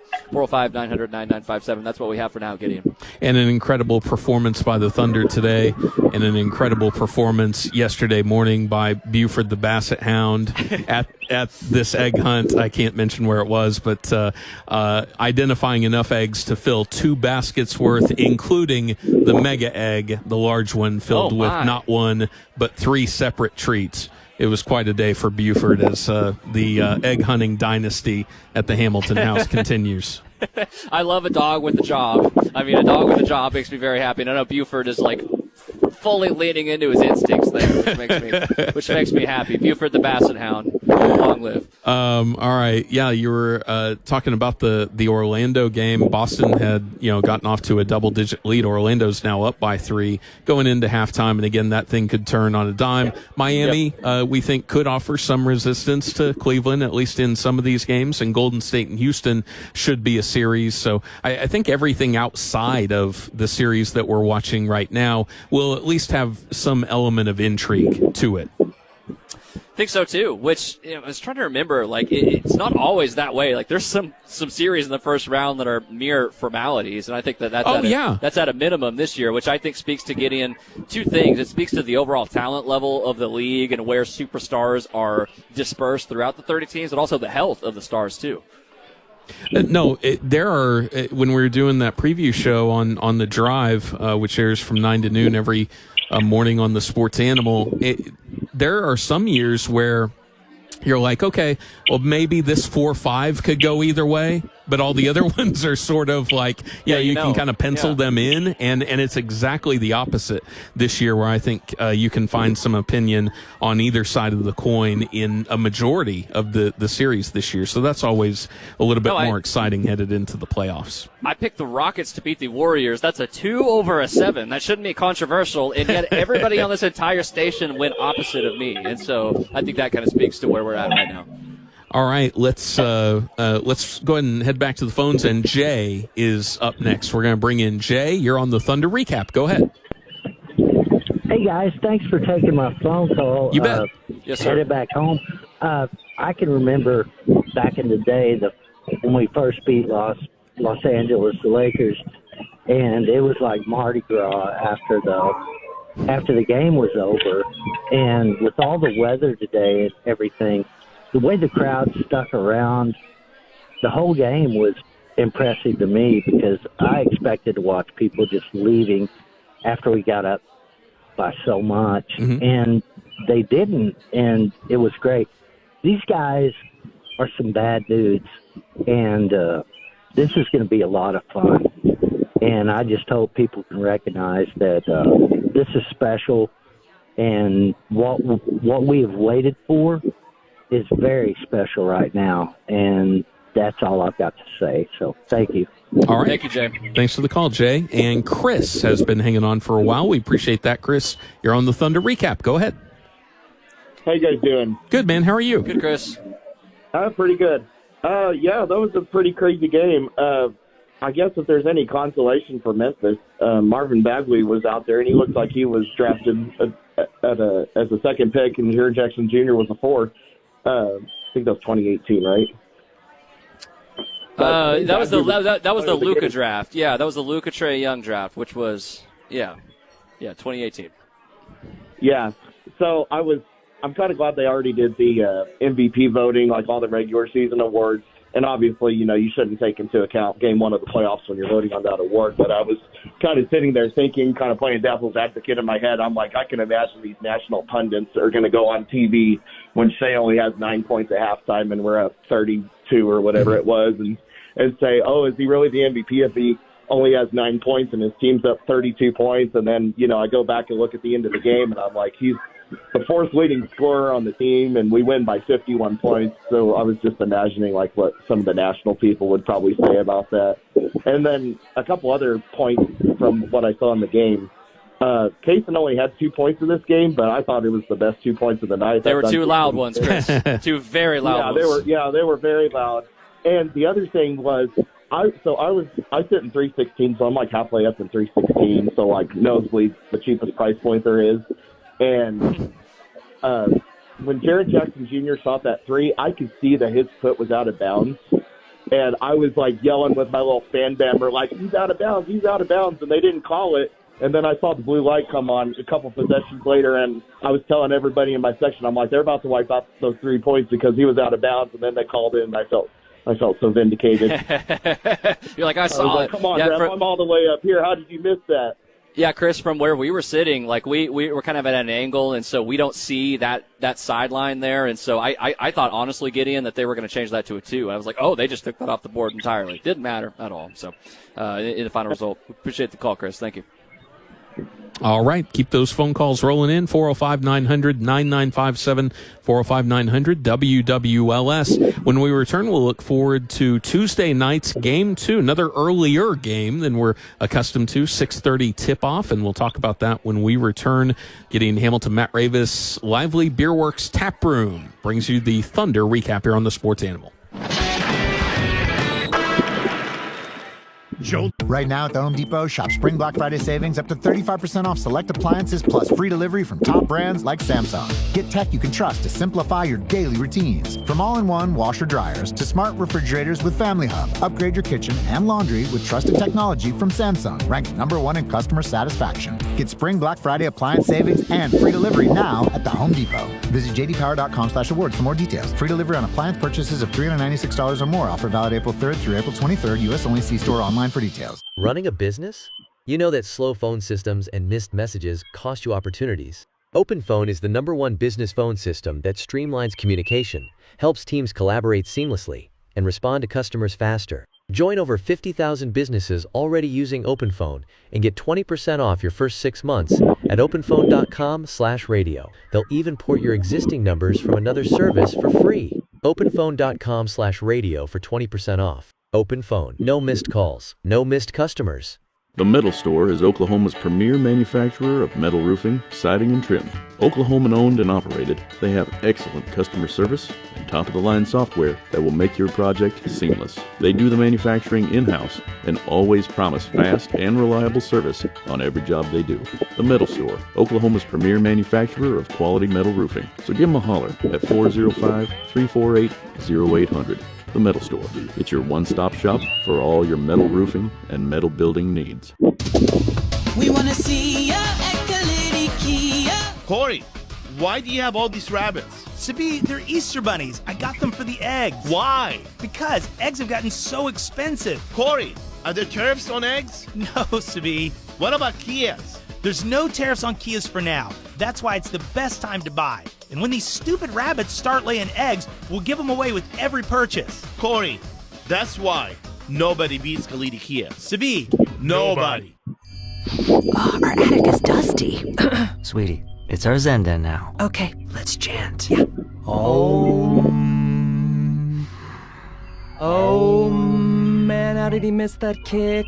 Okay, how long have you been watching the game? Only since kickoff, so not that long if you think about it. AT&T Fiber with All-Fi covers your whole house, even from your attic Zen-Den. Get AT&T Fiber with All-Fi and live like a gagillionaire. Limited availability. Coverage may require AT&T Wi-Fi extenders at additional charge.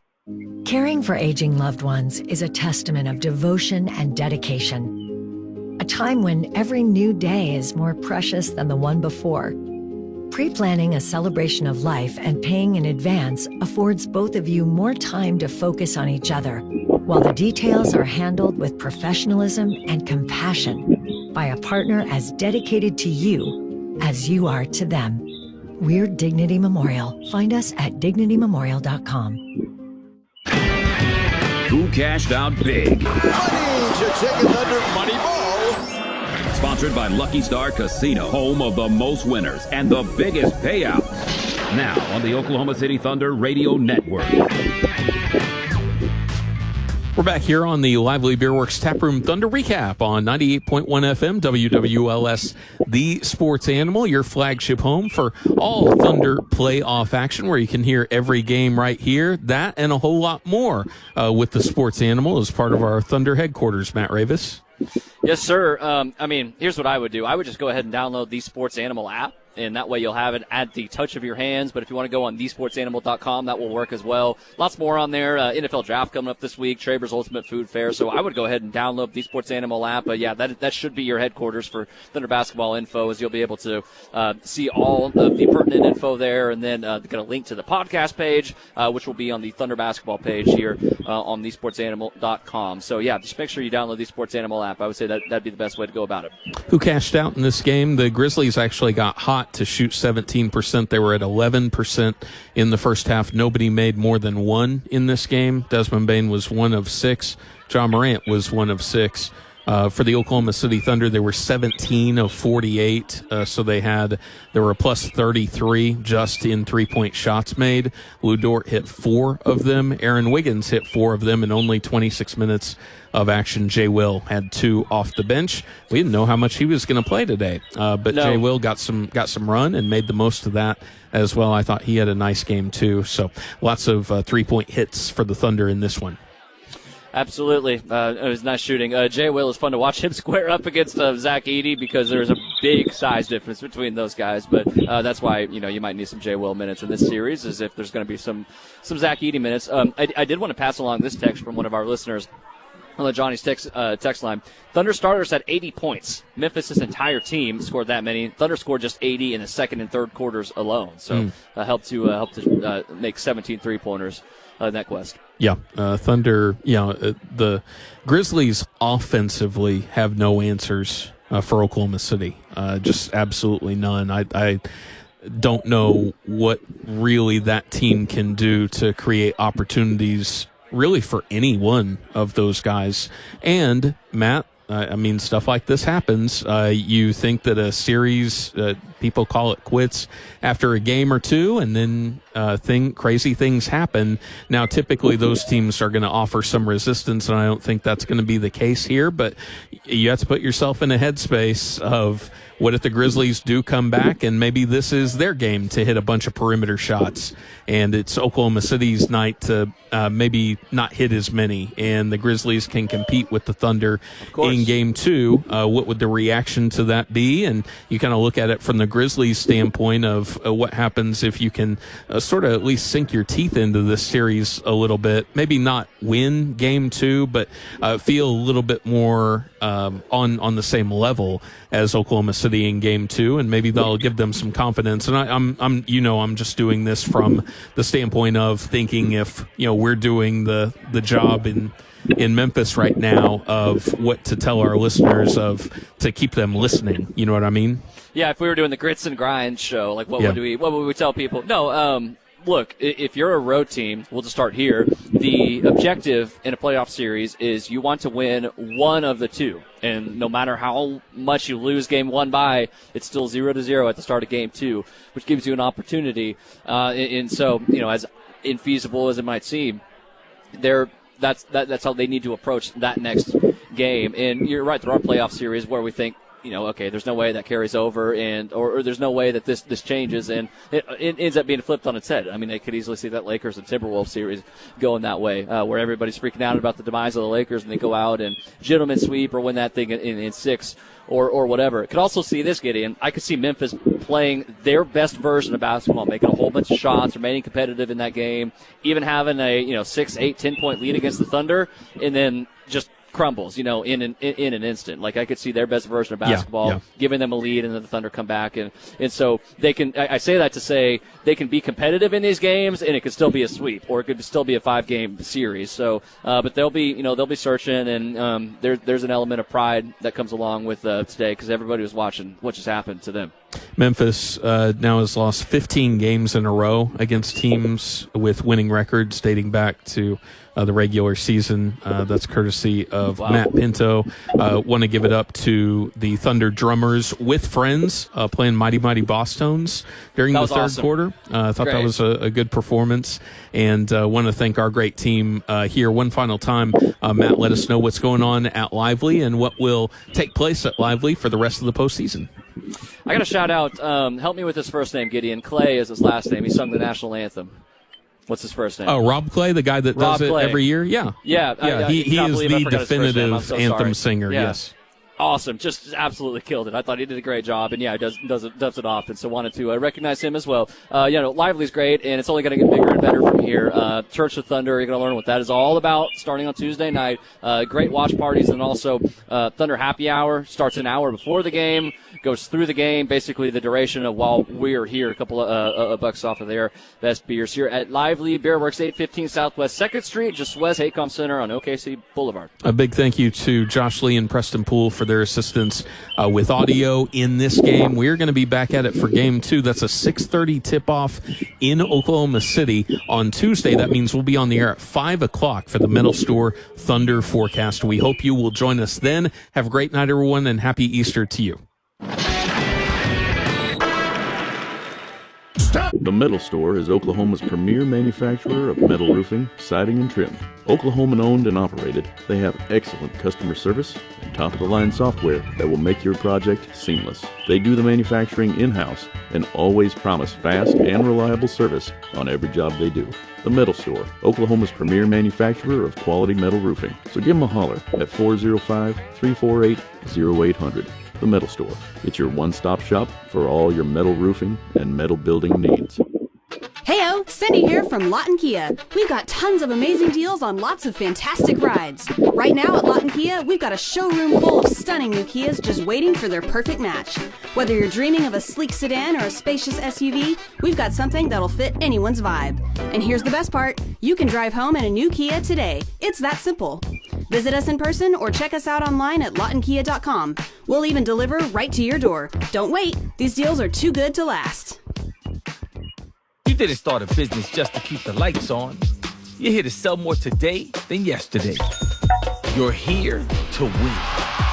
Lucky for you, Shopify built the best converting checkout on the planet. Like the just one tapping, ridiculously fast acting, sky-high sales stacking, champion at checkout. That's the good stuff right there.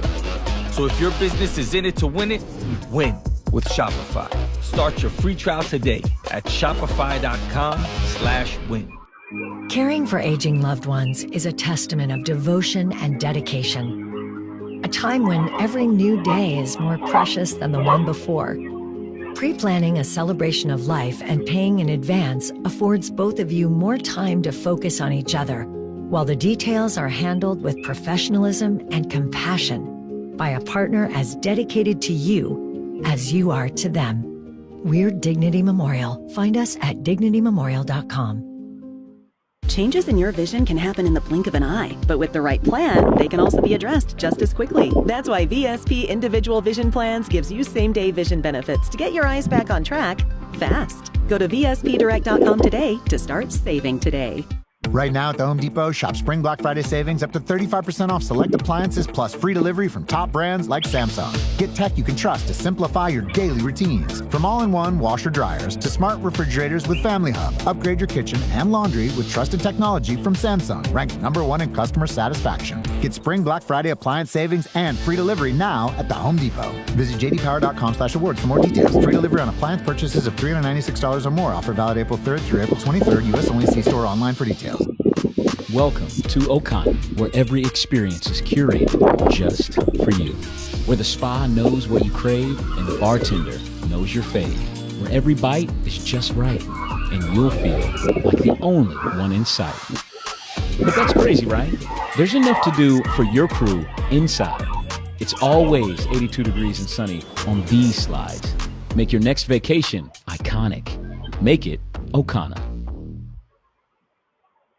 What would you do if your online store converted 36% more shoppers? You could take 36% more vacation. Another pina colada? Yes, please. Open a new retail location with 36% more square feet. Fantastic. Hire 36% more help. You're hired and you're hired. Shopify has the world's best converting checkout, up to 36% better than other e-commerce platforms. What you do with those extra sales is up to you. Switch to Shopify today at shopify.com/Westwood1 and get a $1 trial. Shopify.com/Westwood1. When your celebration of life is prepaid in advance, it becomes a gift from you to your family later, because no one should have to plan for a loss while they're experiencing one. Paying in advance protects your loved ones and gives you the peace of mind you deserve.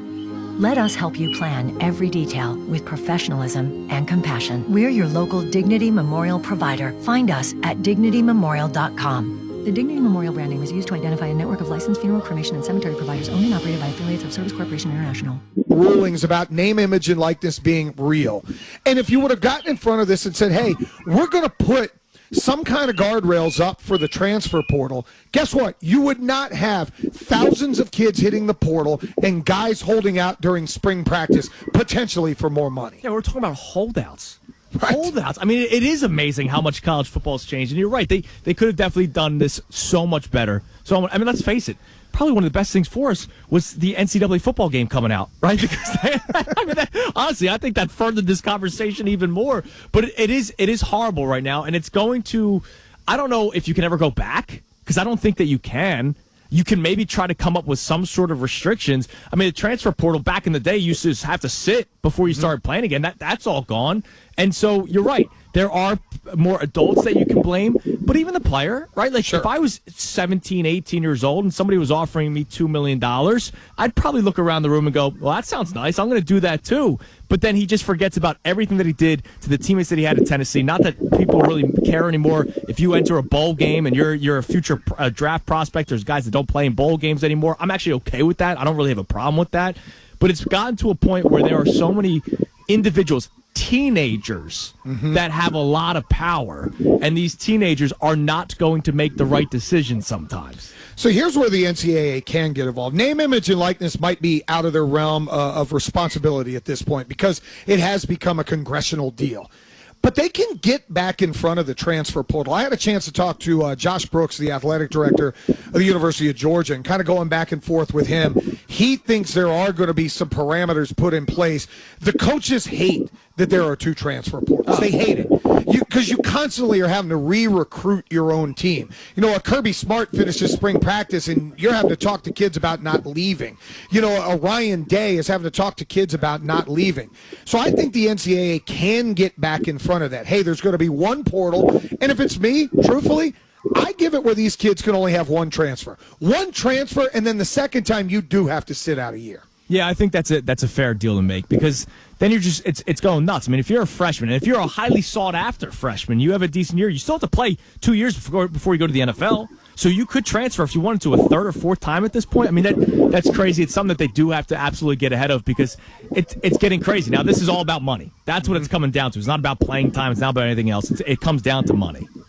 Yeah, it does come down to money. And again, the parameters in place there, if you start to look financially for Nico, he may actually be losing money to go to UCLA with the state taxes out there.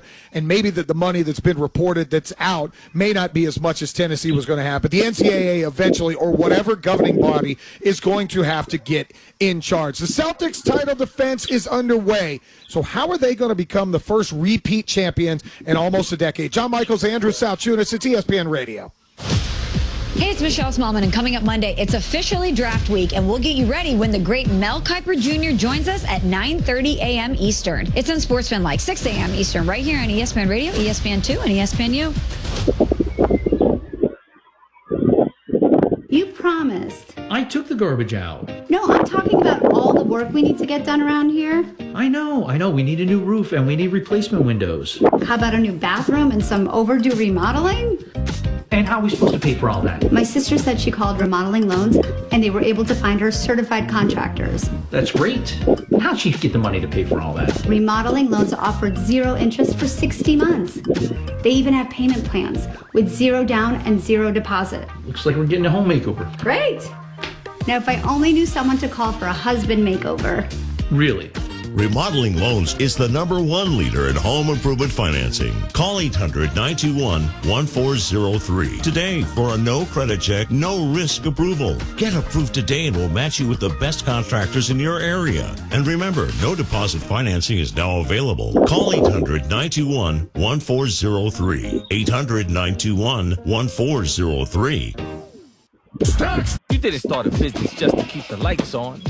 You're here to sell more today than yesterday. You're here to win. Lucky for you, Shopify built the best converting checkout on the planet. Like the just one tapping, ridiculously fast acting, sky-high sales stacking, champion of checkout. That's the good stuff right there. So if your business is in it to win it, win with Shopify. Start your free trial today at shopify.com/win. Gatorade Zero has all the electrolytes of Gatorade with zero sugar, designed to rehydrate and replenish. For a day with zero excuses and zero reasons not to. Gatorade Zero, is it in you? When planning for life's most important moments, sometimes the hardest part is simply knowing where to start. That's why we're here to help. When you pre-plan and prepay a celebration of life with us, every detail will be handled with simplicity and professionalism, giving you the peace of mind that you've done all you can today to remove any burden from your loved ones tomorrow. We're Dignity Memorial. Find us at dignitymemorial.com. Heyo, Cindy here from Lawton Kia. We've got tons of amazing deals on lots of fantastic rides. Right now at Lawton Kia, we've got a showroom full of stunning new Kias just waiting for their perfect match. Whether you're dreaming of a sleek sedan or a spacious SUV, we've got something that'll fit anyone's vibe. And here's the best part, you can drive home in a new Kia today. It's that simple. Visit us in person or check us out online at lawtonkia.com. We'll even deliver right to your door. Don't wait, these deals are too good to last. Ryan Reynolds here from Mint Mobile. I don't know if you knew this, but anyone can get the same premium wireless for $15 a month plan that I've been enjoying. It's not just for celebrities, so do like I did and have one of your assistants switch you to Mint Mobile today. I'm told it's super easy to do at mintmobile.com/save. Upfront payment of $45 for 3-month plan, equivalent to $15 per month required. Intro rate first 3 months only, then full price plan options available. Taxes and fees extra. See full terms at mintmobile.com. This is SportsCenter. I'm Doug Brown. Right now in the NBA playoffs on ABC. Early third quarter in Boston. The Celtics lead game 1 against the Magic 60-51. Earlier today in Oklahoma City, the Thunder stomped the Grizzlies 131-80 for the biggest playoff win in franchise history. The Thunder's largest lead of the game was 56 points for head coach Mark Daigneault. We did a good job tonally to start the game. We were ready to play. Thought we were tight in our stuff. And like I said, set a good tone, but they played 36 hours ago and had an emotional game. Had to turn around and play at noon today, which is a really tough turnaround. So they're going to be better, Tuesday. So I thought we did a good job, but, I don't think we can expect that from them. They're going to play a lot better than that. They're going to be fresher. They have big-time competitors, so we need to be ready to play on Tuesday. Mark Daigneault, Aaron Wiggins, 21 points. Jalen Williams had 20. Chet Holmgren with 19 points and 10 boards for the Thunder. Tonight, the top seed in the East, the Cavaliers host game 1 against the Heat. And to wrap up the night, the Rockets meet the Warriors in Houston. Baseball finals today, the Mets sweep a 4-game series from the Cardinals 7-4. Juan Soto drives in 3. The Reds beat the Orioles at Camden Yards 24-2. The 8 and 9 hitters for Cincinnati, Noelvi Marte and Austin Wynns, combined for 13 runs batted in, including a grand slam for Marte. The Guardians beat the Pirates 5-4 in 10 innings in Pittsburgh. Hey, Hey, it's your resident Super Bowl champ, Chris Candy. Coming up on Monday, NFL Draft Week is officially upon us, and I'll give you my boldest predictions heading into round one. It's Unsportsmanlike weekday mornings at 6, right here on ESPN Radio, ESPN2, and ESPNU.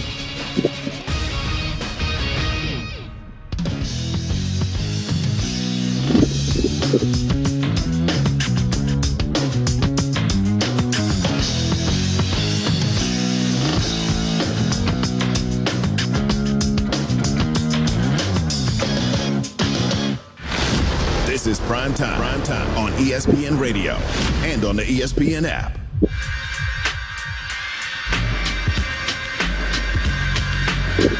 Well, we got 1-1 seed with a blowout, and the defending champ said, don't count us out quite yet. It's Prime Time on ESPN Radio, the ESPN app, Sirius XM, Channel 80. John Michaels alongside Andrew Salchunas. We're all presented by Progressive Insurance. Thunder rolled by 51 today. Yes, that's the number I actually just threw out there. An NBA team in the playoffs won by 51, 131-80. Andrew, we were talking off the air about the Memorial Day Massacre when the Celtics beat the Lakers, I believe by 34 in the NBA Finals. Guess what? The Lakers ended up winning that series in 6 games. I don't think that's going to happen, though, when it comes down to the Thunder and the Grizzlies. Yeah, and I don't think the Thunder are going to win by 51 again, but they might win by 34. Right. Like, you know what I mean? That might be the part 2 to the massacre. I mean, it's just, these two teams, it's just not going to work out for Memphis. I mean, there's been just so much going on this year with them firing their head coach in the middle of the season. Obviously, the John Morant storylines follow him around like crazy, and they're just not there yet. And the Oklahoma City Thunder, as we talked about earlier in terms of what they built, and they're still so young, too. And that's why you're able to acquire a guy like Isaiah Hartenstein. You're not capped off with max contracts right now, and you have a team that's just built, and you have so many guys that come off the bench that could do so many things for them. That's why Memphis, even if they did call a timeout and there was a sub that was made for the Thunder, the next guy in kept on making the play. We talk, NFL is always about the next man up, right? Sure. In the NBA, for the Thunder's case, it was the next man in, and the next man in would hit a 3, or the next man in would create some sort of havoc for the Grizzlies when they're on offense and the Thunder are forcing a turnover. It was just a game of pure dominance. That's why you win by 51. Well, part of it was a 20-5 run in the second quarter that would get them to a 41-22 lead, and that was all capped by Jalen Williams. Pippen, catch and shoot 3, missed. Offensive rebound, Edey. Outside to Bane, drives and kicks, but stolen. Jalen Williams in the open floor. Pippen tried to chase him down, didn't matter. J-Dub with the bucket, and the lead grows to 19. Timeout, Memphis. You heard that action right here on ESPN Radio. Mark Kestisher on the call there. Oklahoma City, again, wins by 51. We were talking about the Celtics about 10 minutes ago as they were at halftime, and they were struggling. They were actually down a point at halftime as they were losing to the Orlando Magic 49-48. Lo and behold, a 15-4 run to get things rolling here in the second half. And the Celtics looking like the Celtics now up 63-53. Interesting, ESPN's NBA analyst Kendrick Perkins, he talked about the Celtics and made a very interesting point about their hunger compared to last year and to this year. The first one, you're starving. When you're trying to go get your first championship, you're starving. And the second one, when you're trying to repeat, you wonder if that same hunger is there. It's there with these Boston Celtics because of the disrespect that they went through for as champions. Whether it was people saying they had an easy route to the NBA Finals to go on and win the championship because teams that they faced were injured. The disrespect to Jason Tatum, right, throughout the entire world, social media, right? The way he celebrated, he was being disrespected after they won the trophy. When he got down to the Olympics, he was disrespected. And on record, with interviews with Malika, he said that he wanted to be the best player in the league. He wanted to win the MVP. He wanted to be the face of the league. The stage is set. It absolutely is, and I think there is a lot of hunger. Now, I won't go to the disrespect through the regular season. Being a proud member of Heat culture, I remember years with LeBron and the Big Three that everything was under a microscope. Every time they'd lose 2 in a row, and I remember, I think year 1 they lost 5 in a row, and they needed to fire Eric Spoelstra and everything else. Celtics didn't deal with that this year. I think for a long time, people just go, all right, they won the championship last year. They haven't really reached playoff mode. For them, 16 wins is the only thing that's going to define their season this year. Nothing that happened from October through the start of April is going to matter to the Celtics. Yeah, and look, they have very much a similar team from the team that won the championship last year, which is why they're the 2 seed, and yet we still look at them as the top team in the Eastern Conference, even though they're behind the Cavs win-loss-wise. But they're the best team in this Eastern Conference, and it might be the same talking point if they win again. I don't know how you can try to diminish a team that wins back-to-back NBA championships or gets back to another one after winning, but this is an easy road, in my opinion, for the Boston Celtics to get to the NBA Finals again, because the team like the Cleveland Cavaliers, they were a fun team to watch, but I think they're regular season darlings, and you'll see the battle tested, right? That's why when we've been talking about the Thunder, I got to see them get over the hump before I start crowning them like the king of the Western Conference. I got to see them get battle tested, see them get over the hump if they do face the Nuggets in the second round of the playoffs, a team that won the NBA Finals. The Boston Celtics are that team. That's the team that everybody is going after. And yet they're just that dominant. We talked about it at halftime. Oh, man, maybe the Magic put together a decent little series, makes it fun. And then they come out of the gate on fire, and you start seeing why they are the best team in the Eastern Conference again. Yeah, it's interesting.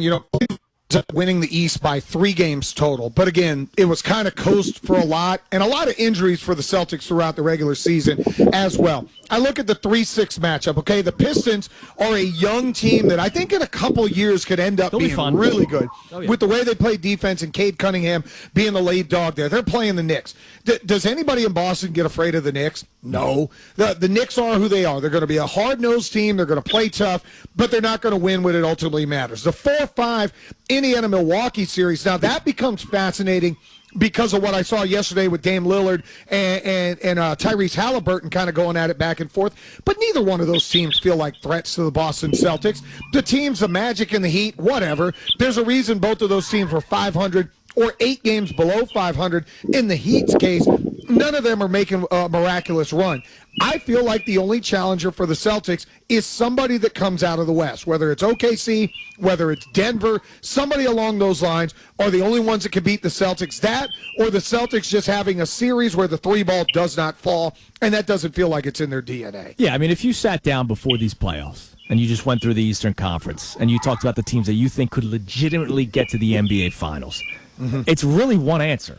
Unless the Cavs, catch fire and they face each other, and the Cavs knock them off. If you look out west, there's 6 teams you can make a legitimate case could get to the NBA Finals, and that's why it is so much easier for the Boston Celtics. So you might still get that same disrespect that Kendrick Perkins was talking about. It probably should not be as much. I will be honest, though, I did laugh at some of the stuff with Jason Tatum, like some of the jokes that were made about him celebrating and how it seemed like everything he did was done before did make me laugh a little bit. Right. But the guy could play. I mean, the guy, look, I'm from Philly, man. There was a chance the Sixers could have landed Jason Tatum, but instead they went with a different player. They went with Markelle Fultz, and we've seen how the two franchises went in different directions. So I think a lot of it here, maybe a little bit of jealousy, and I can't blame any Sixers fan that's jealous of what's going on with the Boston Celtics. No, and for me, it's the same thing. There was a rivalry. Playoff Jimmy and Jason Tatum and Jaylen Brown went at it for, 4 straight years. One of the two of them was going to the finals, and they were knocking each other out in the Eastern Conference Finals. And unfortunately, as a Heat fan, the Celtics get the last laugh as they're the ones that ultimately hoist the trophy, and it was with Jason Tatum being a lead dog. What I think happened with Jason Tatum and Jaylen Brown is those series against Miami, all of those knockdown, drag-out 6- and 7-game series where sometimes they came up short, I think it hardened them to the group that they were last year. And what Kendrick Perkins said is spot on. I can't stand when people will try to belittle a championship. I heard that during the COVID years. Oh, this is a fake championship. The Mickey Mouse trophy, yeah. Guess what? Everybody else was going through the same thing. I don't care who was injured for against the Boston Celtics last year. That's not their fault.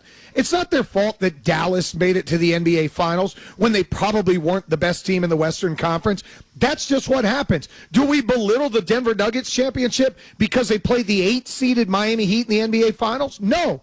You celebrate what's supposed to be celebrated. And I don't want Boston to win per se, because it's annoying to see them win every other year. But if they win, they're going to prove that they're one of the best teams in a long time. Yeah, and you mentioned last year's NBA Finals. If the Mavericks won, it would have been, oh my God, what an amazing story. The Dallas Mavericks, as a lower seed, win the NBA Finals, where because the Celtics won, it's, oh, well, you guys were supposed to win. You're supposed to win this NBA Finals against this lesser opponent. You shouldn't take that away. They could have lost an early round series, just like you saw last year with the Oklahoma City Thunder. They could have been bounced in the second round. But the Celtics have been battle-tested, and that's why, again, the Eastern Conference, Magic are playing them pretty tough right now, but it's going to be a pretty quick series, I think, in this round one. And I think it's going to be pretty quick pretty much throughout the playoffs for them until the finals. Well, you think about all the guys that they have that can shoot the ball, whether it's Tatum or Brown, or whether you talk about Derek White, obviously Drew Holiday being an absolute stud. They got guys coming off the bench like Peyton Pritchard and Sam Hauser who could shoot it. They're a team that's going to hit 10 to 15 threes every night, and when they get to 15 to 17, you're probably going to get run out of and Al Horford's going to hit a clutch shot. Right. Name the year. Take a charge. 2025, 2015, 2005. Al Horford's going to hit a big shot for him. It's amazing. Yeah, it's ESPN Radio, primetime on ESPN Radio, all presented by Progressive Insurance. He's Andrew Salchunas. I'm John Michaels. Every year we say the NFL draft starts with a certain pick. Normally not number one. This year, is it 3 or is it 9? We'll talk about that next on ESPN Radio, including TuneIn Radio as well. Welcome to the 2025 NFL Draft on ESPN Radio. The NFL Draft is now underway. Live from historic Lambeau Field in Green Bay, Wisconsin. With the first pick. It all begins with round 1, Thursday on ESPN Radio, ESPN, and on ABC. Presented by ZipRecruiter, GNC, and American Family Insurance. Every 40 seconds, a child is reported missing. That's 2,000 children every single day. It's a heart-wrenching reality that we can no longer ignore. Find the Children is a non-profit organization dedicated to helping find missing kids. You can be a part of their mission by donating your unwanted vehicle, running or not. Call 1-800-294-0222. We guarantee that you will receive the maximum tax deduction. We provide fast, free pickup with 24-hour response. Call 1-800-294-0222. Find the Children provides crucial resources to help find missing children and educational materials to teach kids how to recognize and avoid predators. Our recovery programs have a proven track record of reuniting kids with their families. It's time to act. Donate your unwanted or unused car. Help us build a world where every child is safe. Pick up the phone and call 1-800-294-0222. Together, we can bring these kids home safely. This advertisement was paid for in partnership with Cars R Us and Find the Children. Start! Hey, weekend warriors. How's a little trail therapy sound right now? Hop in. Let's go for a ride in the all-new Nissan Armada Pro 4X. Tune out all those work emails and turn up that twin-turbo V6 engine. Instead of letting the kids play online, show them some epic inclines. Turn your 8-person family dinner into an exhilarating off-road adventure. The all-new Nissan Armada is here. Intelligent four-wheel drive cannot prevent collisions or provide enhanced traction in all conditions. Always monitor traffic and weather conditions. This is the story of the one. He's responsible for keeping a leading healthcare facility clean and safe. And he trusts Grainger's high-quality HVAC cleaning and safety products, combined with their world-class supply chain, to consistently deliver, ensuring he's covered inside and out, so he can focus on keeping his facility clean to help protect the health of everyone inside. Call 1-800-GRAINGER, click Grainger.com, or just stop by. Grainger, for the ones who get it done. Hackers don't need much. Just one leaked password can potentially unlock a treasure trove of personal information, leading to stress, pain, and permanently wrecked credit. Don't be an easy target. Get protection by Aura today. Aura protects your identity, finances, and family, all in one powerful app. Get real-time alerts, safeguard your accounts, and block scams before they happen. If identity theft strikes, we help you recover. Stay protected at aura.com/stream. That's AURA.com/stream. Thumbtack presents the ins and outs of caring for your home. Out. Uncertainty, self-doubt, stressing about not knowing where to start. In. Plans and guides that make it easy to get home projects done. Out. Word art. Sorry, live, laugh, lovers. In. Knowing what to do, when to do it, and who to hire. Start caring for your home with confidence. Download Thumbtack today. check engine or ABS light on? Take the guesswork out of your warning lights with O'Reilly Veriscan. It's free. Ask for O'Reilly Veriscan. O'Reilly Auto Parts. Most people would rather attend a corporate team building workshop than search for auto and home insurance. Go team, feel that synergy. That's why the Zebra searches for you, comparing over 100 insurance companies to find savings no one else can. Compare today at thezebra.com. Who's ready for the trust fall? Changes in your vision can happen in the blink of an eye, but with the right plan, they can also be addressed just as quickly. That's why VSPDirect.com offers a wide selection of individual vision plans that give you same-day vision benefits, so you can get your eyes back on track fast. I mean, enroll and start saving the same day kind of fast, all while lowering your out-of-pocket vision costs by an average of $350 a year or more on eye exams, frames, and lens enhancements. Find your plan today at VSPDirect.com. 8-729-3776. It's the NFL Draft. Will get underway on Thursday. You can hear every round right here on ESPN Radio. Coverage will begin Thursday at 7. It'll begin on Friday evening at 6 o'clock, and coverage begins noon on Saturday. This, Andrew, is one of my favorite weeks of the year because as a team, or as a guy that is associated with a team that has not made the postseason since 2017, this is where our hopes begin to rise, or sometimes begin to fall if you make the wrong draft choice. For you that lives in Philadelphia as the defending Super Bowl champions, you know this is just a continuation of what's been a celebration since early February as the NFL Draft gets underway. But it also answers a lot of questions about the GMs associated with each one of these teams, and sometimes the position that gets overrated more so than anybody, the quarterback position. Yeah, I mean, it's sad how desperate teams are, and I understand why. It's the most important position in all of sports is having a good quarterback, but still, John, I talk about this all the time here in Philadelphia. The amount of talking points surrounding Jalen Hurts, right, who is the starting quarterback of the Philadelphia Eagles. He might not be the flashiest guy out there. He's not Lamar. He doesn't have the arm strength of Josh Allen. He doesn't have everything that Patrick Mahomes has. But the guy can win, and that's something that you also learn about once guys get in the NFL. Once guys get in the NFL, there are teams that will overdraft a player just because of the desperation of the position, because they play quarterback. And you see it year in and year out. And I get it. Some guys deserve to go number 1 overall or 1 and 2. But then you also see the overdrafting of players. And you might see it again this Thursday. And that's why it's so much fun to see how the draft board falls off. Remember just last year, the first 14 players were all offensive players. This year, I believe it's going to be a little bit different. But that 3rd overall pick is going to be so much fun to watch throughout the first 45 minutes of the NFL Draft on Thursday. So it's interesting because the first pick goes to Tennessee. I think we're all assuming that Cam Ward out of the U will be the number 1 pick of the draft, and rightly so. The best quarterback, in my estimation, in the draft. Cleveland is fascinating because you still have Deshaun Watson under contract. You just re-signed Joe Flacco. You traded for Kenny Pickett. They've got quarterbacks in the room, so it doesn't sound like they're going to be a team that takes quarterback number 2. Then it comes down to number 3, the New York Giants, who got out from under Daniel Jones and that bad contract. Desperate contract. Desperate. But they've signed Russell Wilson. They brought in a Jameis Winston. And the question is now, do they draft a quarterback? Their general manager, Joe Schoen, was asked a question about, do they need to draft a guy at quarterback at number 3? With the signing of those 2 players, I think we put ourselves in a position where, I don't think that's mandatory or something that we're, our feet to the fire and we have to do. I think the 2 guys we signed have played a lot of ball. They've got a lot of skins on the wall, and I do think we've upgraded that room, compared to where it was a year ago. I like the 2 guys that we have, and, Tommy's still in there, and he's won games for us too, and he's still developing, so we're happy with the makeup of the room right now. Developing into what? I'm sorry. Yeah. What is Tommy DeVito developing into? A journeyman quarterback is what he's developing into. Is their room better today than it was a year ago? Sure. You have Russell Wilson, who played okay at times last year for Pittsburgh. You have Jameis Winston, who, as a spot starter, you probably can still coax a good game out of him, although the next game he's probably going to throw 3 or 4 interceptions. But is that the future?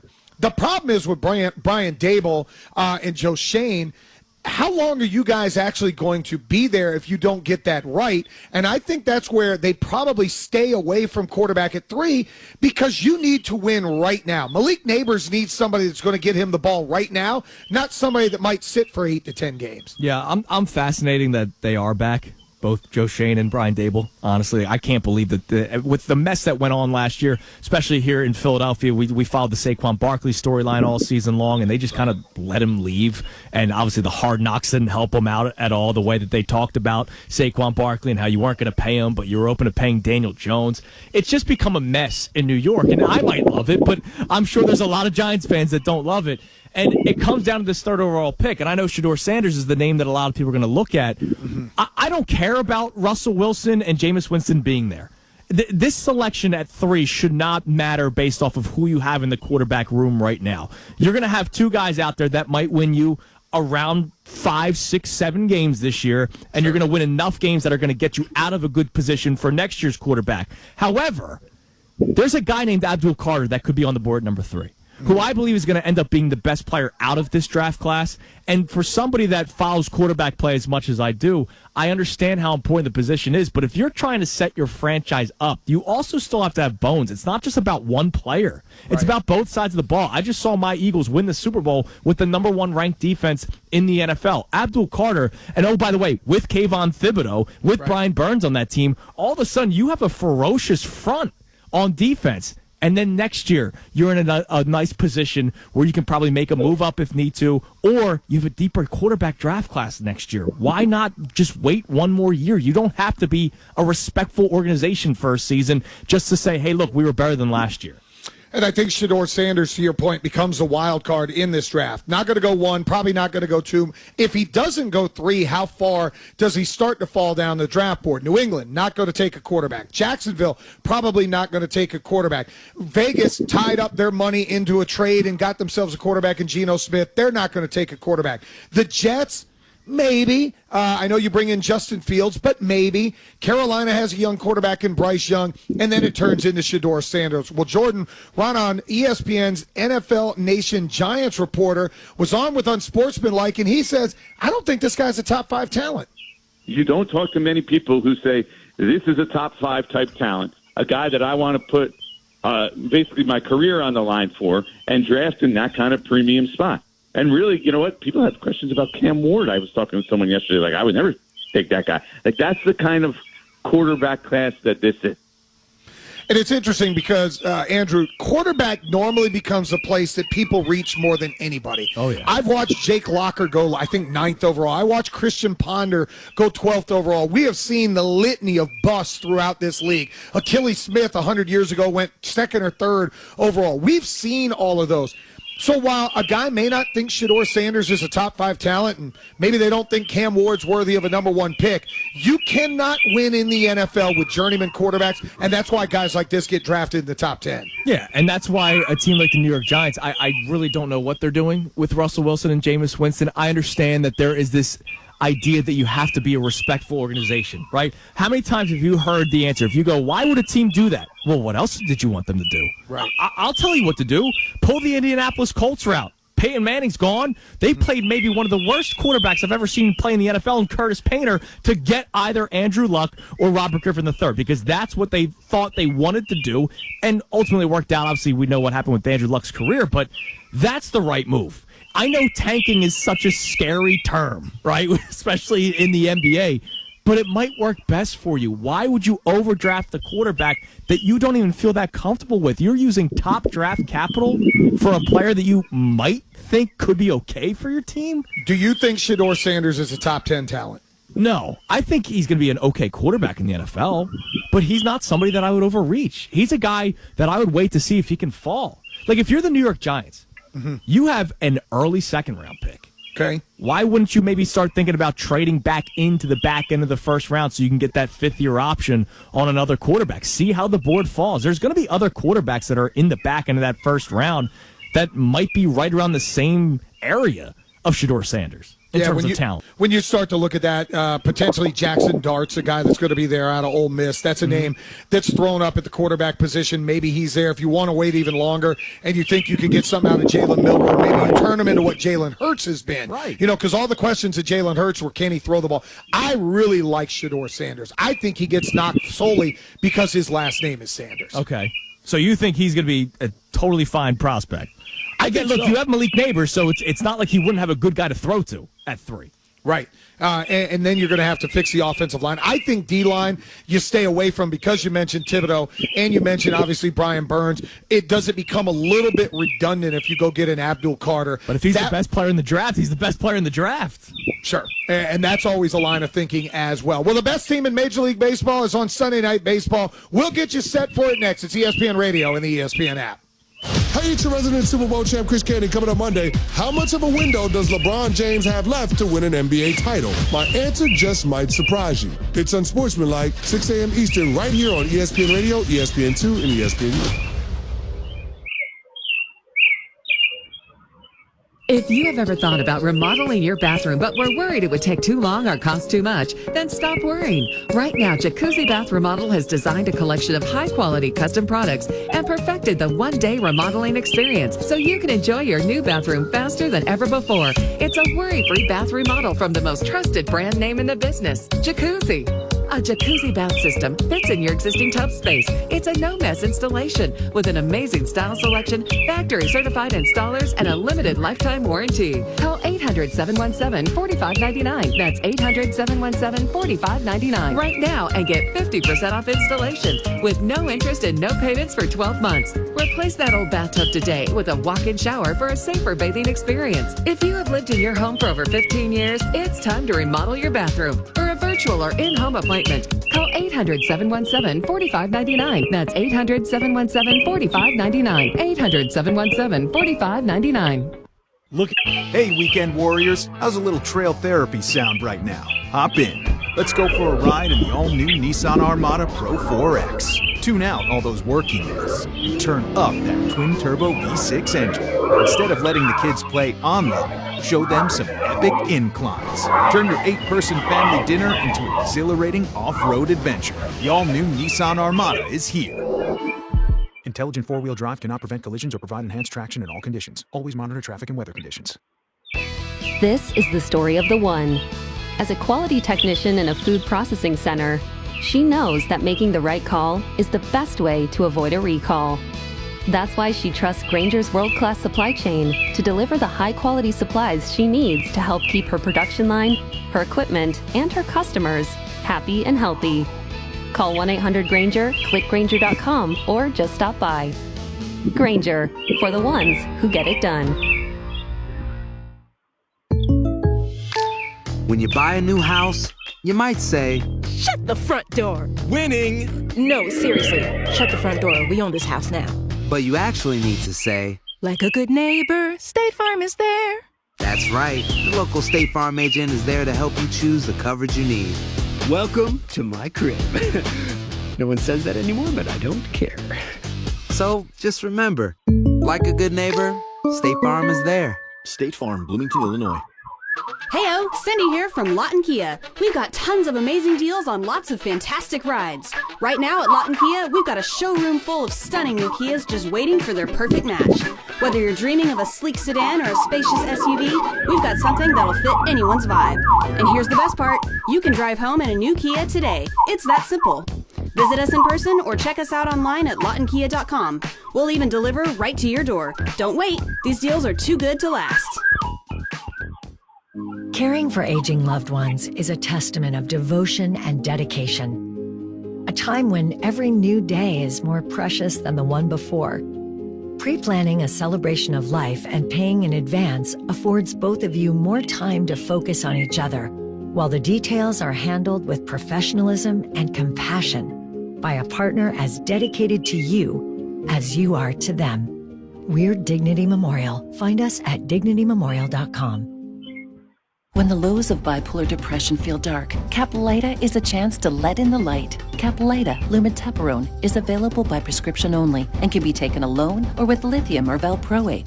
Unlike some medicines that only treat bipolar 1, Caplyta is proven to deliver significant symptom relief from both bipolar 1 and 2 depression. And in clinical trials, movement disorders and weight gain were not common. Caplyta can cause serious side effects. Call your doctor about sudden mood changes, behaviors, or suicidal thoughts right away. Antidepressants may increase these risks in young adults. Elderly dementia patients have increased risk of death or stroke. Caplyta is not approved for dementia-related psychosis or for people under 18. Report fever, stiff muscles, or confusion, which may be life-threatening, or uncontrollable muscle movements, which may be permanent. High cholesterol and weight gain may occur, as can high blood sugar, which may be fatal. Monitoring is recommended. These aren't all the serious side effects. Most common side effects include sleepiness, dizziness, nausea, and dry mouth. Ask your doctor about Caplyta. Visit caplyta.com or call 888-252-4824.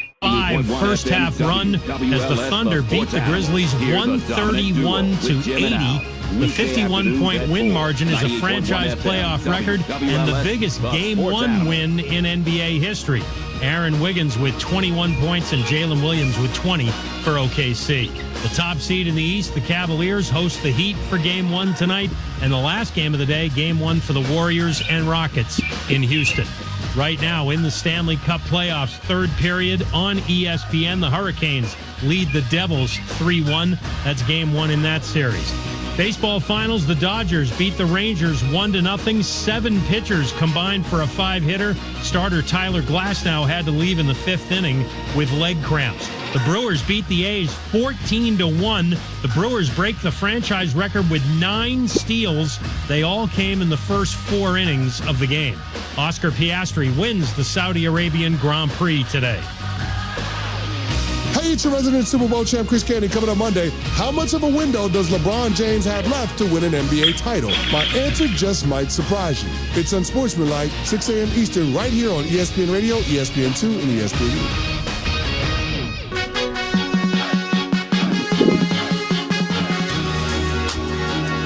Well, the basketball playoffs are not the only thing front and center. We got big baseball game coming up tonight between the Padres and the Astros. It is ESPN Radio, the ESPN app, Sirius XM at Channel 80. John Michaels alongside Andrew Salchunas as the Padres come in right now.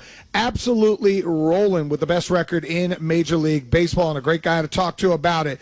ESPN's MLB analyst Doug Glanville joins us here on ESPN Radio. Doug, appreciate the time here on a Sunday afternoon. Yeah, appreciate you having me. Looking forward to this game. Should be a good one. Should be an awesome one. I had to see the Padres early in the year. I live in Atlanta, full disclosure, as they whooped up on my Braves. Best team in baseball right now. What stood out to you so far about the Padres? I'm amazed at how well they're executing on the mound. You know, their pitching has been really strong, and that's considering they've had guys like Yu Darvish out, Dylan Cease not being at his best, but guys like Nick Pivetta, they seem to have a lot of different ways to get you out, and so far that's been a strength. But you're also talking about a team that's lineup is deep, and even through a couple of injuries, Fernando Tatis Jr. is playing some of his best baseball, power, speed, cutting down on the strikeouts. He's just doing everything, and that's why he's been a superstar for quite some time. But to see him put it together in sort of one stretch right here is summing up why the Padres are playing so well. What's the message in the clubhouse coming out of spring training, then obviously this start of the season, when the whole world is talking about the Dodgers and how the Dodgers are going to win the division, it's going to be easy. Do they look around and go, whoa, hold on a second. We got a pretty damn good team, too. Well, we were fortunate to interview Fernando Tatis earlier, and we asked him about that series against the Dodgers where the Dodgers knocked them out in the last game. And he said, look, that just kind of made us realize, okay, first of all, we went toe-to-toe to the world champion, so we know what we're capable of. And that gives you the confidence to know that you're one pitch away from being able to win it all. So they didn't take it as, oh, my God.